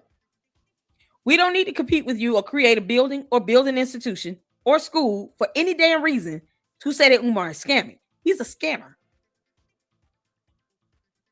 And when he can't even come up with a website, the audacity to ask somebody if they're building a building when you can't come up with a $50 website. So what is he really doing with the money if $50 cannot go to a website for a domain? $20, $30 a month for a good domain to have a website. He won't even invest that because he's an idiot. And yet we're supposed to be building a building to be able to say that his dumbass is scamming. Make it make sense. No, he's still a scammer. And no, we're not building schools. And you still don't have a website. And he refuses to even invest in a domain. Get the out of here. You can't make this stuff up. So we're going to discuss this right now, right? This whole thing of Dr. Umar living like a hoarder and not having a real house has led to a lot of people saying and suspecting that he's living in the school. Now it's interesting because someone, I forgot who I was watching. Hopefully I can find the clip and insert it here, but they were like, it looks like there's toiletries like in the bathroom when he's doing this latest school tour. Like it looks like somebody was living in there. And I'm like, it's interesting because if you guys ever notice, most of his content is made in his car. And there was a situation, hopefully again, if I find the clip, I'll insert it. There was a time like over a decade ago where he was on live and the camera flipped and everyone saw his house and it was bad. Like it was giving hoarders. So I really wonder, like, you know, it's just weird. A lot of the things he does and says is weird. All the evidence out there points to him just overall not being a good person. And personally, I just can't. I'm not saying I'm an angel. I'm not saying that you have to be an amazing person for people to donate to you or to even open a school, but you gotta be halfway decent. Bare minimum, you should be a good businessman. And that goes into the next point. This man sucks at business and it shows. I am sick and tired of people sitting here talking about something. Well, why don't you open a school? Well, what school did you build? I don't see you doing anything. Well, because I'm not going to do what seems to be the impossible. This is not a small thing to do. Opening a school is a huge deal and it takes a lot of money. Dr. Umar has a doctorate. Y'all don't think that he knew it took a lot of money to open a school? Y'all don't think that he was collecting these funds understanding that the school would not open? The nigga is not an idiot. In my personal opinion, I believe Dr. Umar knew this school would take millions to open, and he more than likely was never going to get those millions, okay? I genuinely believe that he knew a long time ago he should have stopped collecting funds, but still continued to do so because that is his paycheck. Again, where the fuck does Dr. Umar work? Like, I need y'all to understand, where does he work? I need somebody to comment down below. I want to know, where does he work? And don't say he's an influencer. Don't say that. That's not a good answer. That's not a good answer. Simply because he's out here. I'm a professional and I worked in all these schools. What schools? Powell. I can't find it. See, wait. I don't see you doing it though. You don't see me doing it? No. Okay. Show me another psychologist who has done more to change the way Black parents deal with the mental health and school system in this country. I haven't seen. I know what you do, and for the sake of conversation, let me push back. For the sake of conversation, I will push back. Where's the result? Show me some numbers. Show me something tangible I can look at. I tell you what I'm gonna do. I'm gonna have every parent I've ever saved, and child, I help email you directly, and then you can take it from there, my brother. All right, now I'll definitely have it. I'll pull it up on the interview. You see, we don't care about that. Let me tell you something. I don't need none of these damn parents that's sitting here going to somebody that's not licensed or certified, that's sitting here diagnosing their kids with anything to email me when you can't show receipts to them either.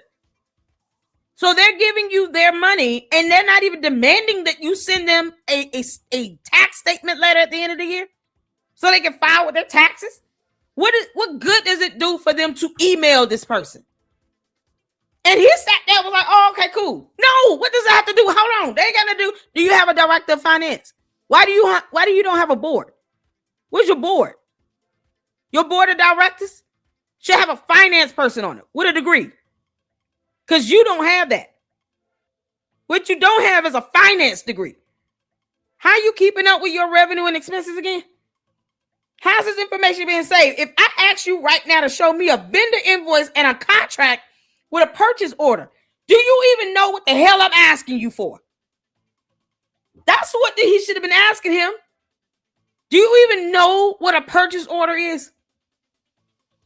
Do you know what it means to get a contract with a vendor? Do you understand how competitive bidding works?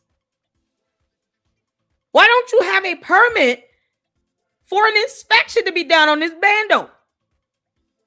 Would he even understand this BS if he would have asked these direct questions?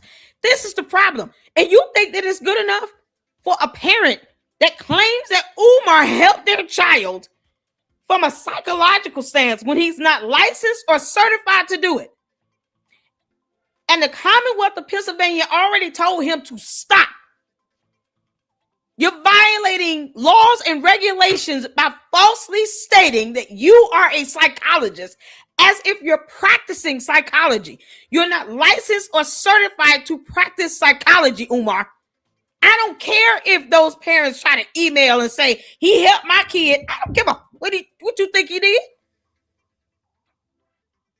If anything else, they'll be sending him over evidence that could be used against you in a court of law because you're still violating the law by saying that you are helping people diagnose and treat their kids. With what?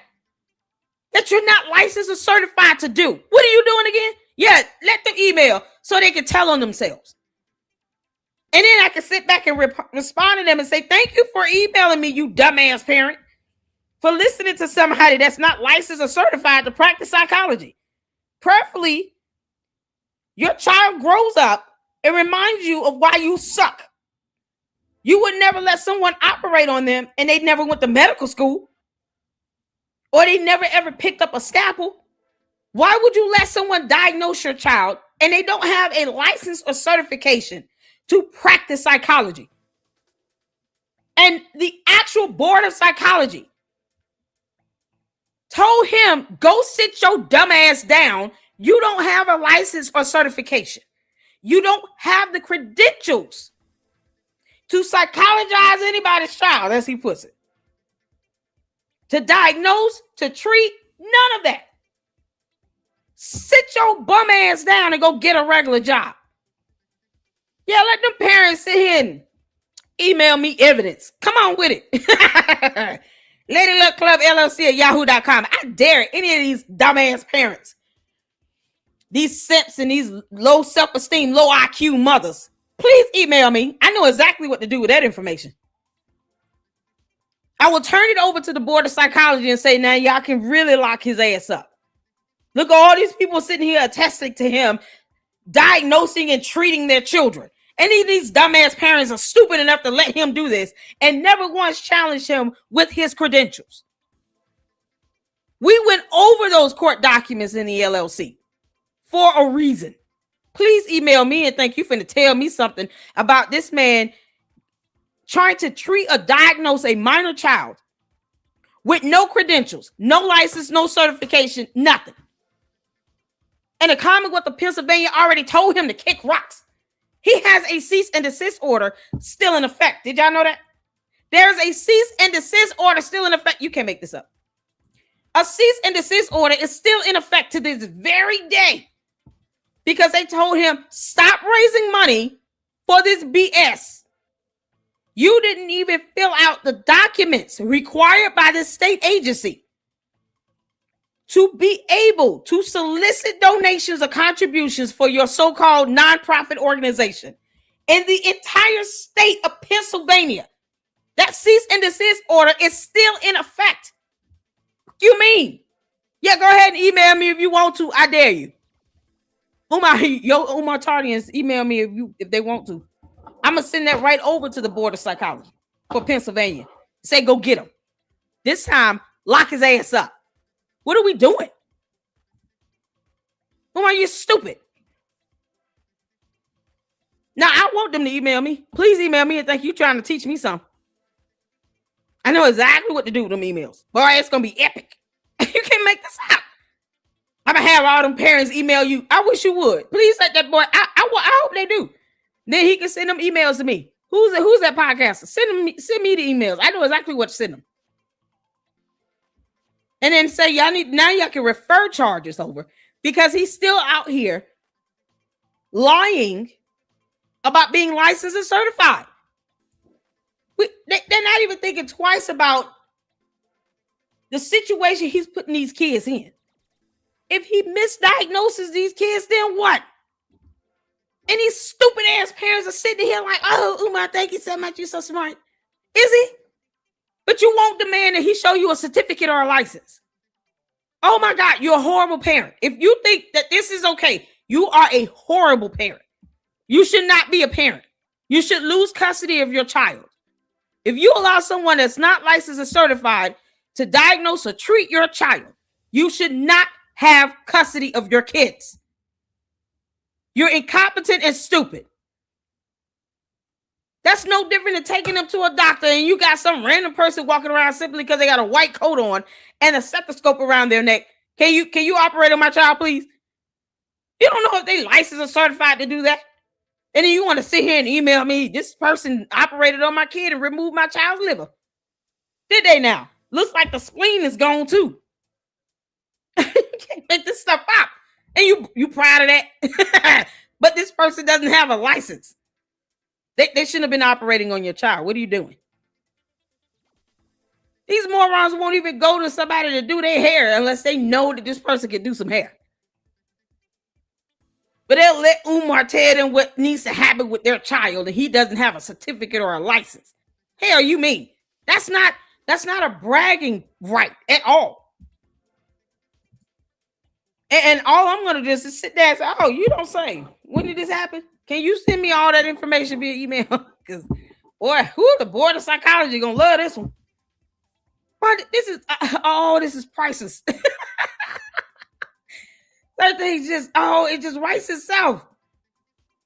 In case y'all wonder what I'm doing. I'm trying to find this cease and desist order. Because this isn't a joke. This is real. He has no respect for the rule of law or anything. That doesn't mean that he has the authority to sit here and diagnose somebody. No, his dumb ass should not be doing this. I'm going to look for it because I have it. God, this is crazy. I just in a million years, I never thought. Let's get back to this, you all. And we gotta stop in a few minutes. So we'll do part 3 tomorrow.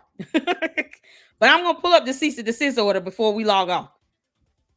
Oh my God. Umar, you're an idiot. We're gonna check this out till I pull up the cease and desist order. Because I guess people forget this is a thing. I've gone over that at least twice. And somehow he thinks that's all the bragging rights he needs. That's it. That's all the evidence I need. I'll just have all these weird ass women email you a bunch of nonsense about how they think I helped their child or something. Oh, thank you so much. All they needed to do was go and take their kid to an actual psychologist that's licensed and certified. But no, they couldn't do that. They just went to Umar for reasons and they gave him $10 in a super chat. I'm out of here. And here's the Black power yesterday, black power today, and black power tomorrow. But most of all, black Queens forever, so nobody's never. Y'all need to practice critical thinking and exercise the rights given to you, and exercise discernment. Because the fact that anyone would still be giving money to Dr. Umar in 2026 just truly pisses me off and proves that the education system has failed us, but also that we refuse to critically think when our emotions are involved. Like I said, this man sucks at business. And the fact that y'all sat here and gave this man y'all money is crazy. FDMG Academy bank accounts are still frozen. Dr. Umar personal bank account is still frozen. Brothers and sisters, we are fighting this war against FDMG and Dr. Umar Ifatunde. But he's a race hustler. That's why this school still ain't been built. The same school been being talked about getting built for 10, 15 years now. This man has made, I would say, well over $1 million in donations. Well over $1 million in donations. School still not built. Now this nigga talking about his account's getting frozen. He talking about going out on a date with him for $500. All kind of weird, just goofy shit. The bottom line, nigga, the school's still not built. Now here you have an individual who has been begging people for money to donate to a lost cause for 15 years. 15 years, people have donated their hard-earned money to this man with nothing to show for it. He has acquired physical properties and has not done nothing with them. So whenever people ask, where is the proof that you have actually done something for these schools? You know, because he's supposed to have built a school for Black boys and girls. He goes and he shows you the structures, the buildings, but there's no kids in them. For 15 years, this man has been collecting money. For 15 years, he's been spreading hate.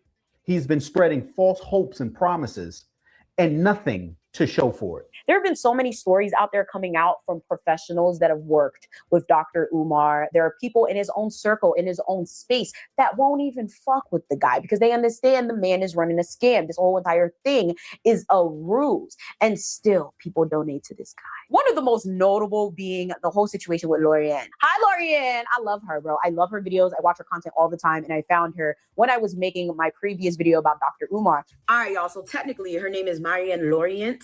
I'm trying to figure out why I've been calling her Lorianne. I feel like she might go by Lorianne, but I apologize if you're watching this and you're offended. But yeah, I absolutely love her. Also, to preface, she's also started some sort of investigation into the funds with a lot of people that have donated. She also had donated. She was a super fan of Dr. Umar, but let's get back into it. So Lorianne is actually Haitian as well. She is a producer, a director. She makes short films. They're actually pretty good. And she did a short film about Dr. Umar. Let me just tell you right now, that shit was so funny. I ain't gonna hold you, I couldn't watch the whole thing. It was cringe. Lorianne, shout outs to you for sitting there doing that shit. Because it wouldn't be me. Okay, it wouldn't be me. I would not have sat there and done that. And there are so many accusations. Okay, that the whole situation with Lorianne could be an entire video in itself, but I'm not about to sit here and go through that rabbit hole again. Hear it from Lorianne herself. I can't do the live on my phone and play the audio of Dr. Umar's message. Yes, family, he took the liberty and calling me today and had the audacity to leave a voice message. My phone rang and his face showed up. My heart dropped. I did not answer the call. I allowed it to go to voicemail. Please refrain from calling, refrain from texting. You and I are not friends, sir. You and I had a business relationship that you betrayed, that went south. There's no salvaging that. There's no comeback for that. You have burned the bridge. There's no rebuild. So I really don't understand. This is like the second time you reached out. He reached out the first time with the lady I said in my last video that I wasn't going to give her any credit. So this time, boldly, he called himself. Yes, sir. Don't call me. Ain't nothing to talk about. Absolutely nothing. Brothers and sister, as you know, Sister Marianne has gone coon. She has gotten on the bandwagon. It is season lynching Dr. Umar Johnson. Her and I worked on a project. There was no understanding. That's what I write. There was no understanding. I've decided to move on. She took a scene from the project that I made a movie with her to tarnish my relationship, my reputation. I'm sorry. Stop the rhetoric. Stop the rhetoric.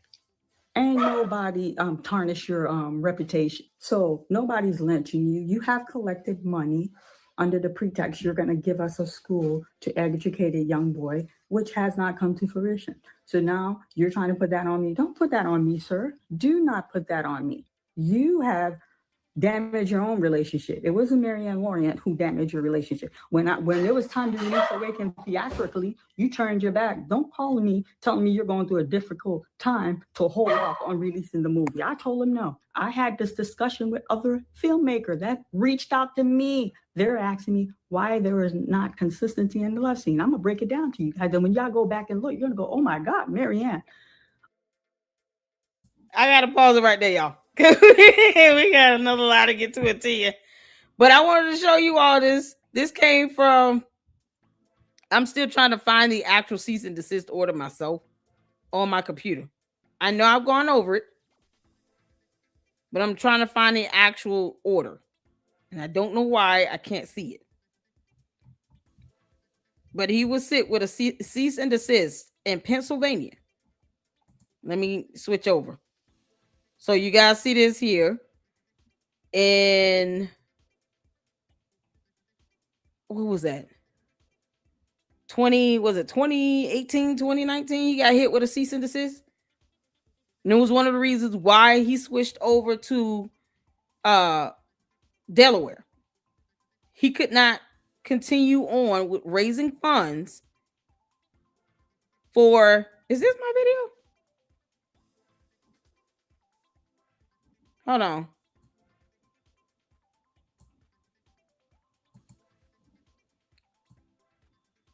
Let me see. Oh, here it is. Make a change covered it. This is the cease and desist order. We gotta watch this right quick because I want y'all to see this.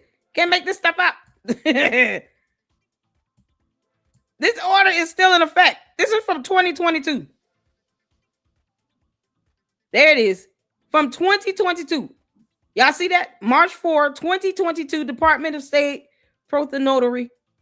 And you have here, in the matter of Frederick Douglass and Marcus Garvey, RBG Leadership Academy, cease and desist order from the Bureau of Corporations and Charitable Organizations. This is a whole government State Department. They issued him a cease and desist order. This order is still in effect. And this dumbass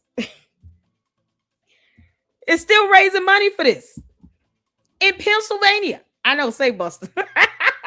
Y'all, we gonna pick up where we left off tomorrow. I'm gonna schedule a third part. It's gonna be a part 3 to this.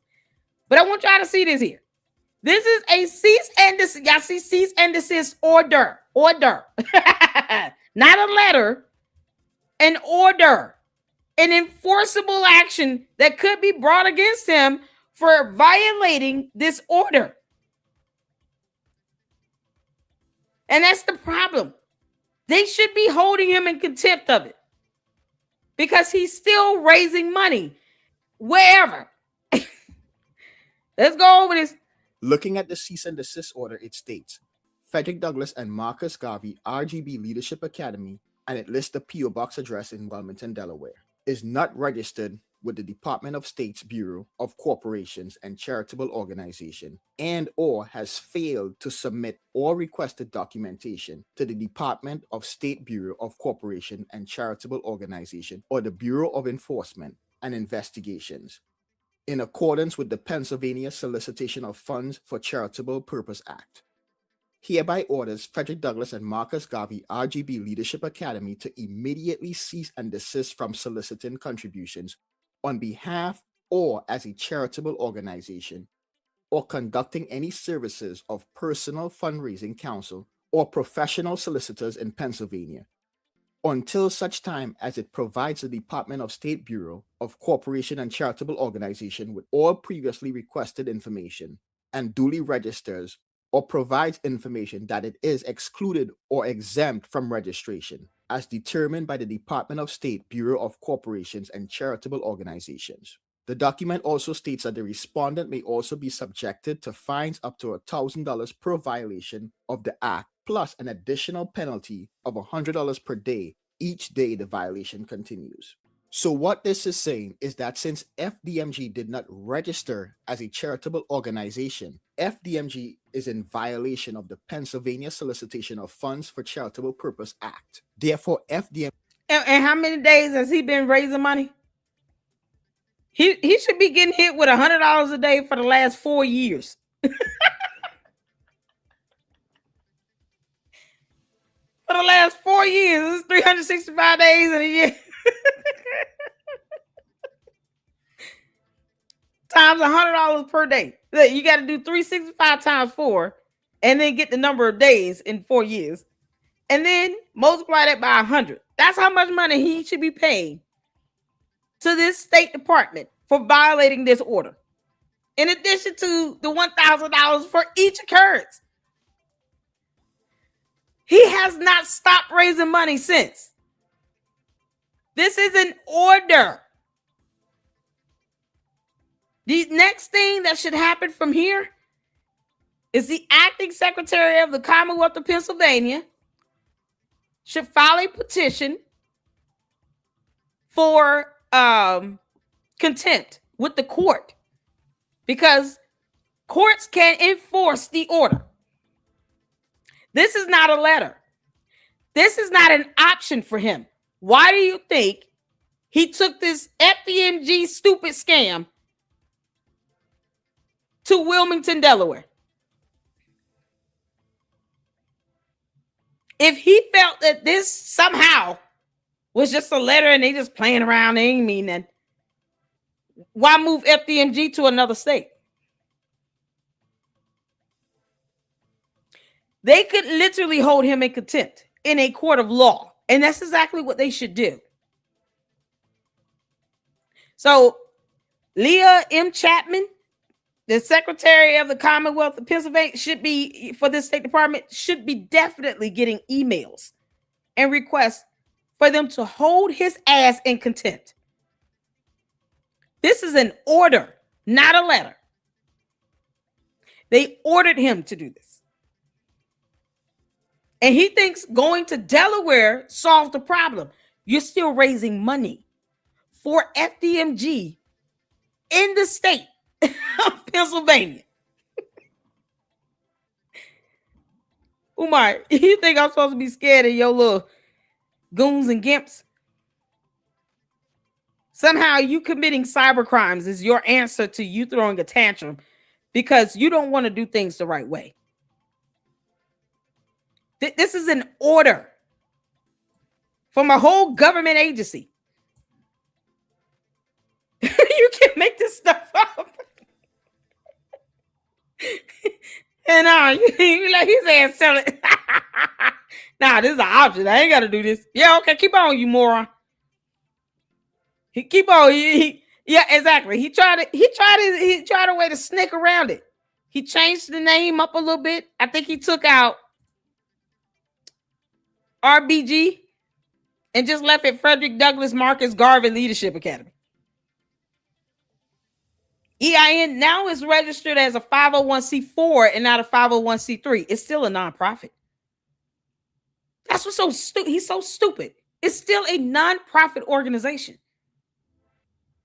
And when you don't do what you're supposed to do to ensure that the documents are filed properly, where the Umar Tardians at when he needs all these documents filed with some local government entity or state government department when he wants a waiver or he wants to be able to raise money?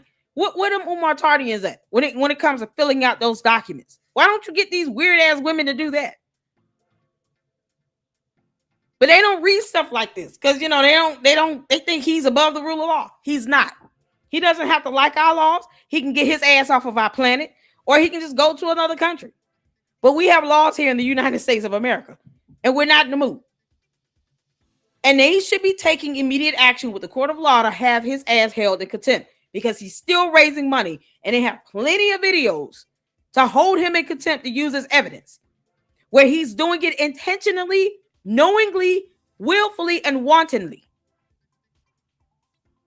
It's not by accident. He's still doing this intentionally, willingly, willfully, wantonly. So Umar, keep playing around. I mean, it's nothing for the public to start putting some pressure on this State Department that issued the cease and desist order against you. I don't give a damn about no Father Baba Yaga and what he thinks and feels with his 88,000-year-old ass. He walked with Moses. We don't care. We don't care. They think that this cease and desist order somehow does not apply to him, like laws don't apply to him. All of a sudden, it's a matter of jurisdiction. Get your ass out of our country then. And take Father Baba Yaga with you when you go back to Ghana. Neither one of you can return. Both of y'all can stay y'all asses over there. Think you're going to go over there and mess up with their laws and piss them off, raise money, and create a whole scam and tell them for 7.5 years, yo, we're going to open up a school. Hold your breath. They're going to beat your ass. That's the problem here. God, we are too nice in the U.S. This should not be an issue. And yet, you think the Umar Tardians are reading letters and numbers? Words, say anything. They're not reading this. They don't care. Because they think they supersede the law. You do not. You don't. But his little punk ass got out of Pennsylvania with this bullshit, didn't he? Went to Wilmington, Delaware with it. They need to do the same thing, be honest. But now they have enough to bring forth a contempt action against him. He violated that order all over the place. He doesn't care about this. This is still in effect, and Umar is still stupid. And tomorrow we're going to pick up with part 3. Oh, there's plenty of the videos of him in Pennsylvania asking for money, for donations. Every time he's in his mama's closet, he's in the state of Pennsylvania. And he wants to talk about jurisdiction. Umar, you dumbass. You are in the jurisdiction of Pennsylvania when you're at your mama's house. Every time he's sitting in that closet, he's in that jurisdiction. And talking about hit the Cash App and the PayPal. That's him soliciting for funds for FDMG. He's done. It's so many videos that they have sufficient evidence. Oh, God. Thank y'all so much for tuning in. We're going to finish up part 3 tomorrow. And we'll start at the part where she starts talking about malware. Lord. So here's what we're going to pick up tomorrow at this point here. All right, y'all. I appreciate all of you all. Thank y'all so much for the supers. User 225. Oh, man. You are awesome. Thank you so much. Everybody that has supported here. Rosetta, Miss Kogo, everybody that donated the LLC memberships. Enterprise Entertainment. Make sure you guys show some love to all the fantastic mods and other content creators that showed up in the chat. User 225 sent the 199 super. Said he needs his fans to flood inbox because he has nothing. He's a bum. Yeah, I appreciate you all. If you can come to the next live, please do so. If not, I will see you all tomorrow. Thank you all so much. Hit that like button and hype this up on the way out. And until the next one, Lady Luck Club out.